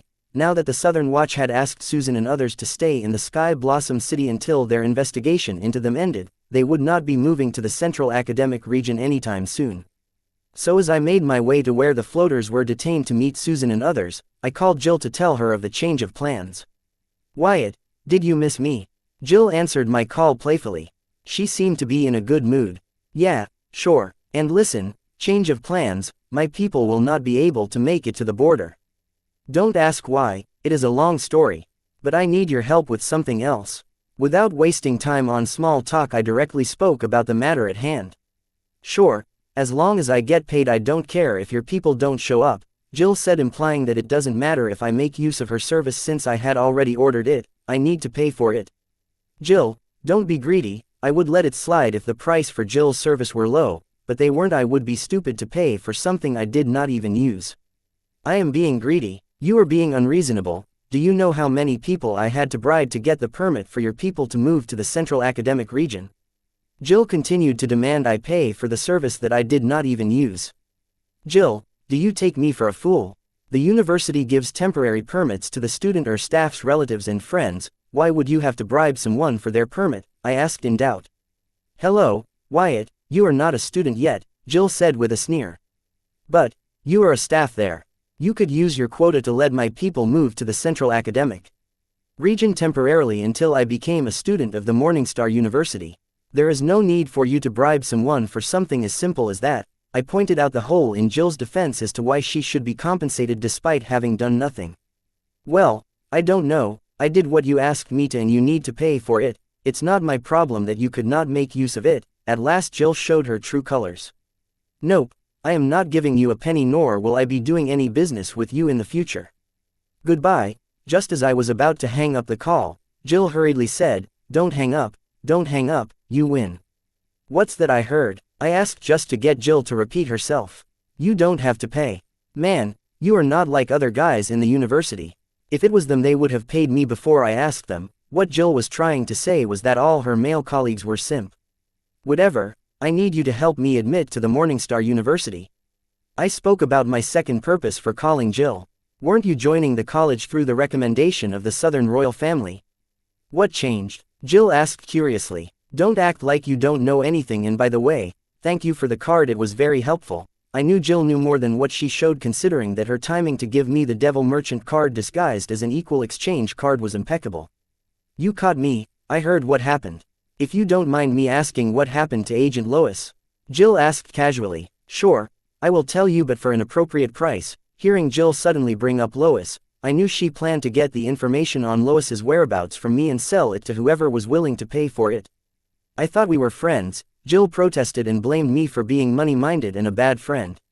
Remember the words you said to me when I came to you asking for help first? I still remember when I asked Jill to help me move Susan and others to the Central Academic region. She said, she doesn't mix pleasure and business. Fine, tell me Agent Lois's location and I will help you admit into the Morningstar University. Jill no longer bickered and directly stated the price. Not happening. I know that Agent Lois is worth more than that. I did not bother to negotiate with Jill because I did not plan to give information on Lois's location to Jill, and also, not that it mattered, Jill did not seem to be genuine with the offer she made. Wyatt, don't be greedy, Jill said as if I was taking advantage of her. I am being greedy. You have been trying to take advantage of me since the beginning. I really hated Jill's guts right now. What do you mean I am trying to take advantage of you? Is that what you think of me? Jill asked exaggeratedly and even choked a little as she spoke to add a little dramatic flair. Yes, that is what I think of you. And if you continue like this, I will hang up the call and contact someone else. I warned Jill to stop trying to take advantage of me. Someone else? If there were someone else you would not have come to me, Jill said with confidence. Oh, honey, there is always someone else. Jill was right, I did not have any other contacts in the Central Academic region. But she does not know that she was bluffing. Whatever, my service prices are very cheap and will not change. Jill did not budge. Do as you see fit. I don't need you to admit me to Morningstar University anymore. I will wait and take the university exam like regular students, I said, taking the only leverage Jill had, and was about to hang up on her. However, she immediately cried, hold up, don't hang up, we can discuss something. Date the 5th of April 2321, time 9:56, location Southern Region, Blossom District, Sky Blossom City. Southern Watch Military Camp. Before we begin to negotiate, I wanted to ask you, do you believe that if the Southern royal family doesn't want you to leave the Southern region, they will allow you to get into the top 10 universities through university exams as a regular student would? Wyatt, just accept it. You are not a regular student or a teenager for that matter. The faster you understand that and give up on trying to lead a regular life, the better for you. Jill preached. I agree, I am not a regular person. But it is also the reason why it should be easier for me to live my life the way I want to live it. Nobody can change that. Stop wasting my time. I know you want something from me. Just skip this drama and get to it. Jill knows that I should not have much information on Lois's whereabouts considering my status in the Southern royal family. Because as of now the whole world except for the Southern royal family thinks that the Southern royal family has hidden Agent Lois. Nobody suspects that it was me. Jill was too smart to ask me directly what she really wanted from me. She was just testing the waters, to understand me. And so was I, because I wanted to know if I could involve Jill in my new plans. I planned to involve Jill in my new plans because she had both capital and influence in the Central Academic region. Without my share of profits from the supply and distribution of silver milk powder, I had to get the capital for my other projects from somewhere. And with my stressed relationship with the Southern royal family, I need someone else to back my business in the central academic region. Jill was the perfect fit for both, but the question was if I could trust her. Fine, I will get to the point. I have buyers lined up for your patent on silver milk powder and your shares in the supply and distribution of the silver milk powder. They are willing to pay a high price for your worthless patent and shares. What do you think? If you agree, I will arrange for a meet right away. There it was, Jill finally revealed what she was after. She wanted to earn a hefty commission by pressuring me into selling my silver milk powder patent and the shares of the production and distribution of the silver milk powder to one of her highest paying buyers. With the freedom fighters stealing the Silver Beach dungeon, as of now my patent and shares related to silver milk powder were worthless, but that would not be the case if the world leaders joined together to solve the pest named freedom fighters. The world leaders joining their hands to get rid of freedom fighters once and for all was very likely now that the world knew that a miraculous item like silver milk powder existed and it was in the hands of the freedom fighters. But the only question plaguing everyone was who gets to keep the Silver Beach Gate dungeon and what about the profits from the silver milk powder, once they retrieve the dungeon from the freedom fighters. That was where the patent and shares of silver milk powder in my name came into the picture, as it was easier to take from me than the Southern royal family. Since people have already moved to acquire the shares and patent of silver milk powder in my hands, then they might have also approached the Southern royal family, but with a very different offer than what they are offering me. The Silver Beach dungeon belonged to the Southern royal family, and so did the exclusive rights to the production and distribution of the silver milk powder. So basically, if the world leaders were to join hands and bring back the Silver Beach dungeon, they would be doing the Southern royal family a huge favor. And in exchange for that favor, they would expect the Southern royal family to relinquish a little profit from the sale of the silver milk powder to their way, along with other exclusive privileges such as the exclusive rights to supply and distribution of the silver milk in their territory. The Southern royal family, though furious about their situation, would have no choice to meet the demands of the world leaders to gain their help in retrieving the Silver Beach Gate dungeon from freedom fighters. Because without anything to gain, the world leaders would not move a muscle. Nope. I don't plan to sell my patent or the shares related to silver milk powder. I rejected Jill's proposal without hesitation even before hearing what the world leaders were willing to offer for the patent and shares related to silver milk powder in my hands. Considering the market, I would say what they were offering would not even amount to a fraction of what I stood to gain by holding on to the patent and my shares. Though I don't know if the world leaders will be able to defeat the freedom fighters, I know that no matter who won between the two, the patent and shares related to silver milk powder in my hands would become priceless. I said so because if freedom fighters were to win against the world leaders, then their next step would be to overthrow the current regime and create a new regime that they felt would be fair and better than the current one, like in the future vision of the clown mask. So once the freedom fighters make the new government, they cannot simply continue to use the silver milk powder ignoring its rightful owners. If they did, then that would be hypocritical of them. The chance of them doing this was low, but I was willing to gamble on it. Why? The patent and those shares are worthless. Why do you want to hold on to them? Just sell them when you have the chance, Jill continued to persuade me. Occasionally missing content. Please report errors in time. Date the 5th of April 2321, time 9:56, location Southern Region, Blossom District, Sky Blossom City, Southern Watch Military Camp. Jill Norley, don't act ignorant. You and I both know that your buyers would not be willing to pay a fortune for my patent and shares related to silver milk powder if they were really worthless. I snapped at Jill for continuing to try and take advantage of me.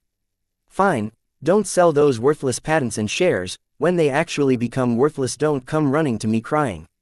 I warned you, my part is done here.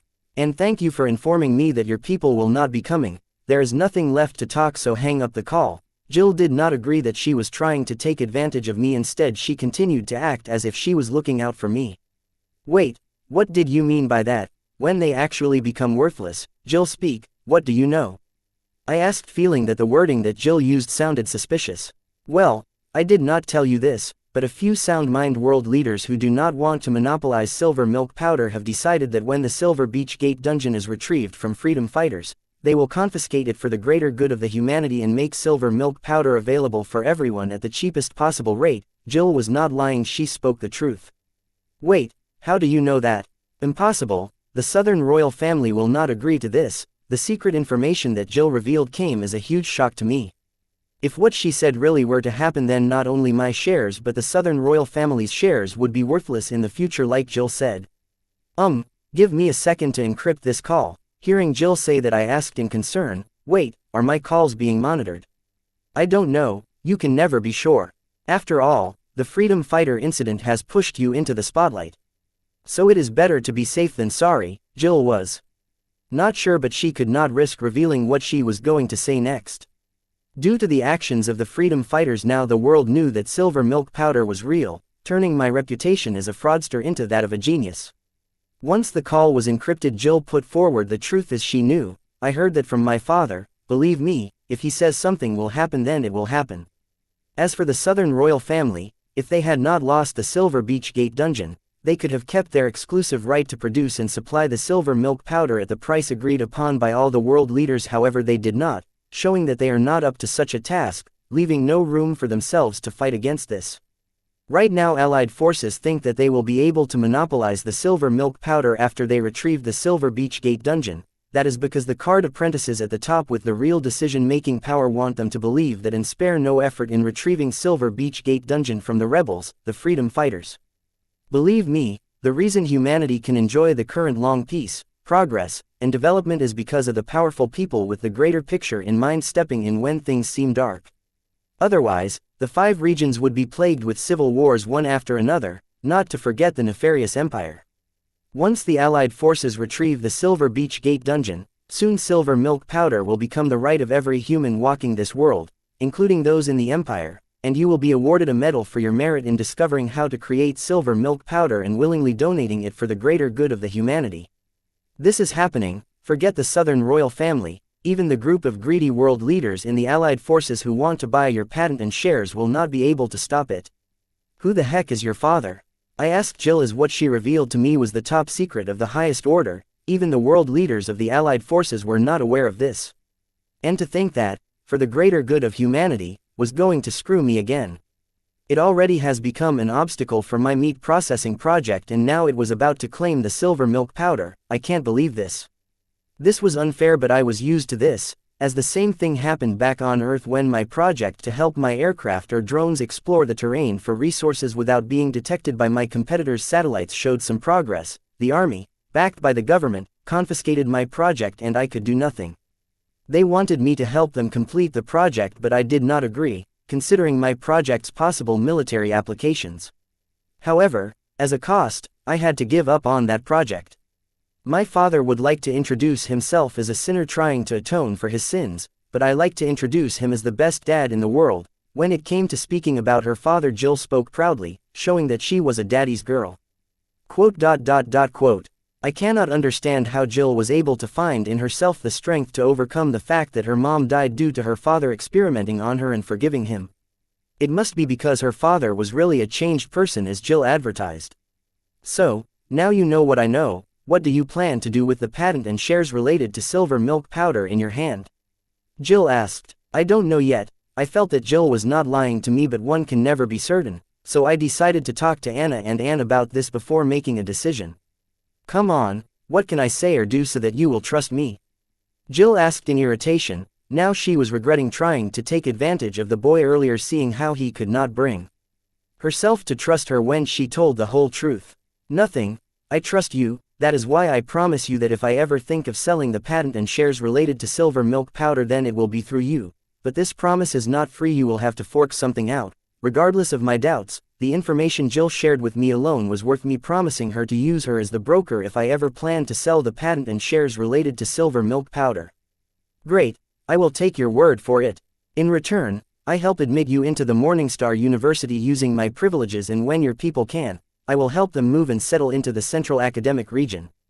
Are you satisfied?" Having figured out where I needed her help, Jill used it to negotiate with me. Deal. I enthusiastically agreed to Jill's offer, being offered what I wanted. I could apply for the Morningstar University like regular students, but considering my disagreements with the Southern royal family, I figured that ship has sailed. I don't know if the Southern royal family would stoop so low, but I was not willing to risk a year of my life to see if they were. Seeing how Jill did not try to screw me over and stepped up when it actually mattered, I said, "Jill Norley, today you have made the wisest choice of your life. One day you will understand why." Date the 5th of April 2321, time 10:11, location Southern Region, Blossom District, Sky Blossom City, Southern Watch Military Camp. After talking to Jill, I was lost in thought thinking about what she meant by people with real decision-making power. Who are these guys that Jill spoke of? It appears as if they seem to be maintaining the balance between the royal families, the central region nobles, the government, and their allies. And also keeping the empire at the bay. Who the fuck was strong enough to tell all the world leaders what to do? Who are these guys? Are they representing some kind of organization? Was Jill's father one of them? The thought that there was more to the world than what I saw through the Clown Mask's future vision frightened me. Clown Mask was a small-time player in the Supreme Leader's plans, and the amount of information she had access to was very limited. Most of what she knew in the future vision was general news or rumors she heard. The real detailed information of how the Supreme Leader, Matron, and Emissary of Light came to power was not known to Clown Mask. All she knew was how their organization operated, the powers these three revealed to the world, and war news of what transpired in the different regions during the war. Knowing that there were many more people as capable as these three, made me feel like I wasn't doing enough to protect what I held dear. As for Jill's information about the silver milk powder being confiscated, I did not worry much about it because there wasn't much I could do about it. All I could do was sell the shares I had in my hand before they became worthless, as Jill suggested.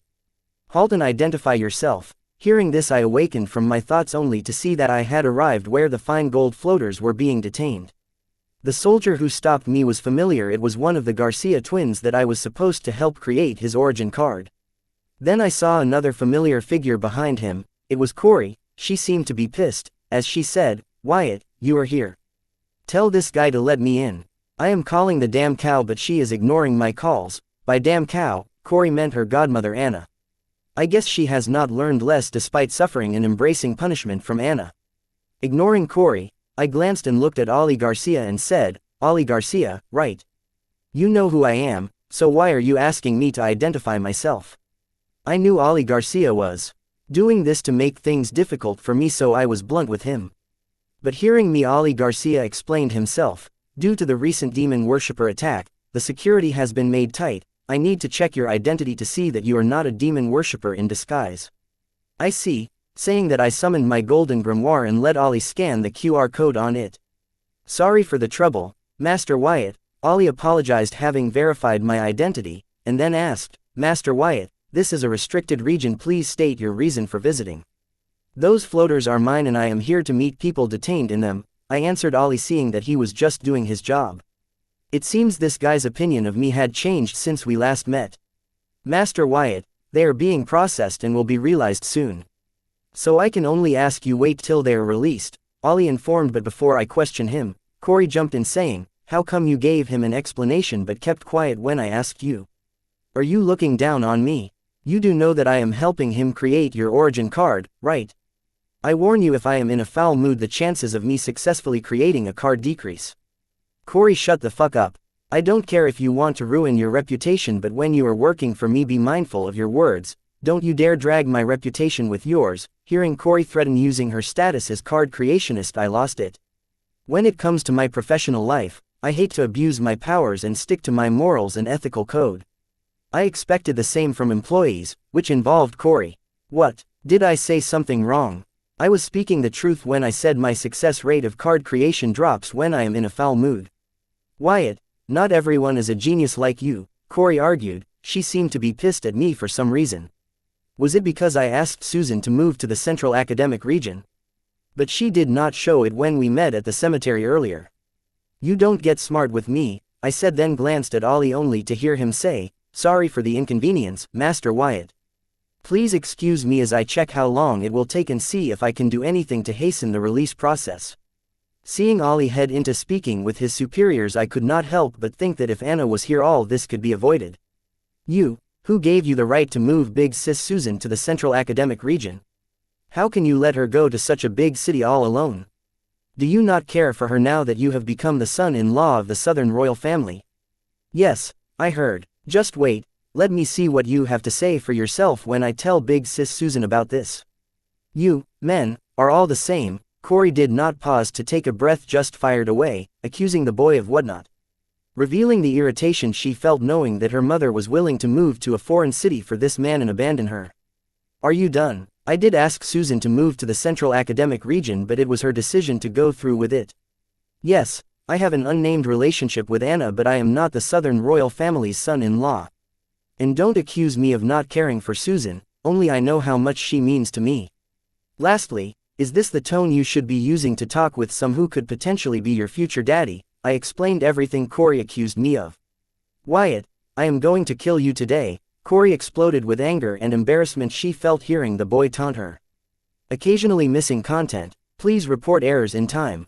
Date the 5th of April 2321. Time 10:16. Location Southern Region, Blossom District, Sky Blossom City, Southern Watch Military Camp 1. Subdued Corey, who tried her best to attack me by throwing her to the ground on her stomach and stepping on her back. Corey struggled to get back up, but I made use of all my gigamite strength to make sure she stayed down. And asked her, enough about me, what happened to the task I assigned you? Did you create the martial arts cards that I asked you to? Quote. Corey continues to struggle to get back up while her ego fire extended out of her body, morphed into the form of Corey Park, and said, no, we were not able to complete the assignment yet, but we have successfully created the martial arts cards for Twin Demon Dragon Body Arts. So if you are up for it, we should be able to create the twin origin cards using one fate ingredient for the Garcia twins. Since I have never created occupational or martial arts cards, I will not judge that it took you almost 4 days to create a set of twin martial arts cards.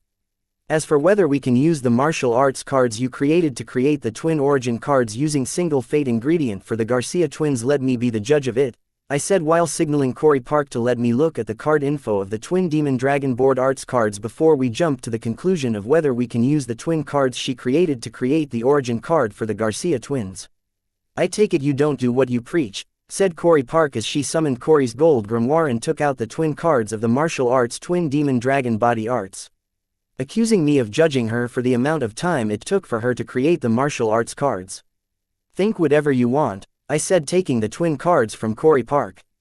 If 2 people take 4 days just to create a set of twin rare grade A ranked cards, people will judge them and wonder if they were fit to call themselves card creationists.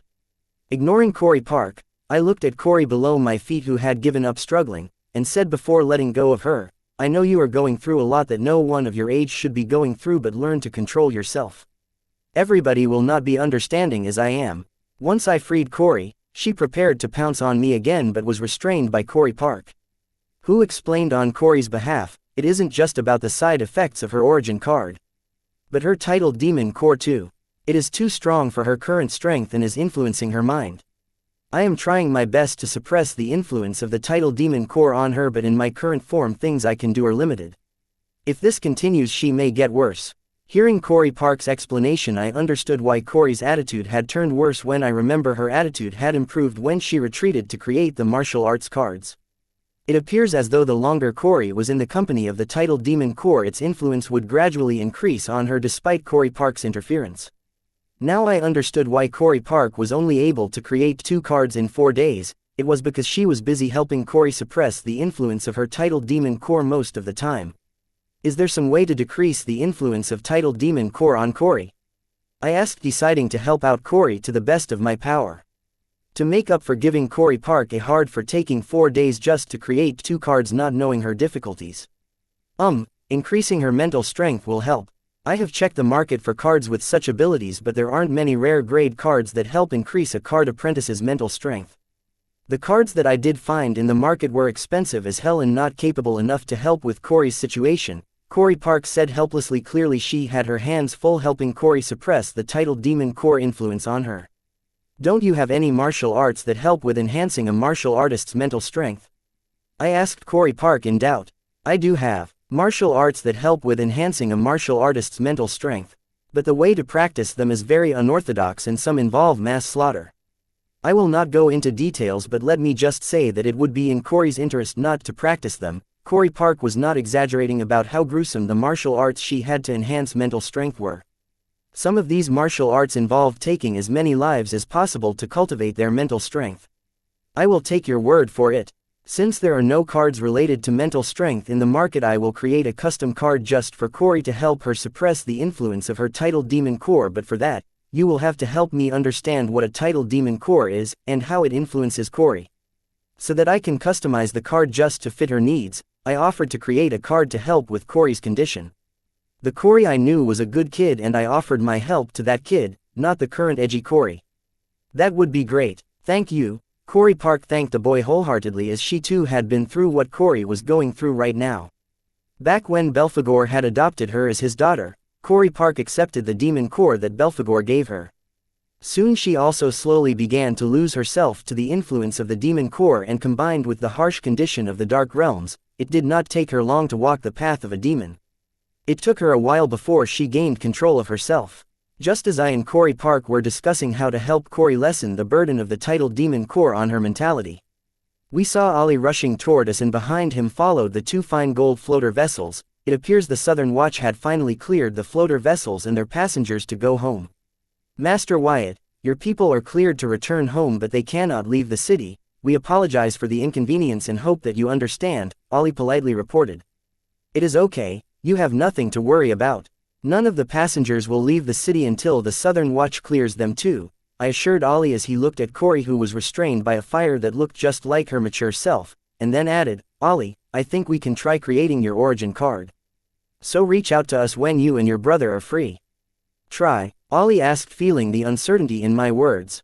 Finding one's fate ingredients was a very rare occurrence, and those that found their fated ingredients would cherish it. Not to forget, Ollie and his brother Andy had to share the same fated ingredient. Not everyone was lucky as Susan, who not only found her first fated ingredient on the same day as she contracted her grimoire, but also found her second fated ingredient within the next 2 weeks. Don't worry, I will explain the origin card creation process to you and your brother when we meet, then you can decide whether to go through with the origin card creation, I assured Ollie that he and his brother had very little to worry about. And also offered to explain the whole process of the origin card to help them decide whether to go through with my and Corey Park's origin card creation plan for them. I offered the Garcia twins the luxury of knowing what I planned to create for their origin card, unlike my other clients, because the situation of the Garcia twins was different. Ollie and Andy Garcia had the same fated ingredient, so they both chose to share the fated ingredient, but that was not the only option. Another option was that one of the twins could give up his share of the fated ingredient and let the other use the fate ingredient to create their own origin card, but they trusted Anna would find them a card creator who would help them successfully create their personal origin cards despite their dilemma. So my lenience toward the Garcia twins was out of my understanding of their condition. Thank you, Master Wyatt. I will speak. Please like, share, and follow the Cultivation Audiobooks channel to motivate me to create more videos. Thank you to my brother, and contact your manager to set a date, Ollie said while nodding in understanding as one of the fine gold floater vessels stopped above us, waiting for me and Corey to board it. Then bidding goodbye to Ollie, I flew to the deck of the floater vessel, and Corey Park followed behind me while carrying Corey. Landing on the deck, I saw the figure of Susan rushing toward me in tears. Date the 5th of April 2321, time 10:29, location Southern Region, Blossom District, Sky Blossom City, Southern Watch Military Camp, Corey. What is wrong with you? Landing on the deck, I was mesmerized by the sight of teary Susan rushing toward me and unconsciously opened my arms so that she could dive into my embrace, but before that could happen, to everyone's surprise, Corey entered her demon form, broke free of Corey Park's constraint, and tackled Susan to the floor of the floater deck. Big sis, I am so glad that you did not leave me. Ignoring Susan's anger, Corey locked Susan in a strong hug, not letting go of her. Corey, let go of me before I get angry, Susan whispered in embarrassment as the way Corey was hugging her on the floor was awkward. In Susan's embrace, Corey returned to her human form and her mood improved for the better. When Susan left with old Ben and others despite her repeated protest, Corey was depressed, which under the titled Demon Core's influence turned into something far worse, giving birth to rude and edgy Corey. But now that she was in the embrace of Susan, Corey's depression washed away and she felt at peace knowing that her mother would not be leaving her side anytime soon. I think I found a better way to help Corey with her condition, Corey Park said to me, glancing at Corey, who was hugging an embarrassed and angry Susan. Susan may agree to help you, but do you think this fair for her? I said, knowing that if Corey Park approached Susan with Corey's crisis, Susan would not hesitate to help out even if it was at the cost of her personal space and freedom. It is just a temporary measure until you create the custom mental strength enhancement card as you promised, Corey Park argued, saying that Susan was only a temporary measure. Quote. Shaking my head, I headed towards Susan to help her up, but as I neared Susan, Corey hissed at me like a cat who got its tail stepped on and then snitched on me to Susan. Big sis, Our boss just got engaged to Princess Anna Heatsend, it is the talk of the entire base. I did not think that the relationship between our boss and the princess had grown to this level in a few days. The ring on the boss finger is the Southern royal family's heirloom engagement ring. Listening to Corey, Susan felt like a bombshell had been dropped in her mind. She looked at the approaching boy in shock, her gaze slowly moved to the ring on his finger and her mind was blown away. Her hands and legs had turned cold learning the astonishing piece of news. She wanted to ask the boy to tell her that Corey was lying, but she could not find the strength in her body to utter those words. Corey, don't speak, please like, share, and follow the Cultivation Audiobooks channel to motivate me to create more videos. Thank you. If you do not know the full truth, I snapped at Corey, but she did not back down and instantly asked, the ring on your finger, is it the Southern royal family's heirloom engagement ring or not? Yes, but it is more than that. Before I could finish what I had to say, Corey interrupted me yelling, see, big sis, he admits it. Until today, never in my life had I felt the urge to punch a girl in her face so badly. Corey was pushing her luck. Overcoming the urge to punch Corey in her face, I signaled Corey Park to handle her mud, knowing that unless Corey kept her mouth shut it would be hard for me to clear the misunderstanding that Corey had just created between me and Susan. Corey Park nodded and disappeared. Soon the hair of Corey, who was hugging Susan, was set on flame and both her eyes looked like a black translucent glass globe containing flames. Corey Park had forcefully possessed Corey's body, then releasing Susan, she held her up and said, big sis, what Corey said is true, but it is only half of the story. You need to hear Wyatt's side of the story before you conclude anything. I will leave you two to sort it out. Saying that, Corey Park headed into the floater cabin area, leaving the boy and her reincarnation's reincarnated mother alone at the deck to sort out their feelings for one another. Quote. Susan was still in shock. She could not tell heads from tails and was in no state to have a conversation, yet she just nodded her head listening to Corey Park like a puppet with a broken string. Thank you, I mouthed to Corey Park and then turned to look at Susan, deciding to confess everything between me and Anna to her. Then showing Anna's ring to Susan, I explained, this ring is called the dummy ring as it bears the curses directed at its wearer in their place. Anna gave it to me to protect myself, as one of my enemies had contacted Nether Witch to curse me to my death. However, this ring has another identity. Corey is right about it being the Southern royal family's heirloom engagement ring. Because of the ring's second identity, seeing me wear it, people misunderstood my relationship with Anna and gave birth to the rumors that I was engaged to Anna. It is nothing but a rumor that Corey was blowing out of the proposition. That said, I also don't deny that nothing is happening between Anna and me. All I am saying is that Anna and I are not as serious as others are making it out to be. Okay, I understand, but you don't need to explain your relationship with Anna to me.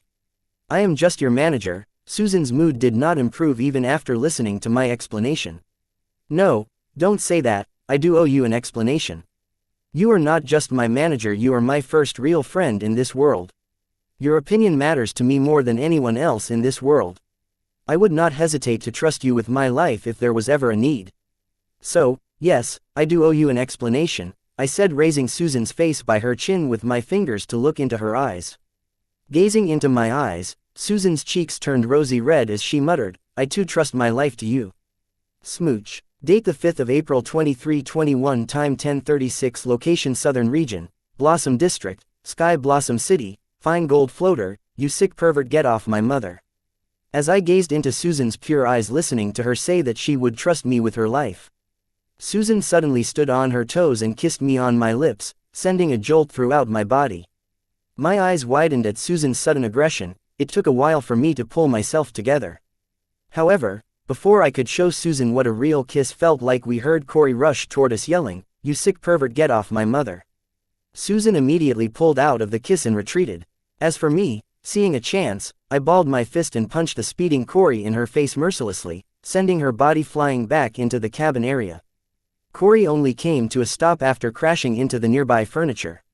Corey! Susan screamed, seeing Corey being punched in the face, and rushed toward her to check on her while throwing a look at me as if asking, was that necessary?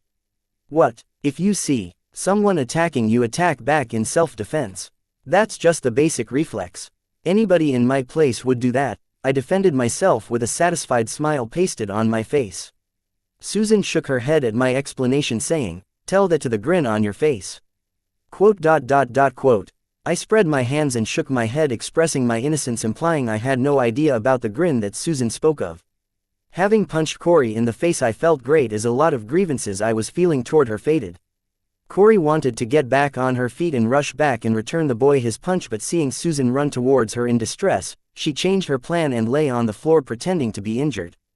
As Susan neared, Corey groaned as if she was in a lot of pain while she stumbled trying to get back on her feet. "Ah. Corey, don't push yourself, let me help you." The thought that Corey may be exaggerating her injury did not cross Susan, as she was too embarrassed to think that having been caught by Corey in the forbidden act of kissing her young boss. Soon the floater made it to the fine gold airstrip, and then Corey, Susan, and I headed to the warehouse in the transportation arranged by the fine gold staff. During this period the atmosphere surrounding me and Susan was awkward, as neither of us was willing to talk about the kiss that Susan initiated. Especially with Corey by our side. Date the 5th of April 2321, time 10:39, location Southern Region, Blossom District, Sky Blossom City, airspace, unknown. "At least he did not deny his relationship with you," Colleen said, trying to console her granddaughter. "What if Grandpa were to do something like this to you?" Anna asked her grandma. "He won't," Colleen answered without even giving it a thought, showing just how much she trusted her husband. And then added, "That boy is barely an adult. If you try to push him into a commitment, then he will only resist. This is why they say age difference matters." "You are wrong, age difference is not the matter here. It's trust. He has huge trust issues. I thought he had gotten over them after he returned from his visit to the Sun Blossom City, but it appears he trusts her more than me." Anna did not let what she saw and heard cloud her judgment and reached a sane conclusion. "It may be because they have more in common than you and the boy. After all, not everyone can be related to the life of a royal child. Back in the day, because of this, even I misunderstood your grandpa when he approached me." Colleen spoke from her experience. "So how did Grandpa convince you to give him a chance?" Anna asked, in anticipation that maybe her grandma had the solution to her problems. "Your grandpa should be the best person to answer this question. However, since you asked me, I would say he gave it time. After expressing his feelings for me, your grandpa made sure he was always there for me while making sure not to step into my personal space. Especially my pride. In time my opinion of your grandpa changed, and then after many fortunate events I started to understand your grandpa's feelings for me, which led to me feeling the same way for him." Colleen reminisced her past as she narrated it briefly to her granddaughter. "What if during this time someone else were to?" Colleen suddenly pulled Anna into her embrace, interrupting Anna by whispering to her, "That is the risk you will have to take, baby girl." Anna warped her arms around her grandma and lay in her embrace, enjoying her warmth in peace and silence. Nobody knew what she was thinking. Date the 5th of April 2321, time 11:11, location Southern Region, Blossom District, Sky Blossom City, Guild Association Mall, warehouse number 234. Arriving at the warehouse we walked on Abba and Agatha entertaining unknown guests. Seeing us, Abba walked towards me and said, "They say they have a business to talk with you. It seems they tried to meet with you at Sun Blossom City but learned that you had left the city, so they came to the warehouse searching for you. I was about to send them on their way, but since you are here, you handle it." "Thank you, Abba." Susan thanked Abba for tending to the customers in her absence and headed to the guests to talk to them and inquire what their visit was about. "What is it?" Unable to ignore Abba's stare, I finally asked her what she wanted. "You know, Susan would cry herself to sleep thinking you had died. Don't let her go through something like that ever again." Abba spoke in concern for Susan. This was surprising. I wondered if my fake death had brought Susan and Abba close. "Okay, I will keep that in mind." Date the 5th of April 2321, time 11:13, location Southern Region, Blossom District, Sky Blossom City, Guild Association Mall, warehouse number 234. "Okay, I will keep that in mind. I knew the consequence of faking my death. It was the necessary evil of my last resort. It was better than me being dead for real. That is it. I tell you, a beautiful woman was crying to sleep the whole time you were faking your death, and that is all you got to say for yourself. Are you dense or just heartless?" Abba looked at me in disbelief upon hearing my reply. "Hey, shorty, who gave you the right to play Cupid in my big sis's life?" Corey, who was standing next to me, was not liking what she heard, especially that part where Abba was trying to ship the boy and her mother. "You, psycho, I am big sis Susan's friend. I have every right to meddle in her life." It took a lot of self-control on Abba's part not to punch Corey when she called her shorty. The only reason Abba was holding back was out of Susan. "You two duke your differences outside. You guys better not scare my clients." Pushing aside both Corey and Ada, I walked toward the visitors from the Sun Blossom City. Seeing me arrive, Agatha walked toward me and said, "I can't believe my eyes, how did you do it?" "I picked up your grimoire, which dropped after the assassins killed the slime your clones asked me to protect. It was just a trick to get the assassins off my back. Sorry, I could not tell you that I was faking my death because you were part of the plan. If there is any way I can make up for the trouble I put you through, just say it." I apologized to Agatha for all the distress and trouble I caused her. Was I being too polite to Agatha? No, she was my friend and she was responsible for my life, yet I kept her in the dark and made use of her in her grief to achieve my agenda. A friend does not do that, so I was only apologizing where it was due. "Hey, you are alive, that is all that matters," Agatha said with a bright smile and added, "It's okay, you did what you had to do, I understand. But I did suffer a lot of emotional damage because of you. So I will take up your offer and reach out to you when I think of something. You better not back out when the time comes. As long as it doesn't harm my interest, I will not back out of my promise," I assured Agatha. "Good," Agatha nodded, and looking at bickering Abba and Corey she said, "I better go before they let their fist speak. Please like, share, and follow the Cultivation Audiobooks channel to motivate me to create more videos. Thank you for themselves." Agatha headed to put off the fire between Abba and Corey while I walked to the couch and seated next to Susan, who introduced me and the client. "Wyatt, this is Ms. Laura Hill and Mr. Joe Hill. They say that you won Ms. Hill's fated ingredient in an open auction in the Sun Blossom City, and they have come to see if you will sell them the fated ingredient." "It's you guys, I remember you now. I am prepared to sell the card to you since it is your fated ingredient, but there is something you need to know about the card. The card you knew as the Energy Saber card is no more. I used it to create the 8-handle Energy Saber card. See if it is still your fated ingredient," I explained as I summoned my grimoire and took out the card to check if Ms. Laura Hill could still feel it as her fated ingredient. "Yes, that's it." As I took out the card, Laura Hill excitedly reached her right hand out to take a look at the card, but I did not hand it to her, instead placed it back in my grimoire. As I could not risk Laura equipping the card as her origin card under the guise of taking a look. If the card was just an ingredient card, I would not mind letting her check it out, but it was a card, a good one at that. Unless Laura wasn't a fool, she would know that with this card she would not have to hire a card creationist to create a unique origin card out of her fated ingredient and could just directly equip it. Understanding her actions were rude, Laura immediately apologized. "I am sorry, please excuse my rudeness." "No harm, no foul. I will share the card's info so that we can discuss the cost of the card," I said, accepting Laura's apology as I shared the card's info with Susan, who then shared it with Laura. With Susan's experience in card sales, she should help me convey the sky-high price I was going to quote for the card to the buyers.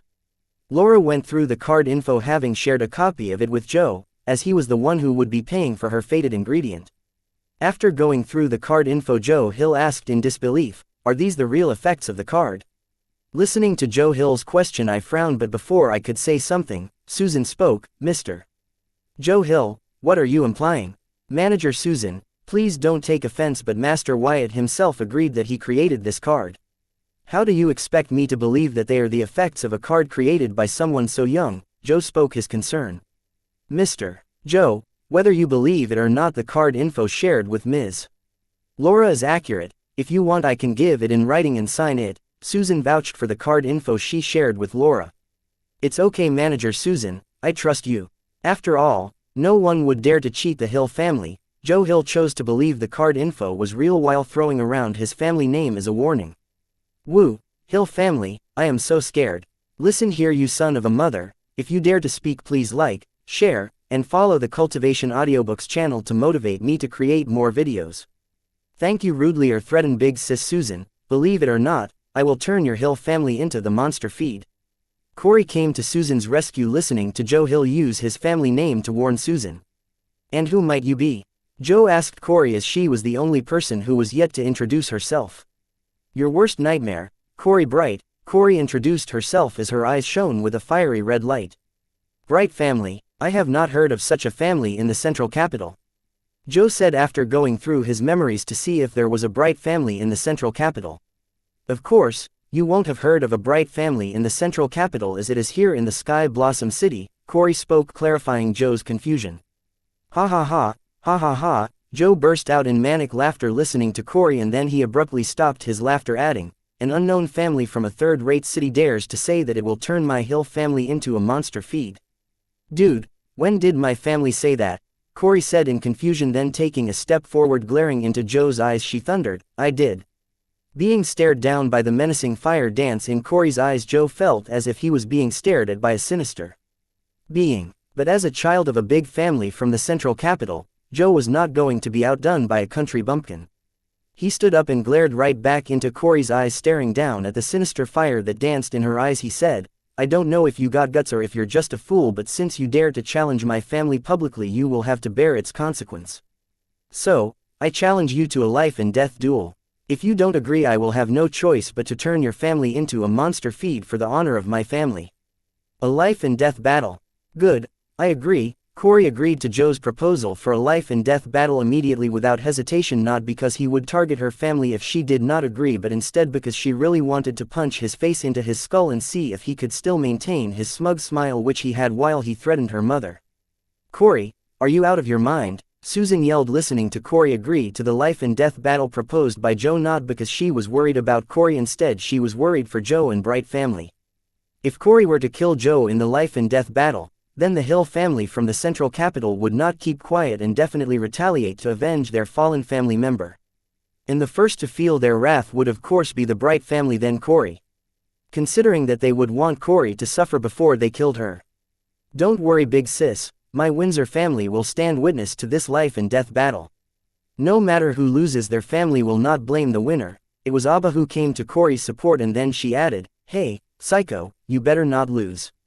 Quote. Joe was surprised to see Abba Windsor stand up for this country bumpkin, but this was within his calculation. Besides, the more Abba Windsor was close to these country bumpkins, the better for his plan. As for his life and death battle with the country bumpkin, he was not worried at all. He was confident in his expensive card set. "Hello, I am Laura Hill, but my relatives and friends call me Chubby. I love and am loved by my relatives and friends alike, so I have no choice but to tolerate their nickname for me.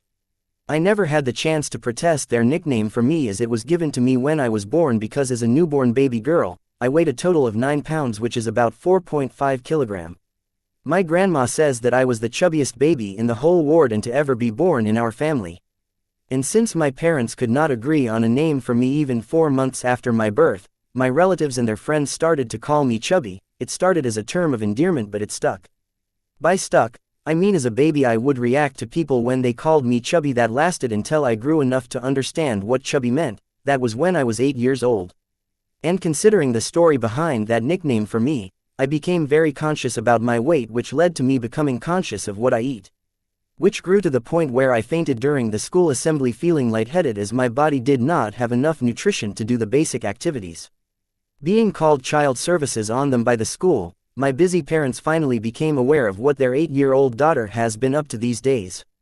Worried sick, my parents turned to the only elderly in their life before approaching the professionals, my grandma. This was the wisest choice on my parents' part so far in my life.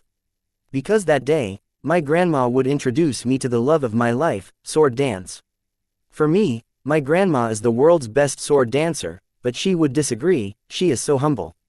That day, watching her perform the basic dance for me for the first time, I was mesmerized. Her steps and cuts were so beautiful, it was as if the wind was her partner and opponent at the same time. The sound of the wind howling as my grandma's sword cut through it could still be heard in my ears, as if it all happened just a few seconds ago. My love for sword dance suppressed my fear of becoming overweight, and due to the newfound passion in my life, unlike the other kids of my age, I would prefer a healthy diet for every meal so that I had the necessary energy to perfect my sword dance. I wasn't just passionate about sword dance, I was good at it, so good that I won my first sword dance competition, Little Darling Sword Dancer, held in the Sun Blossom City when I was a few days shy of becoming 9 years old. Which became a stepping stone in my career as a sword dancer. At the young age of 10 years old, I decided to choreograph my very own sword dance, but there was a problem. Though I was a good sword dancer, I had very little experience with the sword to choreograph my very own sword dance. So I turned to the world's best sword dancer I knew for help, my grandma, who then advised me to practice various sword arts as the doorway to gain experience with swords. Following my grandma's advice, I start to practice sword arts from the basics. And I got the hang of it pretty quickly. I don't mean to brag, but my sword teacher said that he had never seen someone of my age master the basic forms of the sword arts so quickly, even considering my background as a sword dancer. With this, I finally gained grandma's attention among all my siblings and cousins who were already card apprentices. My grandma made me quit my sword classes and personally began to teach me sword art, saying that waiting for me to become a card apprentice to teach me sword art would be a waste of my sword talent. Apparently, I am what they call a sword prodigy. Under my grandma's one-on-one guidance, it did not take me long to choreograph my sword dance. Soon years passed by and I was 16 years old. Today I contracted my grimoire and had officially become a card apprentice. And finally figured out the reason why I was so good at sword arts and sword dance compared to others. It turns out I had a physique that awakened completely after I become a card apprentice. The physique was called sword slave. Physique. Sword slave type. Innate effect. If the user devotes their life to swords, they will be enlightened in the path of swords and be able to walk it without facing any obstacles. Learning of my physique, my grandma asked me to hide my physique from everyone, including my parents, and then she summoned a family meeting where she declared the family's entire resources would be directed to groom me and the remainder would be split among the other family members. Without receiving a proper explanation for my grandma's sudden revelation, many family members objected to my grandma's decision, but it did not take long for grandma to suppress their voices. If my siblings and cousins were jealous when I got one-on-one lessons from our grandma, now they were dying of envy. With abundant resources and guidance, I advanced my basic sword arts mastery to sage level mastery in the same week I became a card apprentice, shocking my grandma. This led to her concluding that she had placed the bet on the right horse. By the time I had turned 17 years old, I had mastered many intermediary and advanced sword arts and sword dance to sage level mastery, and also had learned everything my grandma and Blossom District had to teach me with regards to the way of swords. The university entrance exams were closing in, but recently I barely made any advancement in the way of swords. However, this gap allowed me to summarize everything I had learned in way of swords so far, allowing me to give birth to an unranked sword dance. The Asura sword dance. This was the only sword dance I choreographed so far that I could be proud of. Believe me, my standards were pretty high. Occasionally missing content, please report errors in time. There was a reason why my family members respected and followed my grandma's arrangement. It was because she was the strongest in the family, and also because she was the only connection to the main hill family in the central capital. My grandma had her own story and struggles before she became my grandma. When my grandma was 21 years old and just completed her college education, the main hill family had engaged her to a renowned card creationist to recruit him into the family without my grandma's knowledge and agreement. When my grandma learned of her arranged marriage, she resisted it until the family's words turned into sticks, sticks into stones. No matter how much the family pressured her, my grandma did not change her opinion of marrying a stranger, forgetting the fact that the renowned card creationist was hundreds of years old and looked like an orc.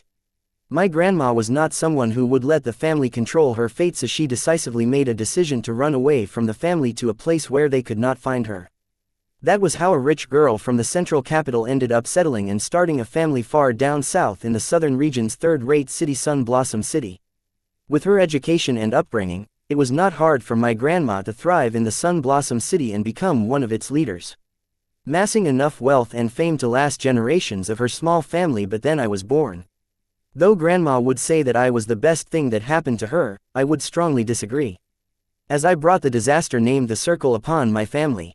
Despite my tight lip and my grandma's discretion, somehow the Circle learned of my physique, and since the dark clouds hovered over my family, my grandma's plan for me was simple. I would learn everything she could teach me before the college entrance exam, and then using what I learned so far, I would get admitted into one of the top 10 universities, where I would reveal my physique to gain the attention of the higher-ups of the university I end up joining, such that they would sponsor my growth and development, seeing the potential in me.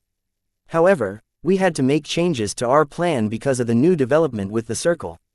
The Circle tried its best to make and keep its name and reputation spotless in the Sun Blossom City, but my grandma did not fall for it. She knew that the Circle was bad news, but not until the network wars that took place a few days ago in the Sun Blossom City Grimoire network, when all the dirty laundry of the Circle was aired openly in the Grimoire network for everyone to look at, did my grandma realize that the Circle was not some third-rate force she had faced till now. Realizing what the circle was capable of, my grandma decided to use the last resort that she dreaded using during the countless difficulties and struggles she had faced over the years as she built her very own hill family in the Sun Blossom City. The last resort was none other than begging for help from the main Hill family in the central capital. Man, did the Hill family know how to hold a grudge. Despite my grandma's desperate pleas, they did not agree to offer help to our family. By now, every night before going to the bed I would pray for the college entrance exam to be held sooner so that I would be recruited by one of the top 10 universities sooner, and the circle would back off, but my prayers were never answered. Cornered by the circle, my grandma found no choice but to walk to the lesser of two evils, the main Hill family. Coming to this conclusion, my grandma decisively revealed to the main Hill family my physique, which made them forget their grudge toward my grandma and offered to help our family. That was how she came to know Joe Hill, the youngest son of the current patriarch of the main Hill family in the central capital.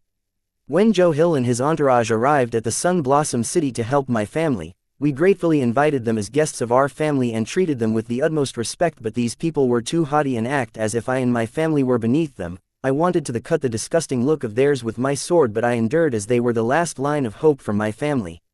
The day these people arrived was the day the city's Card Creationist Association held the open auction, so my grandma asked me to take Joe to the auction, where I found my fated ingredient. But unfortunately, someone bid more than what I and my family could afford.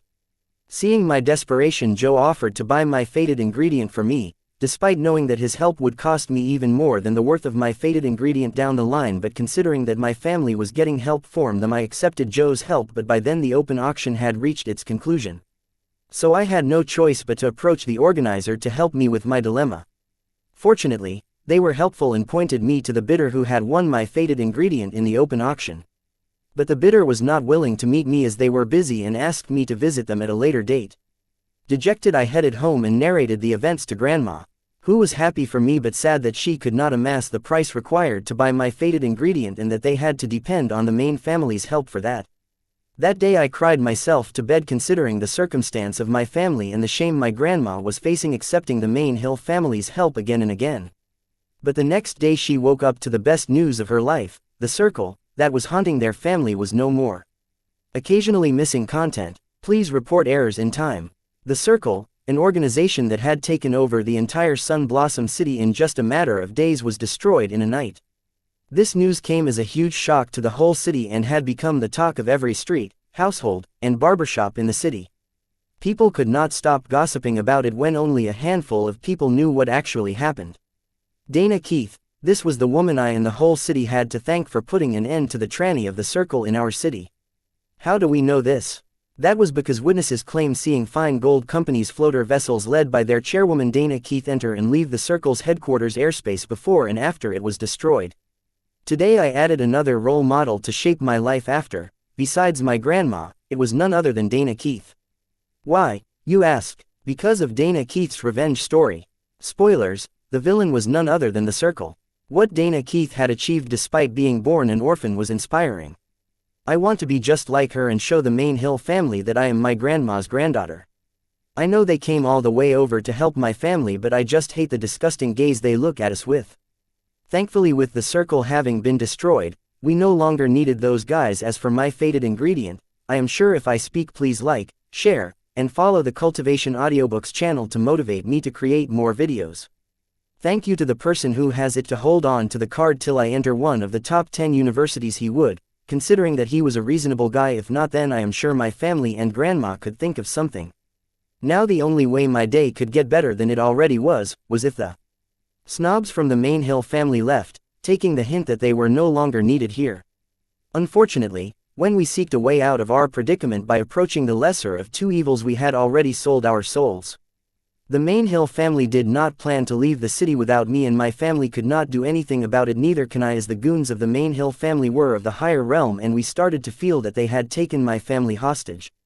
And that's how I end up going to Sky Blossom City in search of the card apprentice who had won my fated ingredient in the open auction along with Joe Hill and his goons. Date the 5th of April 2321, time 11:24, location Southern Region, Blossom District, Sky Blossom City, Guild Association Mall, warehouse number 234. Corey, take your fight outside. I am doing business here. I ordered Corey and did not even spare Joe Hill a glance, as I had no business with him, and with his card grandmaster realm he was not a match for Corey, who was in the card master realm. Listening to my orders, Corey raised her hand, giving me a thumbs up sign. She yelled, "You got it, boss." With that, Abba, Agatha, Joe Hill, and his entourage followed Corey to exit the warehouse and head to Corey's warehouse for a card duel.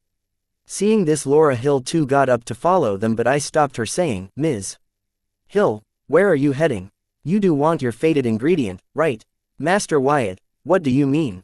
Joe Hill stopped in his tracks and asked me. "Mr. Joe, this doesn't concern you, so please go continue defending your family's honor." I shooed Joe, knowing that this fellow was up to no good from the movement he used his family name to threaten Susan and me. Before I could discipline him, Corey volunteered to kill him, so I decided to leave him be, but if he does not know what was good for him, I don't mind dirtying my hand. "Master Wyatt, are you mocking me for trying to defend my family's honor?" Joe yelled at the top of his lung, pointing his finger at me. "Oh boy, here we go again." Corey sighed exaggeratedly and then added, "Stop wasting my time, I have other work to do." Corey's words and actions infuriated Joe. This time, instead of addressing me or Corey, he yelled at Laura, "What are you doing standing there when these guys are mocking our family?" Laura looked at Joe dumbfoundedly, and then helplessly shaking her head she walked and stood next to Joe, as he had left behind a few of his goons to watch over her family. She did not know how Joe would react if she were to disagree with him now, therefore she had no choice but to do as he said, even if it meant offending the person who held her fated ingredient. After Laura stood next to him, Joe threw a smug look at me before turning to glance at Corey, adding, "Let's go." Seeing that only I and she would be left in the warehouse if everyone went to Corey's warehouse, embarrassed Susan got up from my side and hurriedly followed them. Looking at her back, I muttered, "Let me see how long you can avoid me." Though I had only whispered my thought, it seems my voice was audible enough for Susan to hear them. I say this because her speed of walking drastically increased midway as she caught up with others. After everyone had moved to Corey's warehouse, I summoned my grimoire and called Anna, calling, "Sugar Mama, look who is calling. Did you miss me already? I thought with your innocent manager keeping you company you would have forgotten about me by now." Anna answered my call immediately, but her tone seemed to be rather different compared to when I parted with her in the Southern Watch camp. "And why is she bringing Susan between all this? Does she know about Susan kissing me?" "Anna, let's talk about what's bothering you later," I called, regarding a serious business.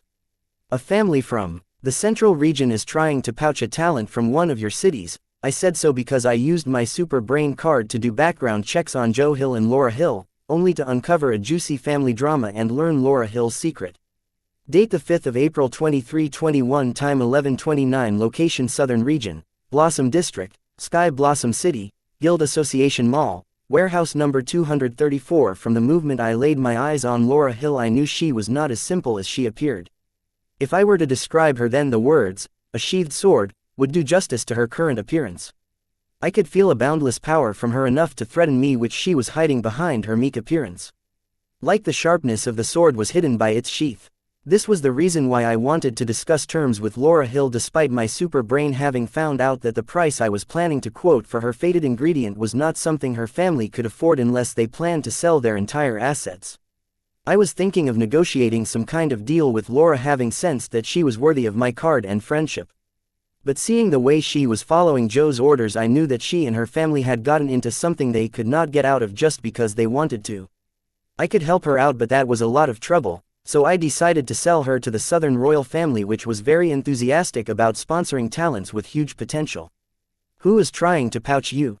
Who is it?" "You know what, I will be there right away." Anna had misunderstood what I was trying to say and had hung up my call before I could complete what I wanted to say.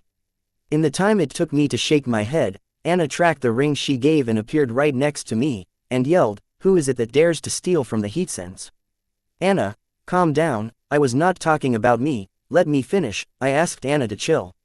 "So it was a false alarm. I wasted a teleportation card for nothing," Anna said, glaring at me. "Hey, how is it my fault? You were the one who overreacted and did not let me finish," I complained. "Well, what is it?" Anna asked, sitting opposite me. This was unlike Anna, as she would always find an opportunity to stick by my side, be it in the public. Right now the entire warehouse was empty, yet she chose to sit apart from me. Something had happened, and I bet it had something to do with her seeing Susan kiss me.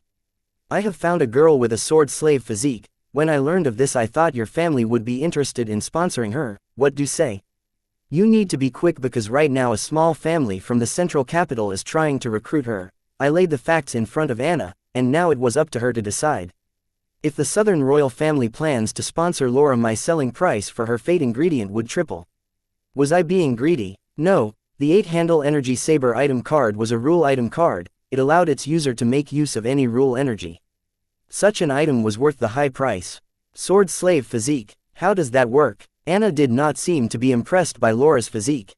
This was when I knew that I had made mistake by calling Anna. I should have called Lorenzo or Anne instead. As Anna had very little knowledge about these kinds of things. Right now what I was doing was similar to trying to sell gold to a tiger. Just contact Anne, if you don't know what a sword slave physique is.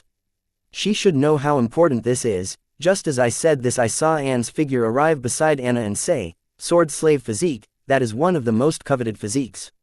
The card apprentice with that physique is basically dubbed as invincible in the same realm. Trust me, you would not want your enemy to have a sword slave physique. Anne, what the heck are you doing here? Anna inquired, Anne ignoring everything that Anne just said. When you teleported in a hurry after getting a call from Wyatt I thought he was in trouble so I tracked your location and followed you here, Anne answered Anna, and then turning to me she asked, what about the sword slave physique? I found a card apprentice with a sword slave physique and was wondering if your family was willing to sponsor someone of her potential. I repeated myself for Anne. A sword slave physique is worth our sponsorship. Where is she?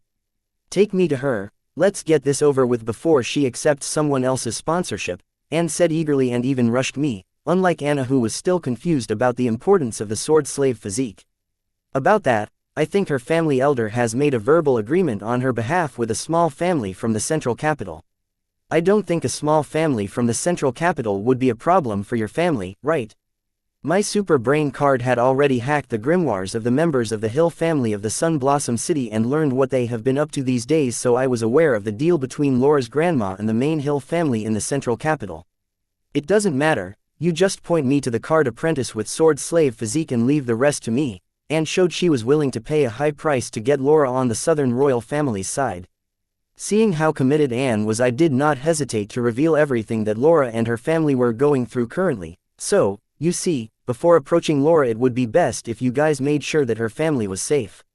How about sending some people from Southern Watch to protect the Hill family in Sun Blossom City?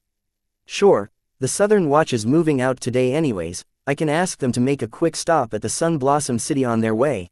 Anne agreed to the suggestion, having learned that high realm card apprentices from the main Hill family in the central capital were monitoring the Hill family of the Sun Blossom City. Date the 5th of April 2321, time 11:38, location Southern Region, Blossom District, Sky Blossom City, Guild Association Mall, warehouse number 234. Now that the D-ranked Silver Beach dungeon was stolen, the Southern Watch did not have a reason to stay down here in the Blossom District. It was time for them to pack their bags and report to their regular posts. During their commute, Anne planned to have them make a quick stop at the Sun Blossom City and help Laura Hill's family with their pest problem from the central capital. Giving Anne leverage to start the talk of sponsorship with Laura. Hold that thought, Anna said, suddenly gaining our attention. Anna, don't mess around. Sword slave physique is worth our family's sponsorship. Anne felt that Anna was not on board with sponsoring the card apprentice with sword slave physique and tried to persuade her. No, not about that. I am talking about the company of Southern Watch soldiers returning to the Southern capital. I have other plans for them. Anna spoke her mind, telling that Anne misunderstood what was talking about. Anna, I am sure whatever plans you have for them can wait until after I have recruited the girl with sword slave physique, Anne said, implying that they should be prioritizing recruiting the girl with sword slave physique over whatever plans Anna had for the Southern Watch soldiers. No, that is not necessary. The Southern Watch can do both my thing and help you recruit the girl at the same time, Anna answered, arguing that the Southern Watch could do both her and Anne's thing simultaneously. They did not need to prioritize one over the other. Anna, what is it that you are trying to say? Just spit it out, will you? Anne was confused about what Anna was trying to say, as she did not know what plans Anna had for the temporary Southern Watch company that was set to return to the Southern capital now that they were no longer needed here in the Sky Blossom City. You guys remember how poorly the Sky Blossom City was being managed by its city lord and other leaders the first day I arrived here. Every year the Southern royal family spends a lot of taxpayer money on distributing appropriate amounts of budget, subsidies, and incentives to every city under its regime. Yet somehow when we needed it the city array did not work and it was being run by a foreign organization, like the Circle, looting our citizens who pay us taxes to save them from these kinds of stuff happening to them. The reason for this is the current system we have in place to keep these city lords and local leaders in check is no longer working like our ancestors who put them in practice thought they would. The current system has failed the common people big time. Therefore I have decided that the company of Southern Watch soldiers will not return to the southern capital but instead visit various cities to inspect that our taxpayers' money is being used for their intended purposes and not eating dust in the vault of corrupt bureaucrats and officials. Taking our work in Sky Blossom City as an example, the company of Southern Watch can get started on its new mission from Sun Blossom City. While they are there, they would pay a visit to the Hill family. Anna explained how she planned to use the company of Southern Watch to inspect the cities and also simultaneously help Anne recruit the girl with the sword slave physique. Anna, honey, I appreciate the fact that you have taken interest in managing your territory, but what you just said is just dumb. When the Southern Watch is about to visit their city, the city lords and the local leaders will behave and even pour money to make it look like they have been doing their work properly. But what after Southern Watch leaves? These guys will increase their corrupt ways and tyranny over the citizens immediately after the Southern Watch left just to get back what they invested in the city out of fear of the surprise inspection from the Southern Watch. So in the end all you did was use the royal family's manpower and money to achieve nothing. Anne could not be more blunt and condescending as she helped Anna realize that her idea of making waves was only a waste of manpower and resources. Quote. Anna did not immediately lash out as she would do in the past. Instead she patiently listened to what Anne had to say concerning her idea and considered it for a good while before saying, if it takes a little manpower and money to keep these corrupt city lords, officials, and local leaders on their toes and think of the people for a change even for a little while, so be it. I spend more manpower and money on one of my parties. If it means throwing fewer parties for the good of my citizens, then I will cut back on throwing parties. Wow, how noble of you, Anne said sarcastically. I will not say that it is a good idea, but it's better than nothing, I said, seeing that Anna was taking her title as Heir of the Southern Royal Throne seriously. Whatever, I am not doing this for your approval, Anna said that, but the brilliance in her eyes said otherwise. And then as if she remembered something she squinted her eyes and said, what do you mean by my idea isn't good? Are you mocking me? Do you think I am dumb? Quote. Listening to Anna, it was apparent to me that she had seen Susan kiss me. I say this because Anna asked me if I thought she was dumb. Anna never asked this even though I cheated her into signing a pretty much one-sided contract. Or when I purposefully ignored her feelings for me. This time Anna was angry at me. And she had every right to be. If it were me, I don't think I would be able to rush to the rescue of a person who was kissing others behind my back. Even though it was just a false alarm, it did not mean any less. Date the 5th of April 2321, time 11:17, location Southern Region, Blossom District, Sky Blossom City, Guild Association Mall, warehouse number 234. Joe Hill, the youngest of the current patriarch of the Hill family in the central capital, was the black sheep of the family. Yet, the patriarch sent him to bring home the child from a branch family with the sword slave physique because he was the only one available at the moment, and also because Joe needed a place to lie low for a few days as the family settled the matters of him having assaulted a commoner girl whom he had taken fancy. All in all, Joe Hill was the worst of the worst with a very fragile bottom line. Though Joe was leading the group of Hill family members to retrieve the branch family child with the sword slave physique, he had a few advisors tagging along with him who were the real brains of the operation and were also responsible to make sure that Joe would not do anything stupid to jeopardize their mission to bring home the sword slave physique intact. Arriving at the Hill family in the Sun Blossom City, Joe immediately took a fancy to Laura's grandma. In the day and age of a card apprentice with miraculous cards at their disposal, the body of a woman would rarely display their age. Not to forget, Laura's grandma was a sword dancer and a practitioner of sword arts. Regardless of her age, her body was in shape and looked like it belonged to that of some in their late 20s, the peak of youth where one could still be considered innocent but not that innocent. As a sword dancer, Laura's grandma had treated and maintained her body like a temple. Her silky smooth and lily-white skin was evidence of that. She had a long swan neck with a pair of well-toned long legs that screamed that they belonged to a sword dancer. With her age, Laura's grandma's body had indeed matured, but it only showed on her breast and her ass. They were humongous, and her baggy style of clothing could not hide that fact. For a 20-year-old like Joe, Laura's grandma was something he would not quit until he had hit it. None of the Hill family members were aware of Joe's intention toward their matriarch, but Laura's grandma knew the first time Joe laid his eyes on her. She felt disgusted learning Joe's thoughts towards her, as she could be considered as Joe's father's aunt. Meaning she was Joe's grandaunt. Yet this boy held such disgusting thoughts toward her. To top it off, he even dared to send his junk pics to her grimoire. Laura's grandma wanted to have some serious talk with this boy, but that night he trespassed into her bedroom. Thankfully she had foreknowledge that Joe would dare to do something stupid like this, so she had called a few of her children to her room under the guise of having a family meeting in her room. And apparently, Joe Hill, who had stealthily broken into Laura's grandma's room, was part of this meeting. Date the 5th of April 2321, time 11:17, location Southern Region, Blossom District, Sky Blossom City, Guild Association Mall, warehouse number 234. Joe was planning to surprise Laura's grandma by paying a sudden night visit to her bedroom and doing her by surprise or force if required. Either way, tonight he was not going to quit until he wrecked that big juicy ass. But when Joe stealthily managed to break into Laura's grandma's room, he was taken by surprise seeing all the elders of the Hill family gathered in Laura's grandma's room seriously discussing something. The elders paused their discussion seeing Joe break into their mother's room, and looked at him in confusion, but before they all could reach the apparent conclusion, Laura's grandma came to Joe's rescue by inviting him to join their discussion.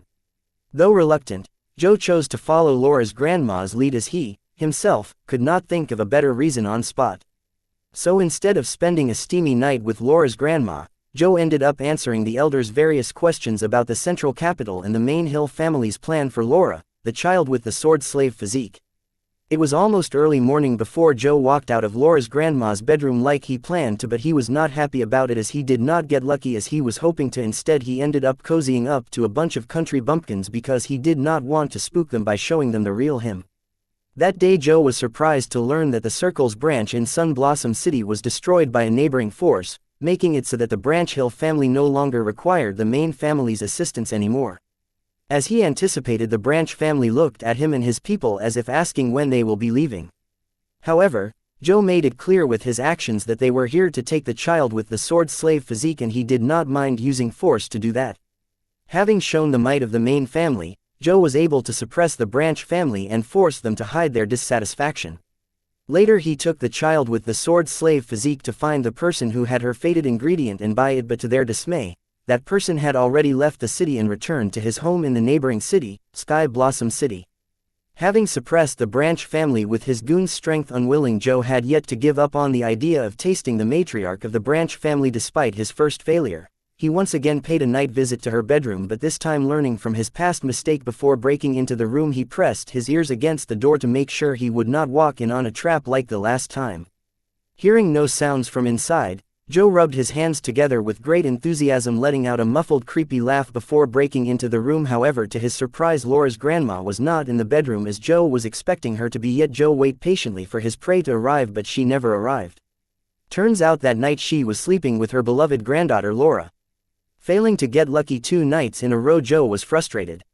Frustrated, Joe summoned his people that accompanied him as his advisors to help him with his predicament with Laura's grandma. To his surprise, he received a call from his father the very next second. Getting an earful from his father, Joe grudgingly glanced at all of his aides before planning a trip to Sky Blossom City to get the fated ingredient of the child with the sword slave physique. Leaving a few of his goons to watch over the Branch family, Joe led the others to the Sky Blossom City. Arriving at the city, Joe learned that the city had faced massive earthquakes just last night, and that if not for the city array, the whole city might have collapsed. Joe spared no thoughts to this news and went in search of the person who had Laura's fated ingredient. Arriving at that person's workplace, a warehouse, the sensory card apprentice amongst his goons warned him that there was a semi-demigod in the warehouse. Learning that a semi-demigod was staying within the warehouse where the person he was supposed to meet was working, Joe felt a chill run down his spine. Semi-demigods were not new to Joe, who had grown up in the central capital. His family had a semi-demigod protector, his great-grandpa. The reason Joe felt scared was that he was planning to storm into the warehouse and threaten the person who had Laura's fated ingredient using his family name so that he would give them the card for free. A few thousand low-tier soul jades were not a big deal for Joe, but he was used to taking what he wanted by force only from the weak. Now that Joe learned that a semi-demigod was staying in the workplace of the person whom he was supposed to meet, Joe decided to pay for the card and leave without causing any trouble. Questions like what a semi-demigod was doing in a third-rate city did raise in Joe's mind, but he chose not to entertain them as he walked into the warehouse.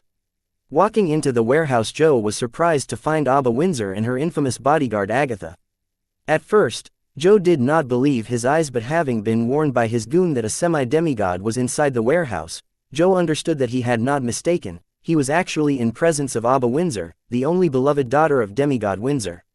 Realizing this, Joe began to thank his lucky star. Who would have thought that he would meet Abba Windsor, his ticket to greatness in a third-rate city? Joe no longer regrets not killing the commoner girl back in the central capital after assaulting her. If not for her, his father would not have sent him here to lay low for a while. Though Abba Windsor had no idea who Joe Hill was or if a family named Hill existed in the central capital, Joe was completely aware of Abba Windsor and her likes and dislikes. He had paid a fortune to learn those things. No, Joe was not Abba's secret admirer or anything of that sort. He was a predator, but Abba was not like his typical prey. She was what he liked to call his golden ticket to ascension. Abba, despite her childlike body build, was very popular among the central capital men, mostly because her last name was Windsor, and some men idolized her because of their rather unique sense of taste, the Lolicons. And Joe was among the men who liked Abba for her last name, Windsor. Even an 8-year-old child from the streets of the central capital knows that demigod Windsor was one of the richest demigods in the 5 regions. Who would not want a rich and powerful father-in-law? Joe was one of those who would rather work hard to take the shortcut than work hard the regular way. So for someone like him, Abba was indeed a golden ticket to ascension. Joe would not be Joe if had not done his homework on Abba, despite having no chance of ever interacting with her. Just because he liked to fantasize about hitting big by getting Abba to madly fall in love with him and then marry into her family and live off her rich and powerful dad. Abba wasn't the only one. Joe had a list of golden tickets, and one of the names on that list was Anna Heatsend, the princess of the southern royal family. Joe greeted Abba with the most charming smile his ugly mug could muster, creeping Abba out. Yet, Joe felt that he had left the best first impression in the history of first impressions. Thankfully, his advisors could see where this was heading and did not waste a second before texting Joe to behave, saying that his overzealous approach was leaving a very desperate and bad impression on Abba Windsor. And if he were to continue down this path, he would burn any chances of getting close to Abba Windsor, while advising him to use a different approach. Joe ignored the first text, so his goons bombarded his grimoire with texts, forcing him to read their texts, warning and advising him to do better, as this was a once-in-a-lifetime opportunity not just for Joe himself, but the Hill family too. They knew that the chances of Joe becoming demigod Windsor's son-in-law were lesser than 0, but they hoped that Joe could try and get acquainted with Abba Windsor, as just being acquainted with a Windsor would open many doors for their family and Joe himself. Right now the advisors were thinking of numerous ways to help Joe get on the good side of Abba Windsor. Meanwhile, Joe was trying his best not to bomb any chances of him getting close to Abba Windsor. So he could not help but lamentate the fact that this went so smoothly in his fantasies, but why was it so hard in the real world? Just when Joe's advisors were out of ideas to help Joe get close to Abba, 3 low-level card apprentices walked into the warehouse. Seeing how Abba was close to them, one of the advisors came up with an idea that would not only help Joe get close to Abba but even get her to owe him a favor. Date the 5th of April 2321, time 11:17, location Southern Region, Blossom District, Sky Blossom City, Guild Association Mall, warehouse number 234. One of the 3 low-level card apprentices that entered the warehouse was none other than the person that Laura, Joe, and his goons visited the Sky Blossom City in search of. However, this did not stop Joe's advisors from using that person in their plans to help Joe get on good terms with Abba Windsor. Their plan had 3 simple steps. The first step was to find fault with 3 low-level card apprentices so that they get provoked and do something stupid like a verbal fight. The first step was crude, as it would also cause Abba Windsor to be displeased with Joe, as she was acquainted with these 3 low-level card apprentices. However, this step was an important step in their plan, as this would spark an opinion about Joe in Abba's mind. The second step was to blow the little discord out of the proposition such that Joe can blame the 3 low-level card apprentices for sullying the honor of the Hill family and challenge them into a life-and-death duel while justifying his actions as a necessary action to protect the Hill family honor. The 3 low-level card apprentices will have no choice but to agree to the life and death duel, as they will make sure of it. And the last step was for Joe to use his fancy card set in higher realm to defeat the 3 low-level card apprentices, but instead of killing them, Joe would spare their life, showing his generosity, and would use this opportunity to give out a warm and heartfelt speech about family, honor, and mercy. This way Joe would erase the little dissatisfaction that Abba had towards him and replace it with warm feelings, depending upon how good and convincing Joe's performance was. And since Joe had spared the lives of her acquaintances, Abba might even feel like she owes Joe a favor, because as Joe's advisors, they would praise the generosity of their young master, while hinting Abba that if the 3 card apprentices were not her acquaintances, no matter how generous Joe was, he would let them off the hook for their actions without any consequences. This was the 3-step plan that Joe's advisors had come up with to help Joe get on the good side of Abba. Reading this plan in the text his advisors had sent him, Joe was overjoyed, as he liked the plan very much and thought it would definitely work. Especially the part of the plan where he would first come off as the bad guy in Abba's eyes, and then she soon realizes that he was the good guy and she had mistaken about him. Joe felt like this plan was a surefire way for him to make his way into Abba's heart. Now that Joe knew what he had to do, he was waiting for the perfect moment to commence his plan. And that moment came soon enough when he saw the insane stats of the card that was supposed to be Laura's fated ingredient. Joe was having a hard time believing that he was able to find such a card in the third-rate city of the southern region of all places. With the emotion already in place, Joe did not need to act to find faults with the low-level card apprentices to provoke them. He spoke his mind, and the first step of his plan proceeded flawlessly. Though not all 3 of them fell for his provocation, it just took one of them for him to move to the second step of his plan. And one of them was dumb and hot-headed enough to walk into his trap and dig her own grave. Before Joe could celebrate the successful competition of the second step of his plan, something unexpected happened. Abba used her family name to watch over the life and death duel between him and the feisty girl, making sure that if either of the participants of this life and death duel were to die, there would be no hard feelings, and the friends and relatives of the loser would be forsaking their right for revenge and vengeance. This did surprise Joe and his advisors, as it showed that these 3 low-level card apprentices' relationship with Abba was more than that of mere acquaintances, which was both good and bad for their plan. Therefore Joe and his goons decided to not drag this out and make Joe the good guy as soon as possible. However, midway through the plan, looking at the bumpy figure of the feisty girl, Joe was conflicted. He wanted to follow the plan he had in his mind, but his penis had a mind of its own. It begged him that it wanted to be cuddled between the 2 huge mountains of the feisty girl. Joe steeled his mind and mentally disciplined his penis. No, not today. We have bigger fish to fry. While Joe was continuing to the 3rd step of his plan, having convinced his penis, something rather odd occurred. The other 2 low-level card apprentices did not seem to care about his life and death duel with their friend, and even dared to mock him for trying to protect his family's honor. Joe wanted to challenge them to a life and death battle too, but he did not, as from the corner of his eyes he saw that Abba was very displeased with him, and having already agreed with his advisors to not push his act any further, Joe let this slide and proceeded with the plan, asking the feisty girl to show him the venue for their duel. "What is this place?" Joe asked the feisty girl, having followed her into an adjacent warehouse. Everything was going as Joe and his goons planned. Yes, there were a few hiccups midway, but Joe felt that he handled them pretty well. Joe was counting his chicks even before the eggs hatched, as he had great confidence in his expensive card set. "This is the testing area where I test the cards that I create. This should be a good place for us to have our duel. Occasionally missing content. Please report errors in time. Date the 5th of April 2321, time 11:24, location Southern Region, Blossom District, Sky Blossom City, Guild Association Mall, warehouse number 234. So, should we get started?" Joe asked, looking at Abba, as she had declared to overlook their life and death duel. "Sure, both of you take your positions." Abba seemed to have experience refereeing for duels. Following Abba's command, Corey and Joe stood opposite to other, while the others who tagged alone to witness their duel stood on the sidelines of the testing area, making space for the duel to take place. Seeing that everyone was in position, Abba yelled, "Remember, the regular rules of a life and death duel will be applied. If either of you 2 fails to follow them, then Agatha will step in to conclude the duel. Understood?" "Yes," Joe and Corey answered in unison, as each of them glared at the other, waiting for Abba to say the magic word. "Start." With that, Ada commenced the life and death duel between Joe and Corey. Getting the green signal, Joe immediately summoned his grimoire preparing to play his starter card but paused seeing that Corey did not summon her grimoire and was doing warm-up exercises while cracking her knuckles and neck joints. This confused Joe, causing him to wonder if a life-and-death duel meant something different in this part of the southern region.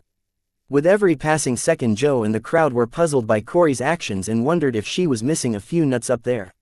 Forget others, they did not know what Corey was capable of, but even Susan could not help but feel the same as them. That was because she would never be able to imagine that Corey, as a card master, was planning to fight a card grandmaster purely with the might of her physical body. If Susan knew what Corey was planning to do, she would definitely yell out loud, "Have you lost your mind? Or your origin card has finally pushed you to point of growing suicidal tendencies." Soon a minute passed, and witnessing that Corey still had not summoned her grimoire, Joe lost his calm and yelled, "Hey, what's the hold up? You do know that it is too late for you to forfeit the duel now." "Yes, I do." "Duh." Corey looked at Joe as if she was looking at a dumbass for even implying that she wanted to forfeit. The way Corey looked at him enraged Joe, but he did not let his anger control him.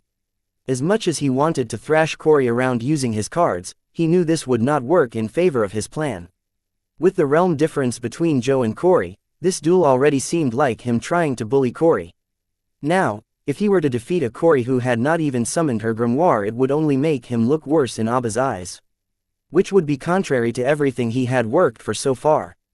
Therefore Joe did not attack the defenseless Corey, which was unlike him, as he had no qualms about bullying the weak and those that could not defend themselves. Frustrated, Joe once again shouted at Corey asking, "Are you going to summon your grimoire or not?" "No, I don't need to summon my grimoire to defeat the likes of you. Come at me when you are ready," Corey said nonchalantly while she cracked her neck joint. Listening to Corey's words, Joe's rage raised to a new level. He was very close to losing his calm, forgetting about looking like a bully in Abba's eyes and just killing Corey and being done with it. However, Joe controlled his rage, as he could not mess this up. This was his golden ticket to ascension. He never dreamed everything would fall in place just like how he used to fantasize. Now all he had to do was follow the plan. This was once-in-a-lifetime opportunity for someone like him, and he did not dare to mess it up over a few insults and provocations. To make this happen, Joe was willing to enter a pact with demons if he had to. He was prepared to sacrifice anything. Joe was willing to go all in to take a shortcut then take the regular path. "Girl, no matter how much confidence you have in your physical strength, I will not take the initiative to attack you, as this is not the way I wanted to fight for the honor of my family." Instead of letting Corey's action irritate him any further, Joe decided to use it as an opportunity to show Abba that he was a just and righteous person fighting for the honor of his family and nothing more. "Fine, if you can't take initiative to attack me, then I will throw the first punch, but I will warn you, if I were to attack you then this duel will be over before you can even react," Corey said, hearing Joe say that if he would not attack her unless she summons her grimoire then she would. "Aren't you being too cocky? Do what you have to do. Though I cannot attack a defenseless person, I can sure as well defend against a defenseless person." Joe, himself, did not know what he meant by speaking those words, but he was trying his best to come off as heroic and someone with principles. "Cocky, whatever," saying that Corey hopped twice before vanishing from her spot, and then she appeared in front of Joe and slammed her right fist on his chest. The impact of Corey's punch on Joe's chest was blocked by a shield made of golden light. The shield was able to block Corey's punch, but under the influence of the force of her punch, Joe was lifted off the ground and thrown into the air. Then he fell to the ground, however he appeared to be unharmed. Seeing this, Joe's goons panicked, realizing that there was a huge error in their plan. They had underestimated the strength of the low-level card apprentice. Date the 5th of April 2321, time 11:27, location Southern Region, Blossom District, Sky Blossom City, Guild Association Mall, warehouse number 234. The crowd looked at Corey dumbfoundedly. Especially Joe's goons. Their entire plan worked on the fact that Corey was a low-level card master with a third-rate card set and had no chance of winning against a card grandmaster with a first-rate card set. But seeing Corey being able to subdue Joe without relying on her grimoire and cards, they were starting to see that their plan was not as flawless as they thought. Now that they had reached this point, all of them looked at Agatha from the corner of their eyes, only to find that she was monitoring them too. It seems there was nothing they could do unless they were willing to risk their lives to save their young master Joe. Abba too was no less astonished than the Hill family goons, because she thought since both she and Corey were in the card master realm they were equally strong, maybe she was even stronger because of her higher grade card set, but it turns out that she had mistaken. It turns out that Psycho was way stronger than her. As a card apprentice, Aba had fought her share of card duels, and witnessing Corey's attack she knew that if she were in Joe's place even she could not defend against it. She might even be seriously injured and rendered unfit to continue the duel. Realizing this, Aba clenched her fist as a fiery competitive spirit ignited in her heart.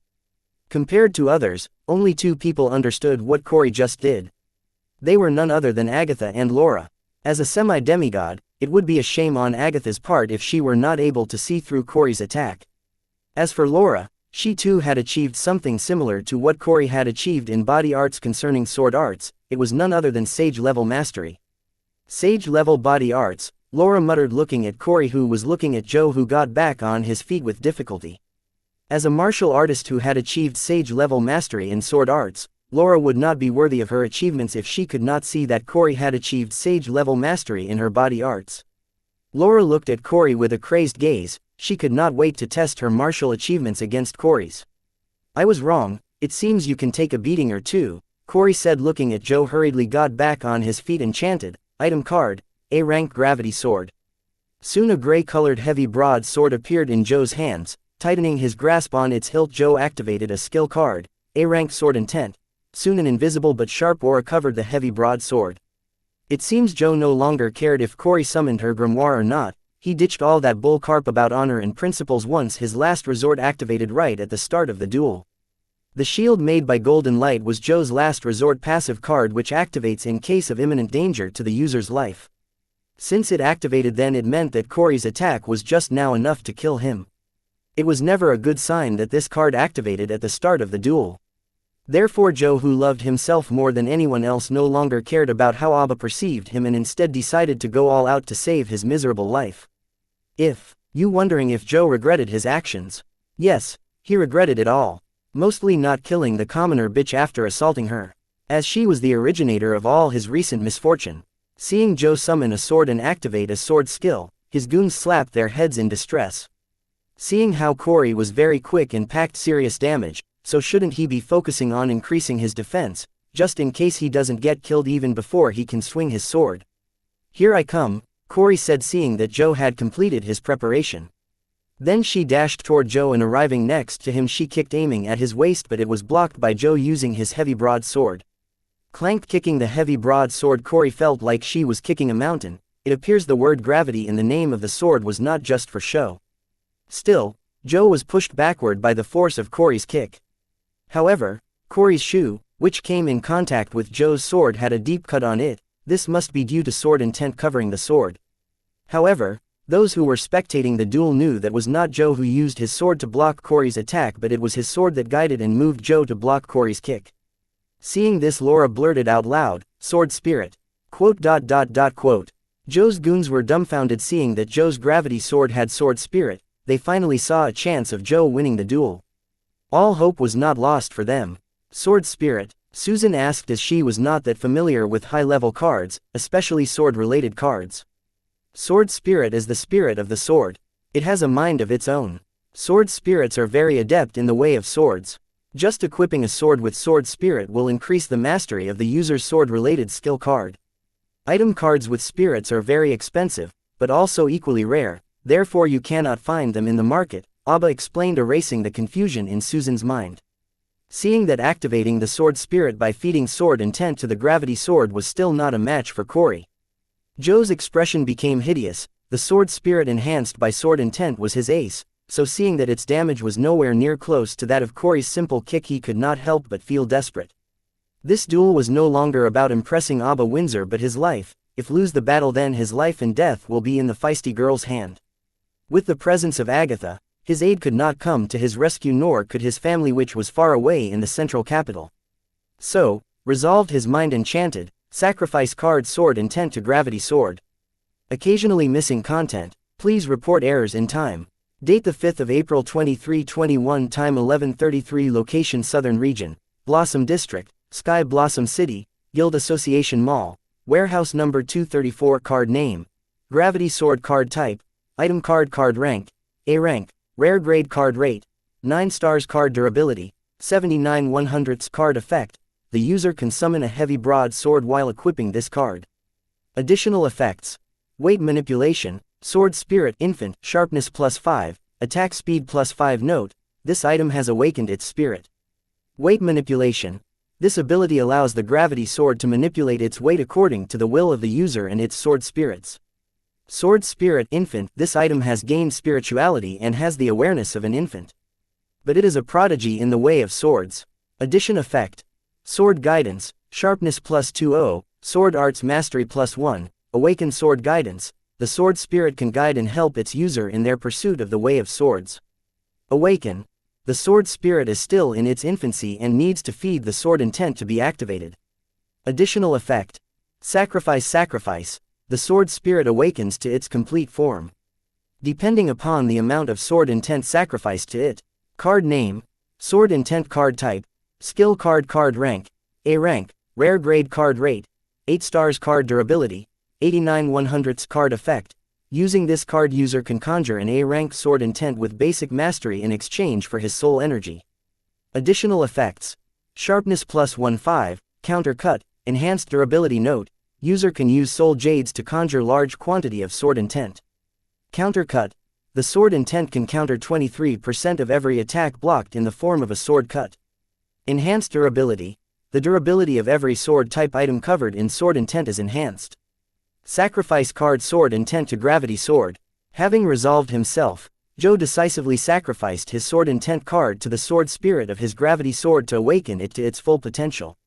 The heavy broadsword freed itself from Joe's grasp and flowed in the air, then emitting a brilliant light it morphed into a humanoid male spirit clothed in a gray bodysuit, emitting boundless sword intent. The sword spirit's gaze appeared to be sharp enough to leave a cut. Seeing Joe morph into a humanoid sword spirit, Corey muttered, "This duel just got interesting, people, you got my full attention." "Master," the sword spirit turned and greeted Joe. "Quit wasting time and kill that bitch," Joe yelled as every second the gravity sword was in humanoid form it was consuming his soul energy to maintain its form and the effects of the sword intent card that was sacrificed to awaken it. Joe wanted this duel to end before he was forced to make use of soul jades to meet the energy needs of the gravity sword's energy consumption. "Yes, master," the sword spirit affirmed as it turned to lock its gaze on Corey. Then it conjured a huge sum of sword intent when split into 9 balls of sword intent. Later this ball of sword intent morphed into swords. The 9 swords floated and circled with the humanoid sword spirit at the center.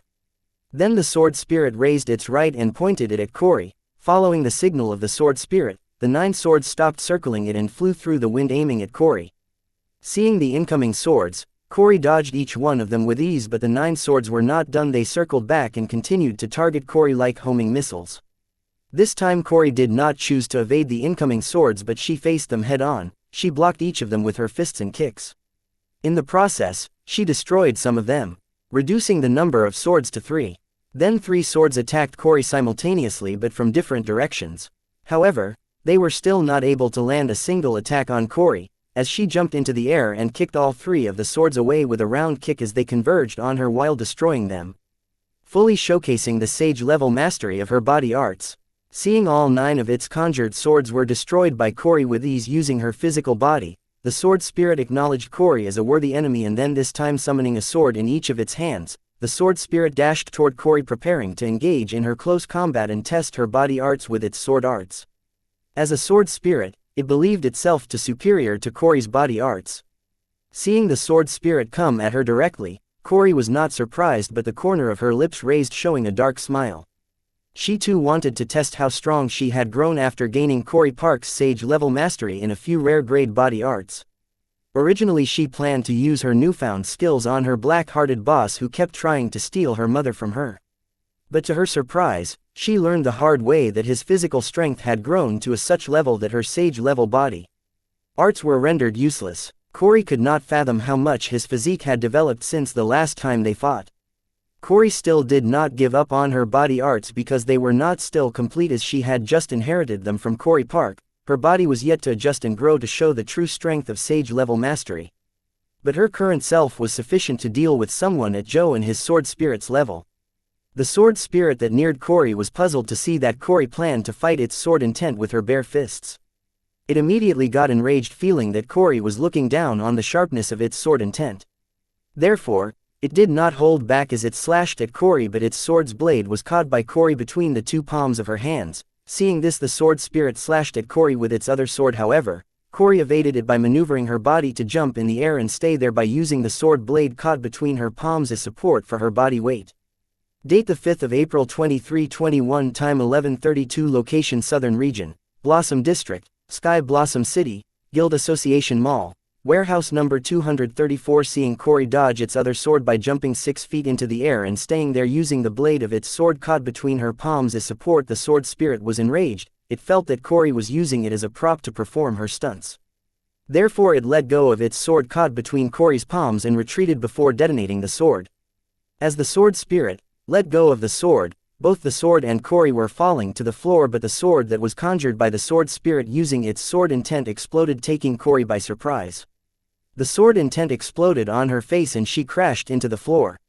However, Corey appeared to be unharmed apart from small cuts and bruises on her skin, which instantly recovered under the effect of her demon physique. As the swallow wounds on Corey's skin healed at a speed visible to the naked eye, the sword spirit concluded that Corey's physical body was as sturdy and durable as itself and its swords. Hence the sword spirit no longer took offense to Corey using her body to defend against its swords, rather it started to take Corey's body arts seriously. As for Corey, she immediately stood on her feet after crashing on the floor, showing that the explosion of the sword barely did any damage to her, but then she glanced at the palm of both of her hands only to mind visible cut marks on them. This was after her physique had held her palms. Corey got these cut marks by catching the sword of sword spirit between her palms. A quarter of the force she applied on the blade seemed to have gotten reflected at her, causing the cuts on her palms. With this, Corey learned that she not only had to watch out for the sharpness of the sword spirit's swords and sword intent, but also watch out for its rebound type skill, which could return a quarter of her attack to her as damage. Learning the troublesome nature of the sword spirit's sword intent, Corey frowned her brows. However, she still chose to continue to fight against the sword spirit solely using her body arts. Having witnessed the durability of Corey's body arts, the sword spirit conjured about 24 swords using its sword intent, which hovered behind it. Then it launched these swords aiming at Corey. Having experienced this earlier, Corey did not choose to evade the swords but rather faced them head-on using her fists and kicks. When her fist came in contact with the flying sword, she felt like she was punching a boundless mountain. The same was true for her kicks. It was because the swords were making use of the weight manipulation ability of the gravity sword, such that while flying the swords were feather light to increase their speed, and while at the point of contact, they were heavier than a mountain to increase the damage. Having blocked Corey's attack, the swords reflect a quarter of her attack to her as damage. Soon other swords followed suit, but this time Corey hurriedly freed herself from the entanglement of the swords and evaded the other swords. However, since it was a close call, most of the swords managed to leave swallow cuts on Corey, while few managed to leave a few deep cuts. Having fulfilled their orders, the 24 swords circled back to the sword spirit and hovered behind it. Corey's clothes were tattered and soaked in blood from her wounds. Seeing this, Joe regained confidence that he will win the duel, so he decided to get their plan back on track. As this win was not cheap, it cost him a sword intent card. So he might as well get the most out of it. Therefore he calmed himself, paced his breath, and advised Corey using a deep voice, "Girl, I am warning you, if you continue to be stubborn and not summon your grimoire to use your cards to defend, you will be cut into pieces by my sword spirit." Joe's goons gave him a mental thumbs up from the sidelines of the arena, as he not only managed to turn the losing duel in his favor but also continued to follow their plan. Just when they thought that all hope was lost, Joe rekindled their dying hope. They started to feel that the youngest of their patriarch's children was not as bad as the rumors made it sound. Then, considering their trip with him down here, they felt he was worse. Permanently sacrificing a sword intent card to defeat someone of the lower realm, they strongly felt that only Joe would be capable of this feat. "Shut the fuck up," Corey yelled as she dashed forward, aiming at the sword spirit. Seeing incoming Corey, the sword spirit pointed its right hand index finger at her, ordering her swords to attack Corey. The 24 swords hovering behind the sword spirit turned feather light in weight and launched themselves, aiming at Corey. Just as they were about to land on Corey, they increased their weight to that of a mountain. However, Corey managed to dodge the first few by a hair's breadth, and missing their target, the swords pierced into the floor of the arena and were stuck. Corey continued to evade other swords by hair's breadth and advanced towards the dual sword-wielding sword spirit. Witnessing Corey get closer to it while closely dodging its swords, the sword spirit did not panic, rather it calmly waited, Soon it saw what it waited for, a confident grin forming on Corey's face as she had almost dodged all other swords heading towards her and was down to one last sword, but before her grin could fully form as she was about to evade the last sword of the 24 flying swords aimed at her by a hair's breadth, it exploded right next to her. Occasionally missing content. Please report errors in time. Date the 5th of April 2321, time 11:37, location Southern Region, Blossom District, Sky Blossom City, Guild Association Mall, warehouse number 234. Under the force of the explosion, Corey crash-landed into a bed of almost 24 swords embedded in the floor that exploded simultaneously as soon as Corey's back touched the ground. This was the explosion of sword intent, so there wasn't much smoke apart from the smithereens of the floor. So the crowd could see as the exploding sword intents cut Corey from every direction and left deep wounds on her body, having breached her body's demonic defense. The crowd went quiet, seeing more than swords conjured from sword intent detonate. Sansa and Abba worried for Corey. If not for seeing Corey's chest move up and down indicating that she was still breathing and alive, they would have rushed to the arena to check on her. They could not understand why Corey was being stubborn and not choosing to summon her grimoire or directly attack Joe to put an end to this match. However, they could only put their trust in Corey, believing that she knew what she was doing. Even Joe's goons were worried about Corey's well-being and sighed in relief seeing her chest move up and down indicating that she was still breathing and alive. Because over time they have subtly noticed that Abba Windsor, the target of their plan, was on much closer terms with Corey and her friends than they first assumed. This meant if they wanted to get on good terms with the Windsors, they could absolutely not kill Corey. Otherwise, forget getting acquainted with the Windsors, it would be considered a blessing if they forget their offense and ignore their family's existence, not retaliating against them for killing one of Abba's friends. While the crowd worried for Corey's life, there were two in it who understood why Corey was stubbornly not summoning her grimoire to use her cards. Therefore they could not help but get amazed seeing how Corey could be so cruel and demanding of herself. They cannot imagine putting themselves through what Corey was putting herself through. But considering the stakes here, they felt that they would make a similar choice as Corey. Because breaking past one's physical limit at a higher realm of mastery was a very difficult thing to achieve. Though they would not be as merciless as Corey towards themselves, they would definitely be smarter than her.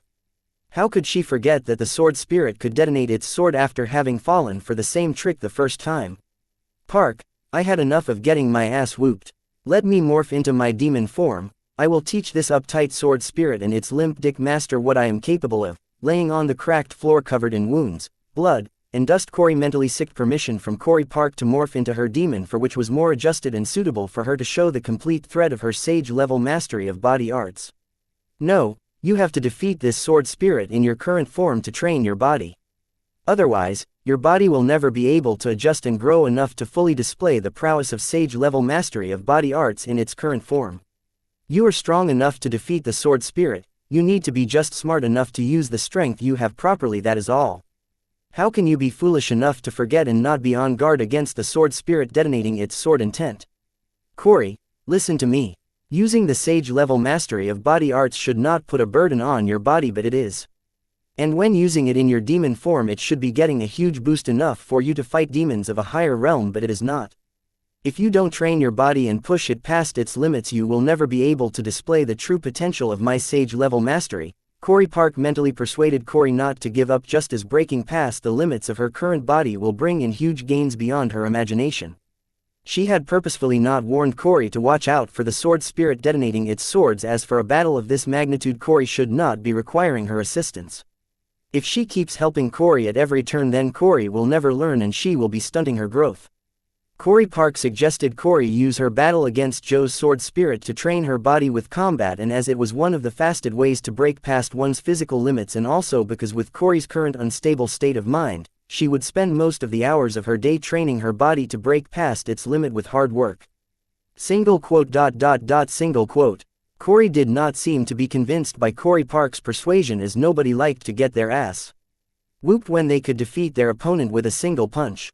Understanding that Corey needed something more to motivate her to take her training seriously, Corey Park mentally reminded, Corey, remember how Wyatt was able to subdue you with the sheer power of his physical body, and all you could do nothing but struggle as he stepped on you. If you continue to be as you are and put in no effort, you will never be able to catch up to him and never save Mama Susan from his evil clutches. Corey, Are you willing to just stand by and helplessly watch as Wyatt warps his dirty paws around our mother, or are you going to break through the limits of your body and break his dirty paws if he even dreams of getting near our mother? Listening to Corey Park's words, in Corey's eyes the image of her greedy boss overlapped with the face of the sword spirit, then she hurriedly got up from the floor and got into a fighting stance, showing that she was serious about this battle. Unlike earlier when she was careless, knowing that she was way stronger than her opponent despite limiting herself and thinking that this fight was going to be an easy win. Occasionally missing content. Please report errors in time. Date the 5th of April 2321, time 11:39, location Southern Region, Blossom District, Sky Blossom City, Guild Association Mall, warehouse number 234. As Corey took the fighting stance, ignoring the pain of her wounds, she muttered, "Rare grade Imperial Blood Demon Body Arts." Soon a mist of blood began to ooze out of Corey and the deep wounds on her body began to heal faster than they were previously. Within a blink of an eye, the deep wounds were healed and the scars started to slowly fade away, erasing every trace of the nasty wounds on Corey's body. If not for the blood and the tattered clothes on her body, nobody would think that she was wounded in the first place. Seeing this, Joe and his goons panicked. They felt that they had celebrated too fast. To the goons, Corey reminds them of the martial arts card apprentice back in the central capital who only equipped martial arts cards and trained their body to master these martial arts. They too would defeat their opponents without having to make use of their grimoire cards. But there was something different about Corey when compared to the central capital's martial arts card apprentice.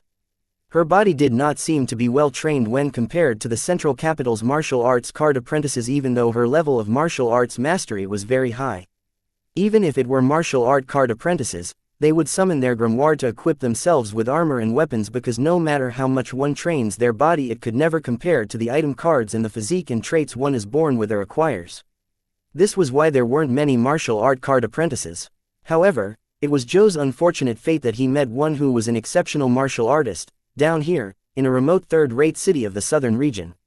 "I see, you are finally taking me seriously," said Sword Spirit, seeing Corey use her sage-level mastery in rare-grade Imperial Blood Demon Body Arts against it. As a Sword Spirit, it knew that until now Corey was arrogantly using basic body arts against it. Even though she had trained the basic body arts to sage-level mastery, that was not enough against it, a Sword Spirit born to walk the path of the swords. "No, I am not taking you seriously, but I finally know why I need to take this seriously," Corey said with a firm voice. She was not answering to the Sword Spirit but to her evil boss, who for some reason sounded a lot like the Sword Spirit she was fighting earlier.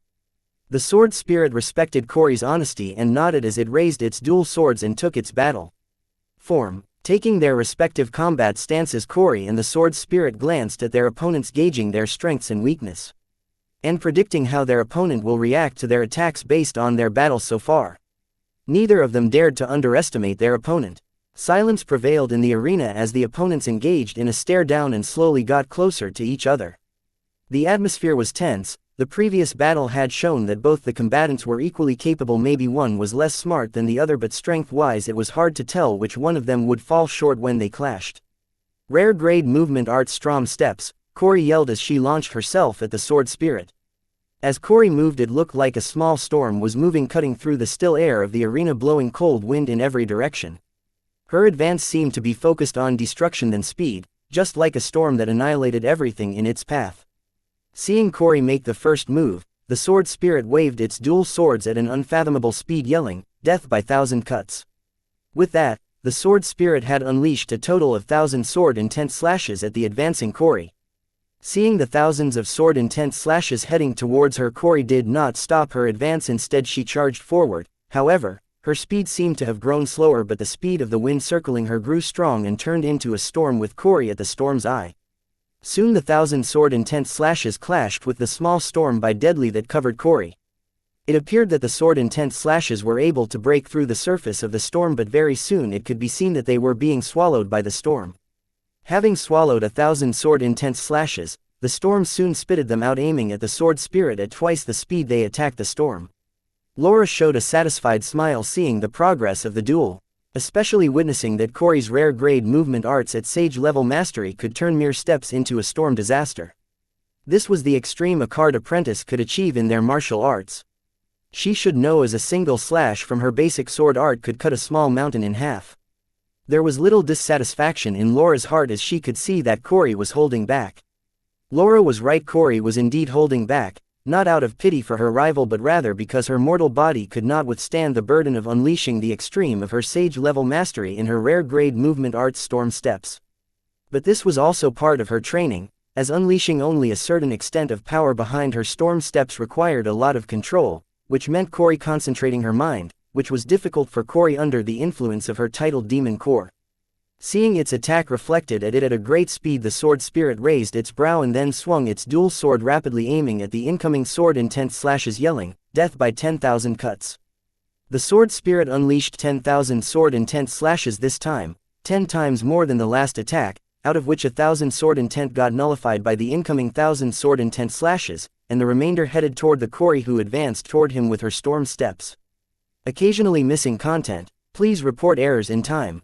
Date the 5th of April 2321, time 11:41, location Southern Region, Blossom District, Sky Blossom City, Guild Association Mall, warehouse number 234. As the storm steps of Corey collided with the 9,000 sword intense slashes, similar to the previous time, the 9,000 sword intense slashes were being swept away by Corey's storm steps, but the sword spirit detonated the 9,000 sword intense slashes as soon as all of them came in contact with the storm. Boom! When the 9,000 sword intense slashes exploded, the storm paused for a second before it grew stronger and faster. Seeing this outcome, the sword spirit frowned. The sword spirit was expecting the explosion to put an end to Corey's advance, but it did not. Rather, the storm seemed to have swallowed the explosion and grew stronger. The sword spirit was in a bind as the storm grew closer to it. Unlike Corey, its power comes from the soul energy supplied by its master Joe, so it could not blatantly show its extreme skills like Corey and stuck to cost-saving but effective skills like the death by 1,000 cuts. However, as the storm neared it, the sword spirit felt an abundant amount of soul energy pour into it, and heard the mental command of its master, "Don't worry about saving soul energy, take as much as you need and in return defeat that bitch no matter what. My life hangs on the result of this duel." Receiving the command from its master, the sword spirit's eyes shone brilliantly as it began to borrow soul energy from him without holding and converting it into an A-rank sword intent. Then it focused all of the sword intent at the edge of its dual words and launched an attack at the storm that was few meters away from it. Sword cross, divide the world into 4. Both the swords wielded by sword spirit simultaneously unleashed huge sword intent slashes in the form of a crimson crescent moon, one horizontally and the other vertically, forming a huge sword cross. When the sword cross and the storm collided, it appeared as if everything in the warehouse had come to a sudden pause. This effect was due to the struggle between the sword cross and storm step trying to overpower each other. The sword cross was trying to cut through the suction force of the storm and cut it. Two arts were displaying their extreme before the storm was cut into 4 pieces by the sword cross, while Corey was thrown back, crashing into the floor and tumbling for a while before reaching to sudden halt. With unlimited soul energy at its disposal, the sword spirit showed off its true capabilities in the way of a sword. Even Laura, who was watching the duel with the crowd, could not help but raise her eyebrow, but she was not impressed because she performed a better sword cross at the quarter of the soul energy spent by the sword spirit. Corey immediately got back on her feet and held her bleeding left shoulder. If not for her activating the rare-grade Imperial Blood Demon body arts, she too might have been cut into 4 parts by the sword spirit's sword cross, just like the storm created by Storm Step. Then switching her breathing technique to that of the rare-grade Imperial Blood Demon body arts, she immediately healed her left shoulder. Then she looked at the sword spirit, having released that it was a lot stronger than she gave it credit for. Her storm step movement arts were considered unstoppable in the same realm, however the sword spirit managed to stop it with 2 sword slashes. Only to hear Corey Park blame her. "To think the unstoppable storm step was cut down by 2 sword strokes, you are a disgrace to my demonic movement and body arts." "Shut up," Corey yelled at Park for calling her a disgrace. She was already irritated. Corey was aware of the prowess of the storm step movement arts from the memories of past reincarnation and blamed herself for not being able to display its true strength. She did not need Park to remind her of how much of a failure she was. Her hateful boss was one thing, but now this nameless jerk was also overpowering her. Corey hated it. As Corey was planning her next attack, she instinctively moved to the side, dodging a concentrated beam of sword intent, only to hear the sword spirit say, "Kind warning, next time you get distracted I will aim for your heart." Sword intent beam. The sword spirit concentrated a large amount of sword intent at the tip of its sword, When excited it launched itself in the direction the sword was pointed. A clever application of sword intent, but it needs a lot of control. A normal card apprentice could not achieve this. Showing just how skillful the sword spirit was when it comes to the way of swords.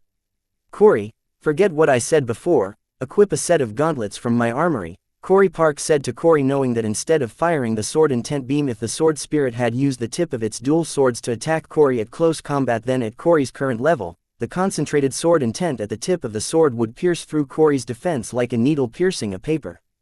With sage-level mastery in numerous body arts, Corey could take on the attacks of rare-grade weapons and skills head-on without much worry, so Corey Park planned to use this opportunity to help Corey train her body. However, she changed her mind seeing the sword spirit's flawless control over its sword intent. To the sword spirit, its sword intent was like a part of its body. It could unleash the full potential of the A-rank sword intent with ease. As the saying goes, in the hands of a skillful assassin, even a blade of grass can become a weapon. Similarly, in the skillful hands of the sword spirit, A-rank sword intent was enough for it to display prowess beyond its realm, making the sword intent of the sword spirit deadly. Occasionally missing content. Please report errors in time.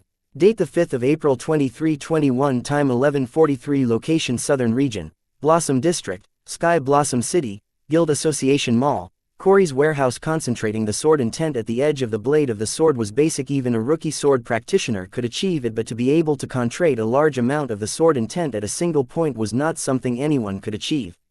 It takes years of experience and control, and only those that attained enlightenment at the way of the sword could achieve something like that.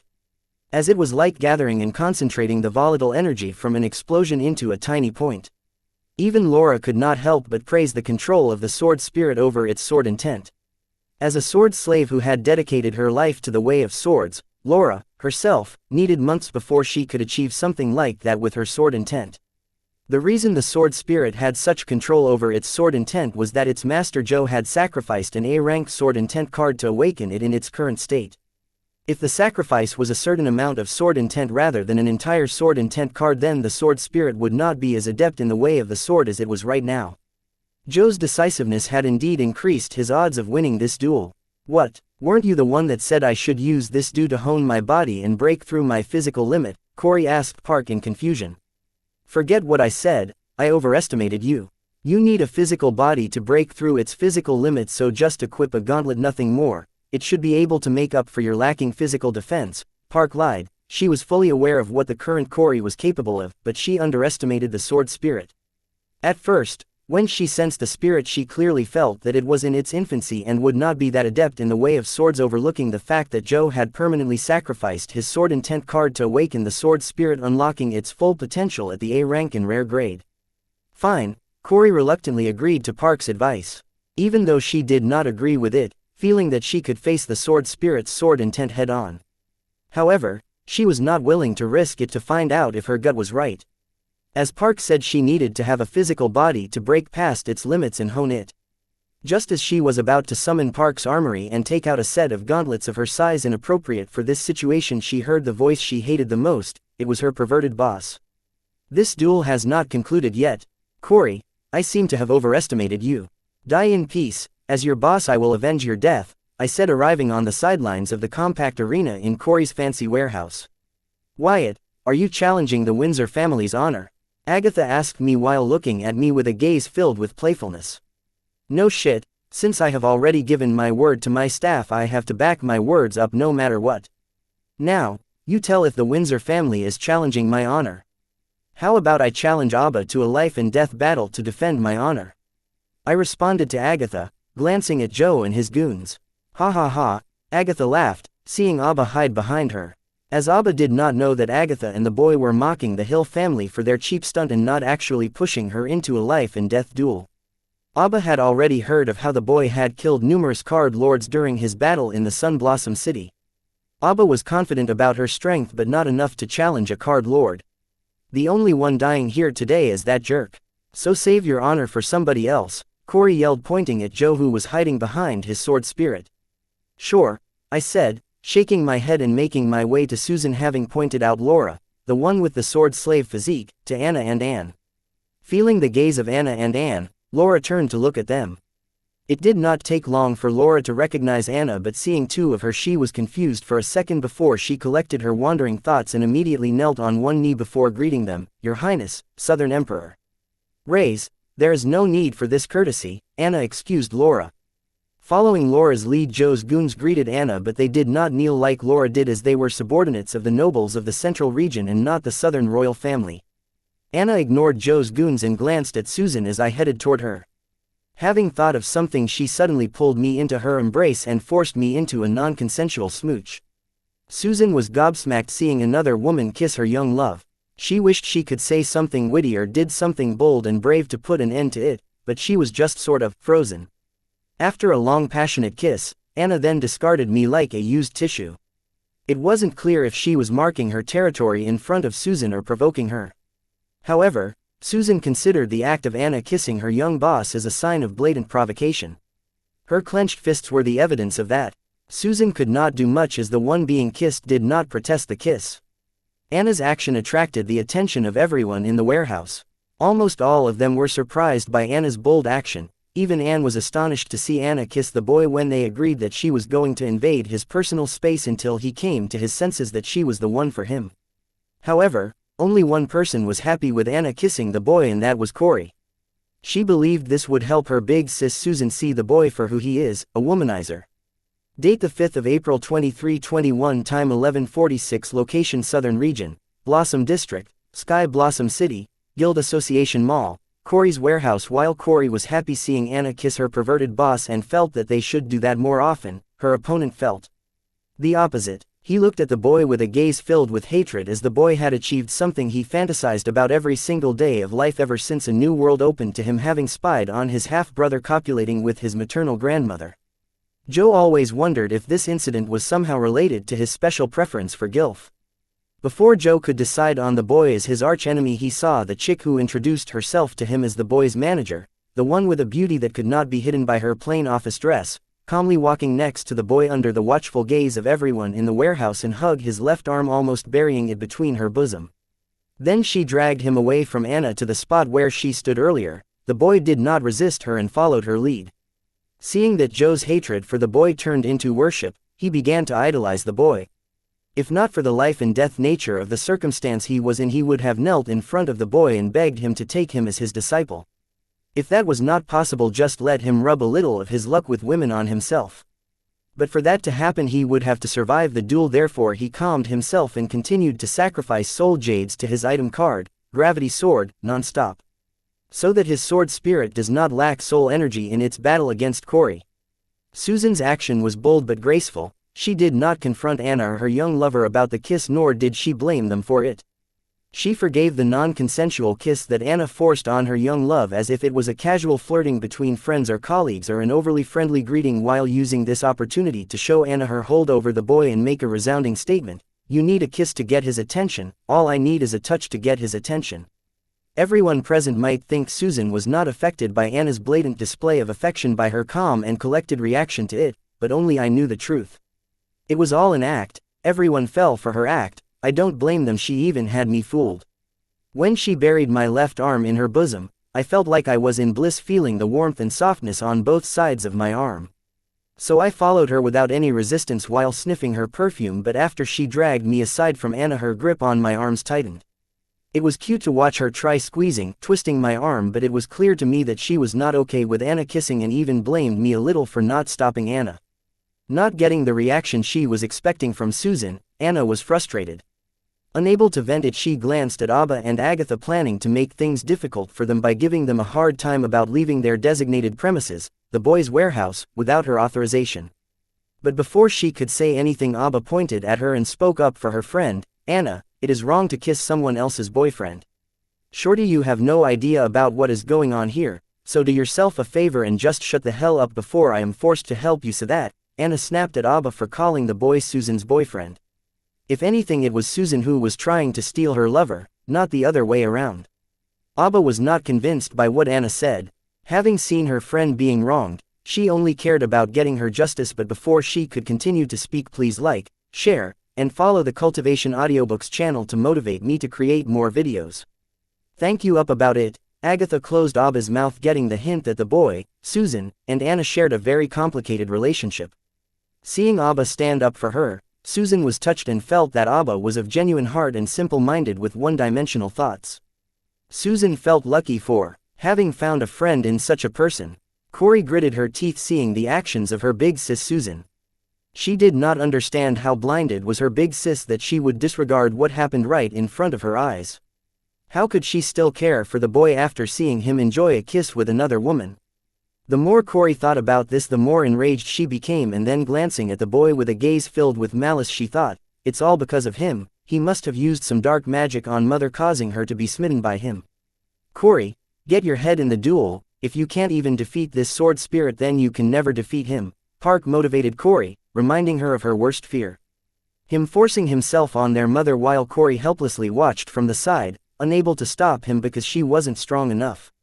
Ah, picturing her worst fear, Corey cried out loud, revealing the rage and agony hidden in her heart to the world, which managed to gather everyone's attention back at the life and death duel. With Anna's bold display of passion, everyone had forgotten about the life and death duel between Corey and Joe. Even Joe and Corey, the combatants themselves, had almost forgotten that they were in the middle of a life and death duel. Anna's action and Susan's reaction to that were just too controversial to be ignored. Even Sword Spirit was on guard seeing two new strong card apprentices suddenly arrive, not knowing if they would interfere with the duel. Well, Anna did interfere with the duel, but not the way the Sword Spirit feared, but by stealing the spotlight from the duel right when the fight was getting interesting. Occasionally missing content. Please report errors in time. 12:52 Embracing Darkness. Date the 5th of April 2321. Time 11:52. Location Southern Region, Blossom District, Sky Blossom City, Guild Association Mall, Corey's warehouse. Corey's scream reverberated throughout the warehouse, and her agony-filled wail slowly transformed into a war cry.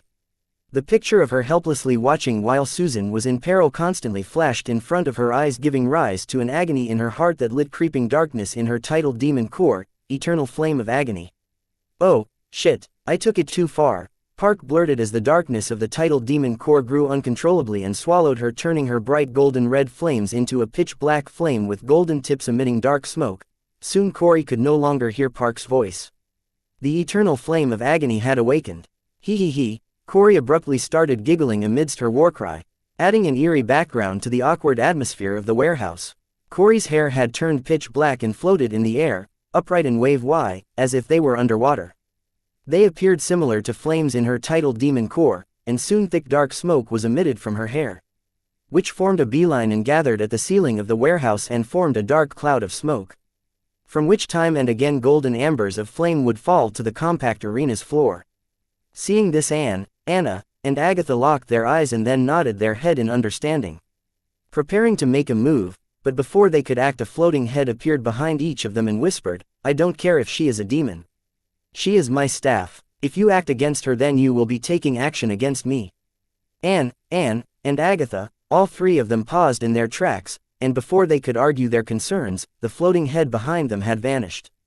So they looked at the boy who was watching the duel in the embrace of his manager as if nothing out of ordinary had happened. Seeing the boy did not even bother to spare a glance at them, the three realized that they will not get the explanation they were looking for and chose to pretend as if nothing out of ordinary was happening, just like the boy.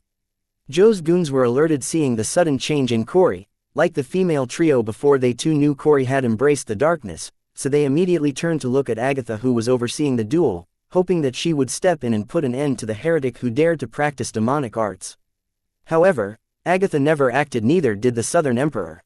This puzzled them, but before they could raise their voice, the life and death duel had reached its conclusion.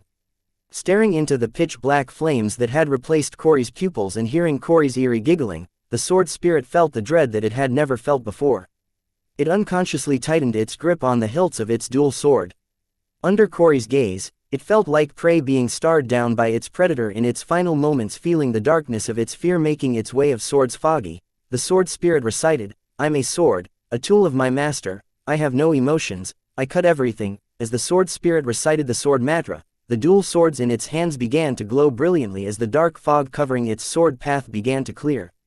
Slowly its confusion cleared and its eyes became firm as it decisively swung its dual swords at Corey, yelling, New beginning. An aura of destruction filled the huge amount of sword intent gathered at the tips of the sword spirit's dual swords before they were fired at Corey. The two beams of sword intent with destruction attributes overlapped each other to form a bigger beam of sword intent, destroying everything in their path including the tiles of the compact arena which was made of A-rank ingredients, revealing muddy earth below. As the beam neared Corey, an inch away from her the beam of destruction attributes sword intent split into two and continued on their path avoiding Corey. Then the remains of everything destroyed by the beam of the sword intent were suddenly filled with vitality and soon an unknown plant life similar to weeds began to grow out of them and flourished. This result was totally beyond the sword spirit's expectations. However, seeing this Laura's eyes sparkled as this was the true power of mastering a body art to the sage level.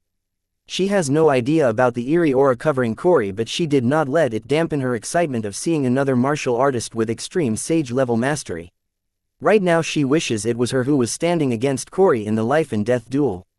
She was willing to risk her life to see if her sage-level mastery in the way of swords was at the extreme or if there was still room for growth.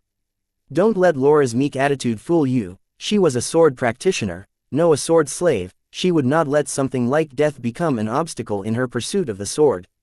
Sword Spirit did not let the fact that one of its strongest sword arts could not even break through its enemy's defense distract it from the duel, and borrowing all the soul energy it could from Joe, it prepared to launch another attack at Corey, chanting, "Swords of beginning and end." As the Sword Spirit tried to find Corey to aim its attack at her, it felt its dual swords grow heavy and the additional effect of its sword intent counter-cut activate constantly. The Sword Spirit glanced at its dual swords only to find that Corey was squatting with her legs stepping on each of its dual swords, unhindered by the effect counter-cut. Soon its eyes met with Corey's, but then, suddenly, it found that the entire world was tipped over. No, the world was not tipped over but its head was. The Sword Spirit used the last movements of its life to understand how and when Corey decapitate its head, but everything happened so fast. Thud tumble, the Sword Spirit's decapitated head fell to the ground and rolled on it, giving it the chance to see its master's final movements. Corey was squatting on the shoulders of Joe's headless body as she juggled with his decapitated head. "Young master!" Joe's goons screamed. Unlike Joe's Sword Spirit, they saw Corey's every move, but before they could step into the arena to come to his rescue they felt Agatha and Anna's aura lock on each of them, warning them that if they stepped a foot in the arena they would be risking their life. 12:53 being oneself. Date the 5th of April 2321. Time 11:55. Location Southern Region, Blossom District, Sky Blossom City, Guild Association Mall. Corey's warehouse. Hearing the screams of Joe's goons and feeling their desperation, Corey turned to look at them, and then a smirk formed on her face as she threw Joe's head at them before jumping from the shoulders of Joe's headless body towards the only source of her agony, the bastard who was trying to harm her mother, her evil boss, Dalton Wyatt. When Corey was in the midair a few meters from her target, 3 floating heads and 6 arms appeared behind her, aiming to restrain her. Corey wanted to dodge the hands but to no avail. 4 out of 6 floating arms, each, grabbed one of her hands or legs, and they not only managed to stop her advance but also hung her in the air with her arms and legs spread apart. Corey made use of all of the strength she could muster to struggle free from the arms retraining her, but her strength was not enough. She felt like a small creek trying to go against the river. However, she still did not give up struggling as she was prepared to break her arms and legs to free herself from the restraints. Fearing that she would snap her neck in her fierce struggle, the boy had no choice but to make use of his remaining floating arms to restrain her head. Seeing Corey's condition, Susan and Abba were shocked the most, not understanding what was happening. Abba could not help but mutter, "Damn, I was just kidding when I called her psycho, but she is living up to her nickname, isn't she?" After a failed struggle, Corey stopped glaring at the boy and turned her gaze to look into the eyes of the woman next to him. Susan did not avoid eye contact with Corey. Instead, she slowly walked toward Corey. Looking into Susan's eyes, Corey began to calm down. However, a voice began to whisper in her ears, advising her, "The only way you can save her is by handing her to death.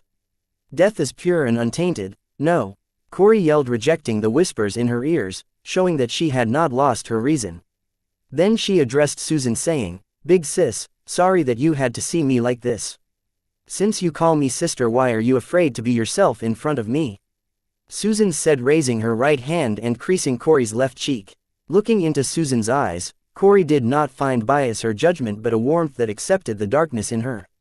Seeing this, Corey slowly gained control of the darkness that had taken over her tidal demon core. Her hair returned to normal and stopped emitting dark smoke. Soon she freed her ego fire, Corey Park. Corey was no longer making use of the dark as a tool to gain strength, but she had accepted it as a part of her. She was no longer rejecting the power of her origin card, she accepted them all. The sins of her past selves along with their gifts. Understanding that the sins of her reincarnations were a part of her inheritance from them. Congrats, Corey Park congratulated Corey for having come to peace with the darkness within her. Though her plans for Corey had not succeeded, Park was very satisfied with the results of this duel.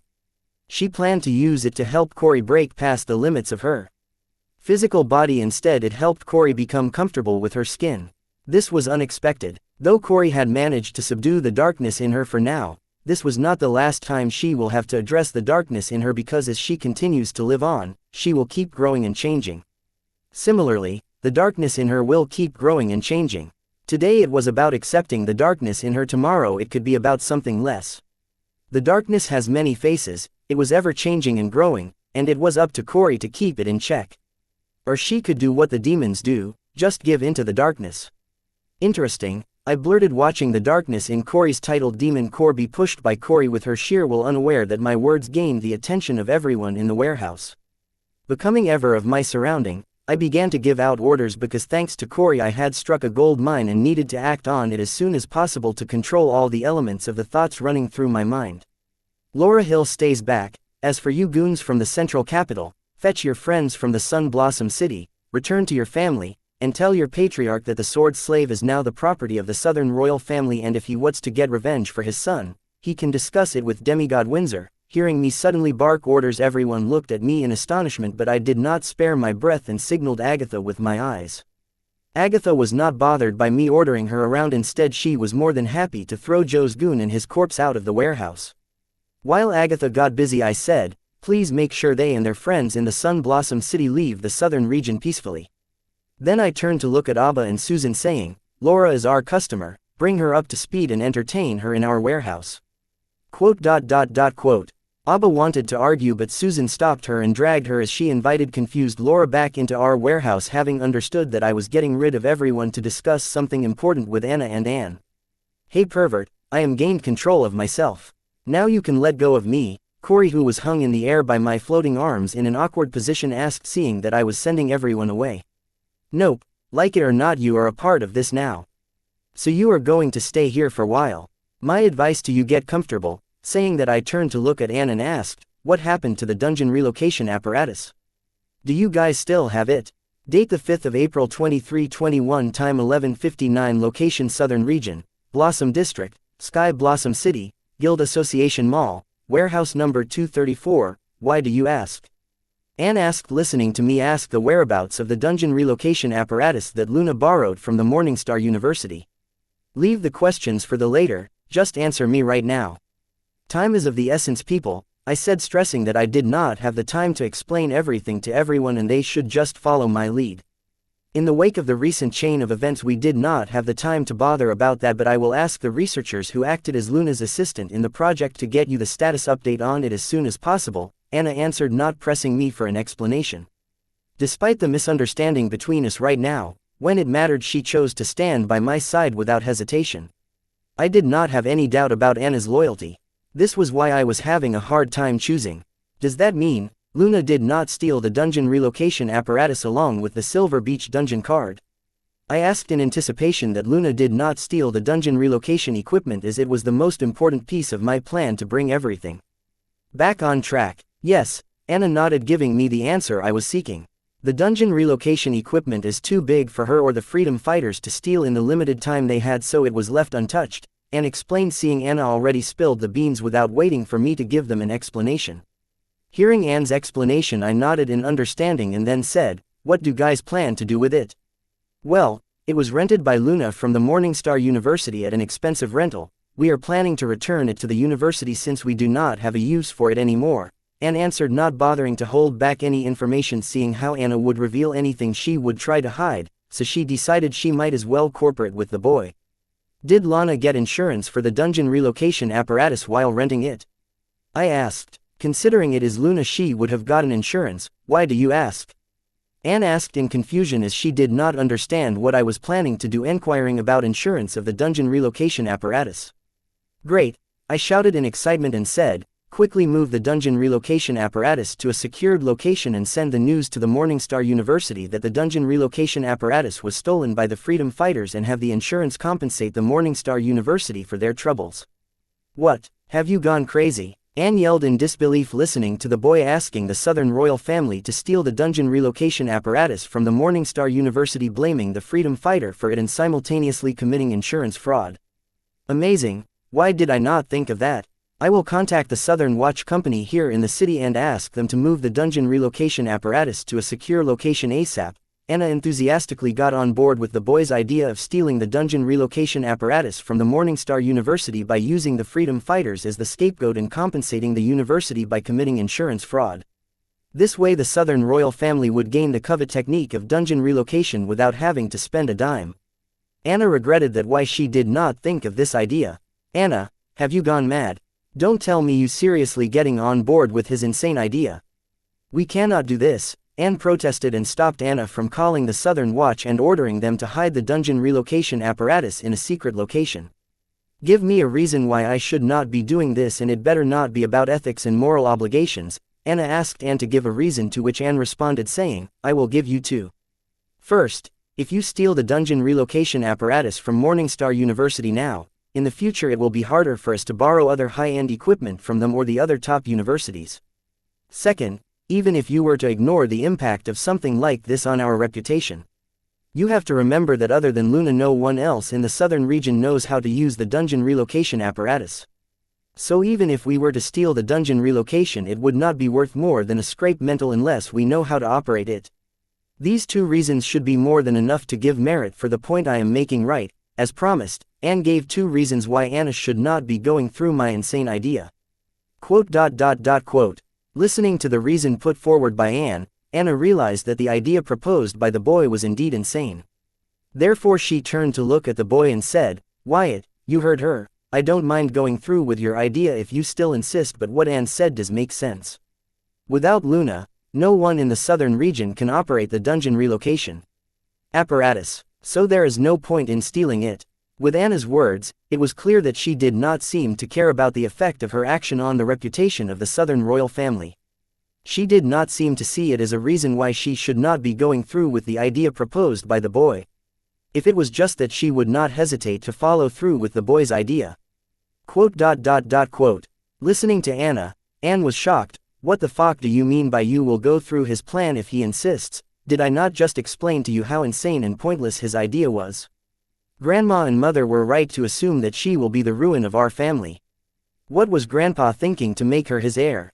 Date the 5th of April 2321, time 12:04, location Southern Region, Blossom District, Sky Blossom City, Guild Association Mall, warehouse number 234. Listening to Anna say that she would go ahead with my plan despite Anne describing how insane and pointless it was, even astonished me. Seeing the shocked look on my face, a serious expression formed on Anna's face. She snorted and then declared, Don't think that I am any less mad at you. This doesn't change anything. Remember, I am betting it all on, you better come through. Otherwise, you will not hear the end of it. You have been warned. Sure. Saying that, I turned to look at Anne, preparing to explain to her why my idea to steal the dungeon relocation apparatus and blame it on the freedom fighters was not an insane idea as Anne made it out to be. As much as touching it was to see that Anna was willing to go against her family to bet on me, I did not want Anna to argue with her family anymore for me. So I decided to defend my idea for a change. As you said, even the idea of the Southern royal family losing the dungeon relocation apparatus to freedom fighters would cause damage to the royal family and stress the future relation of the family with the top university, but I think that losing Silver Beach Dungeon to the freedom fighters had already done that. Adding a stolen dungeon relocation apparatus to it will not change much. Anne, I do not want to resort to having to steal the dungeon relocation apparatus, but we are going to need it, and I don't see any intents where the Morningstar University selling the apparatus to your royal family. So we have to resort to this tactic to acquire it.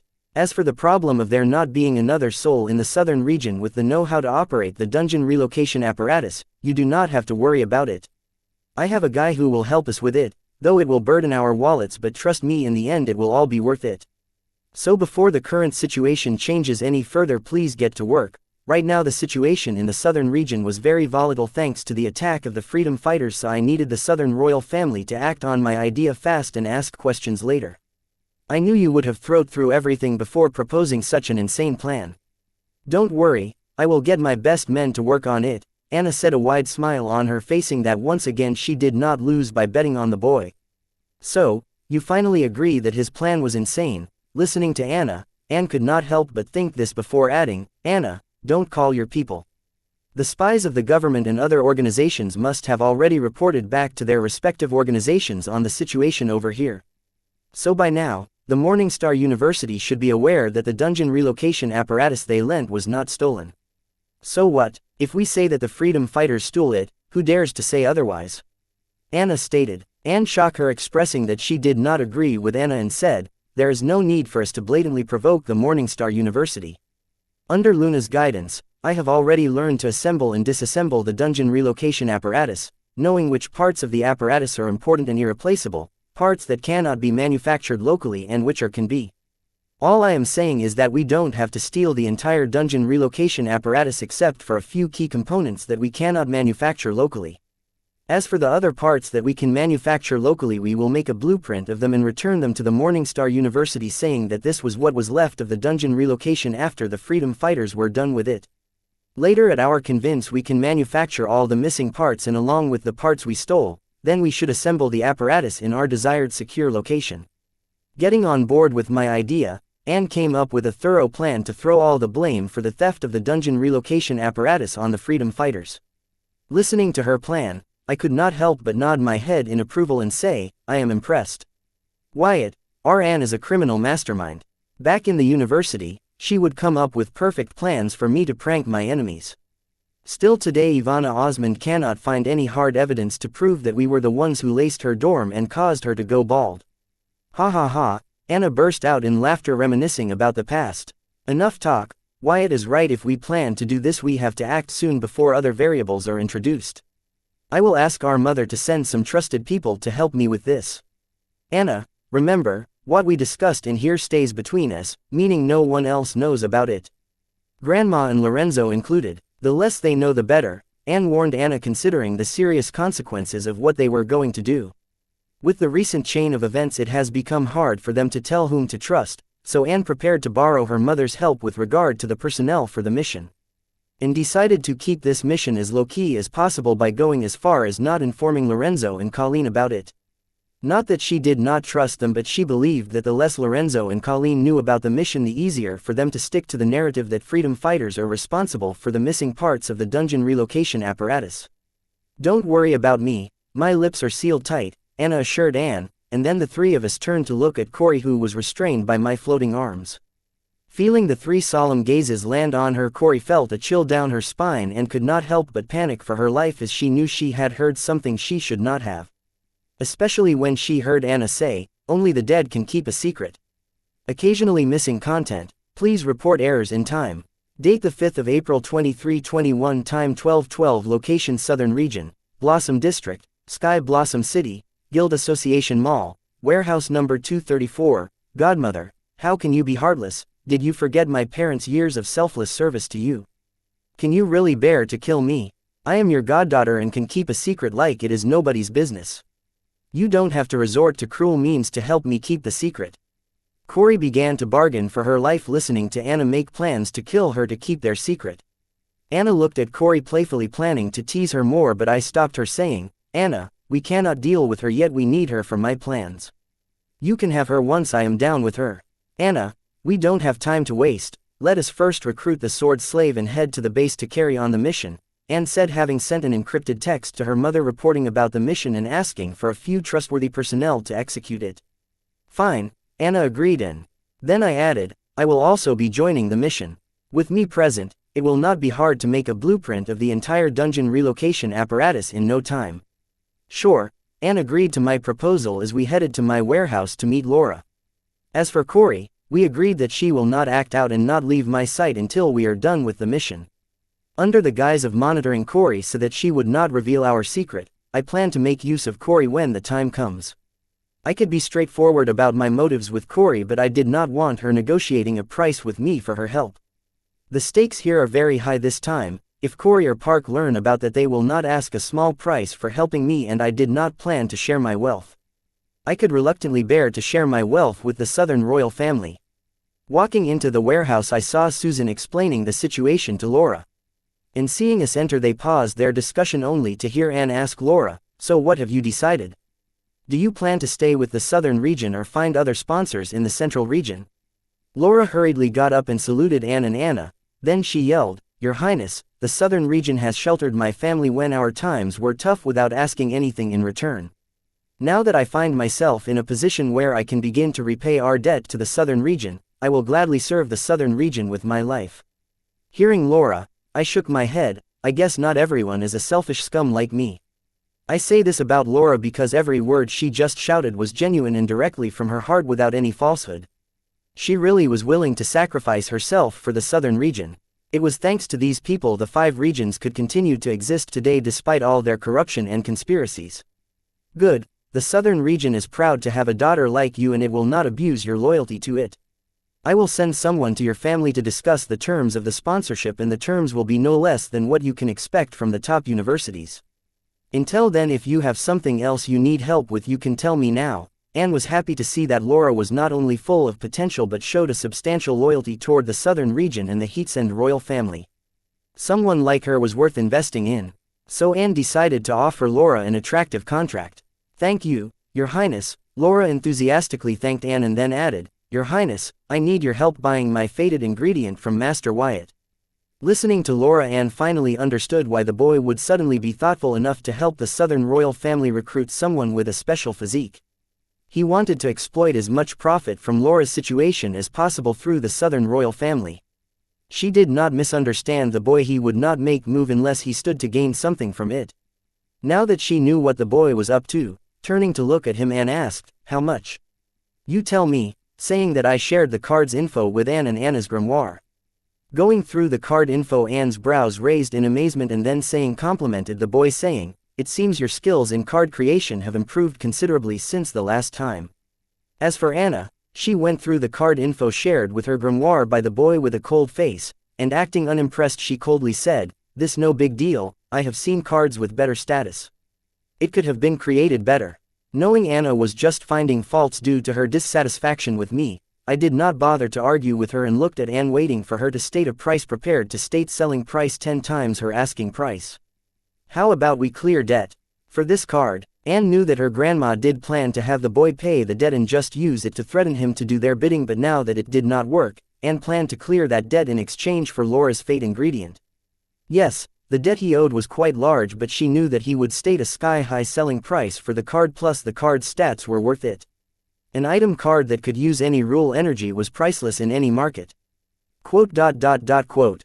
Listening to Anne offering to clear the huge debt that I owe the Southern royal family in exchange for a card, I was without words because I knew how large the debt I owed was.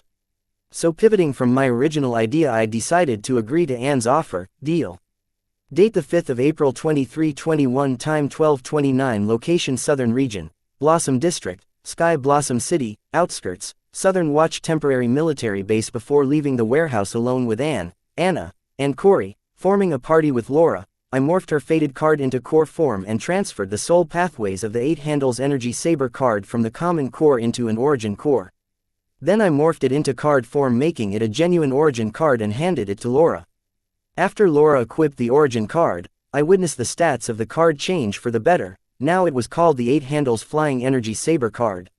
Each of the flying energy saber handles of the 8 handles flying energy saber card was not only capable of creating blades powered by soul energy and rule power, but also with sword intent. And most importantly, they could now fly in the air while being manipulated by Laura's mental strength. When Laura activated her origin card, she held a flying energy saber handle in each of her hands, and the remaining 6 flying energy saber handles hovered behind her under the control of her mental strength and sword intent. Once she fed them her sword intent to create blades made of sword intent, she looked majestic and very much like the definition of a sword goddess. Arriving at the base, I saw that the soldiers were busy disassembling and packing the temporary camp, preparing for their new assignments. Following Anne's lead, Corey, Anna, and I headed to the center of the base where the dungeon relocation apparatus was located.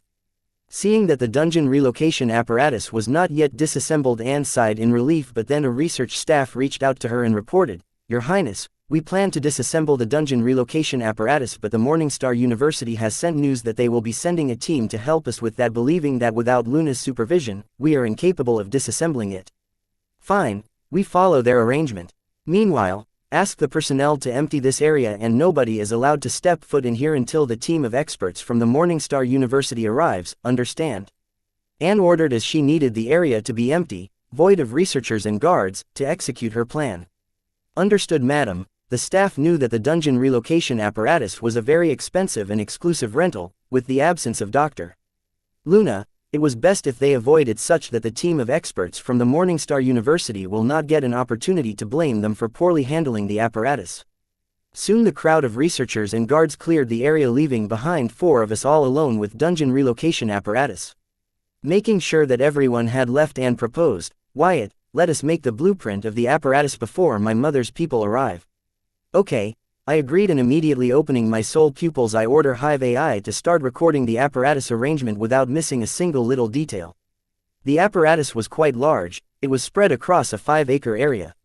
So I started scanning the apparatus with my soul pupils from the head and slowly made my way to the end. I repeated this process a few more times to make I did not miss any detail. Using the data we collected, it took Hive AI a few minutes to create an accurate life-size virtual 3D model of the dungeon relocation apparatus in my mind.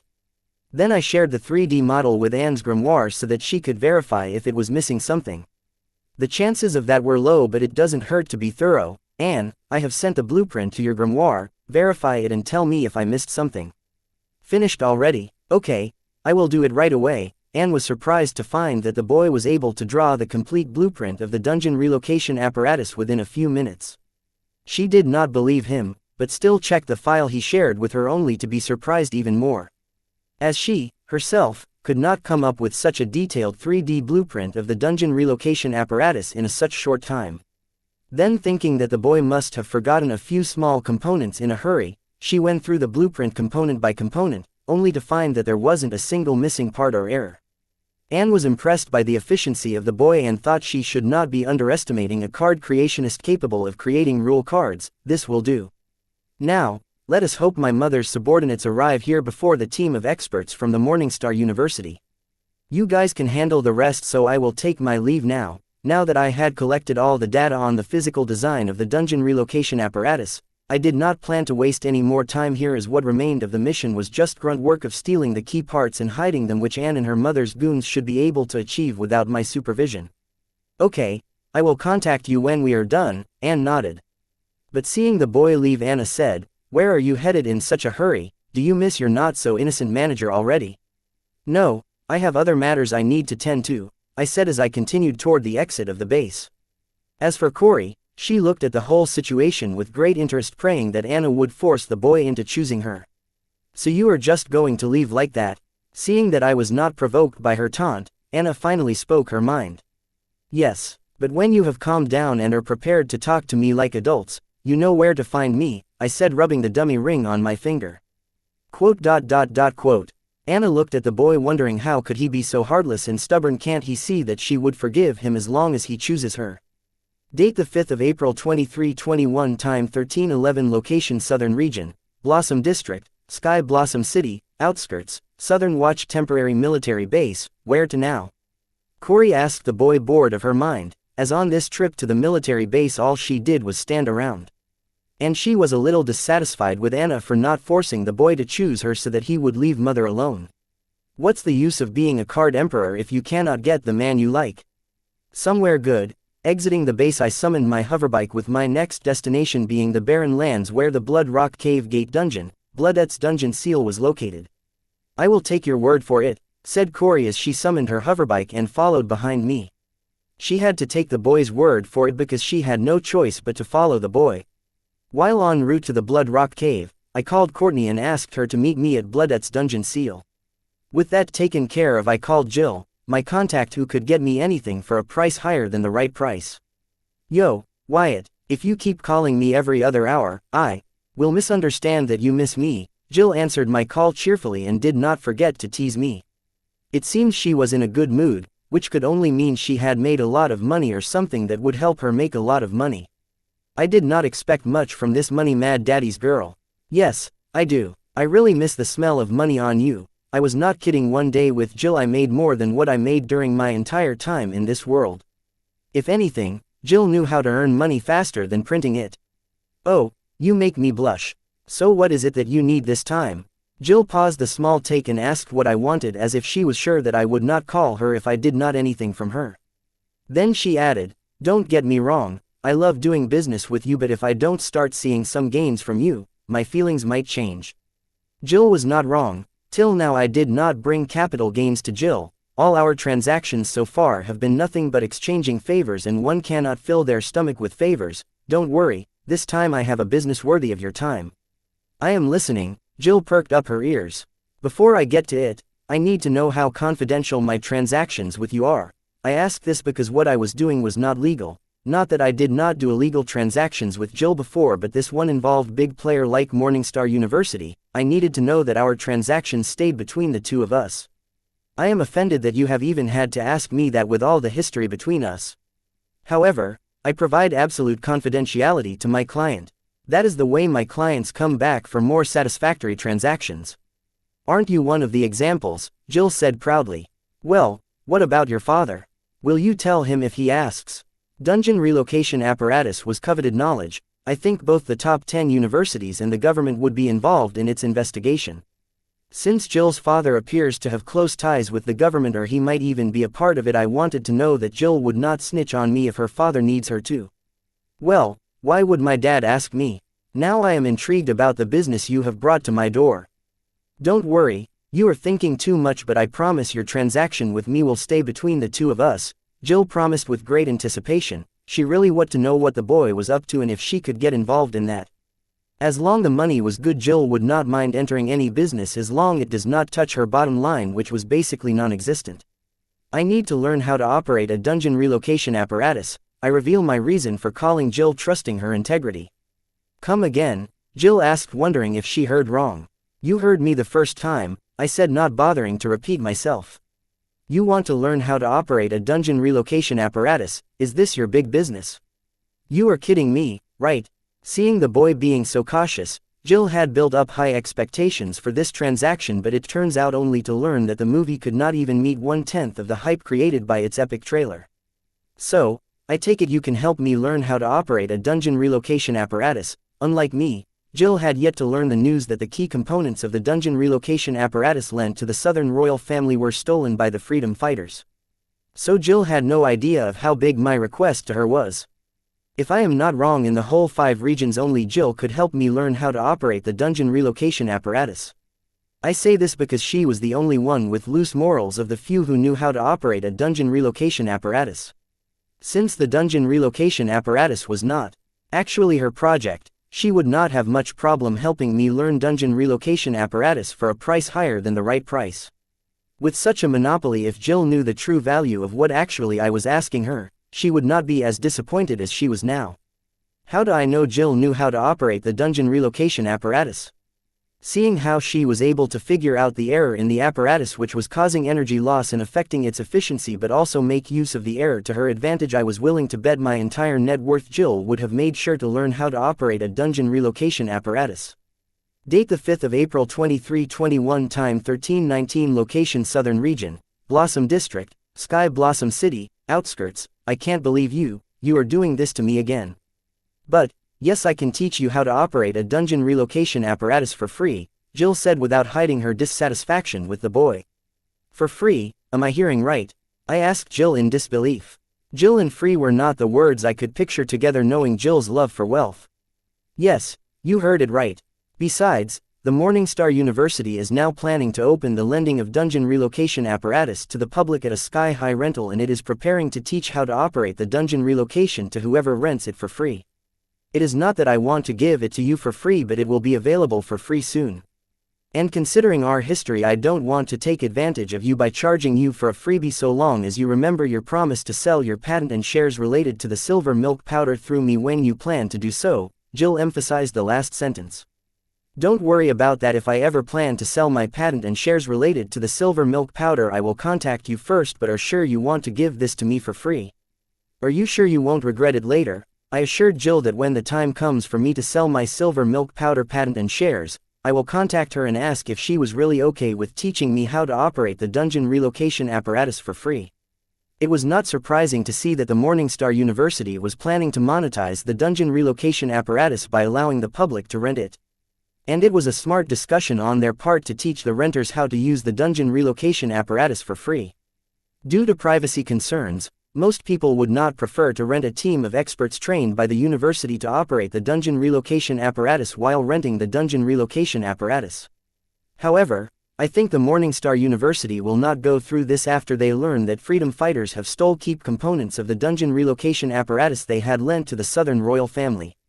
Considering that Morningstar University was a hub of great minds, it will not take them long to reach a conclusion that this incident was fishy and start suspecting the Southern royal family, but they will not be able to do anything as they do not have solid evidence. Uncovering the mystery of what actually happened to the dungeon relocation apparatus lent to the Southern royal family will not be the problem the Morningstar University would be focusing their resources on, but an even bigger problem that would have surfaced because of this incident, a threat that could potentially end their current monopoly of the dungeon relocation technique in the market. That was if everyone knew how to operate a dungeon relocation apparatus, so what was stopping an incident similar to the one in the southern region from repeating again? Having copied the entire blueprint of assembling the dungeon relocation apparatus, I have come to know that it was made using many rare and precious ingredients that cannot be found in the market or the treasury of the government or the 5 royal families. These ingredients were limited, which meant they could only limited number of these dungeon relocation apparatus.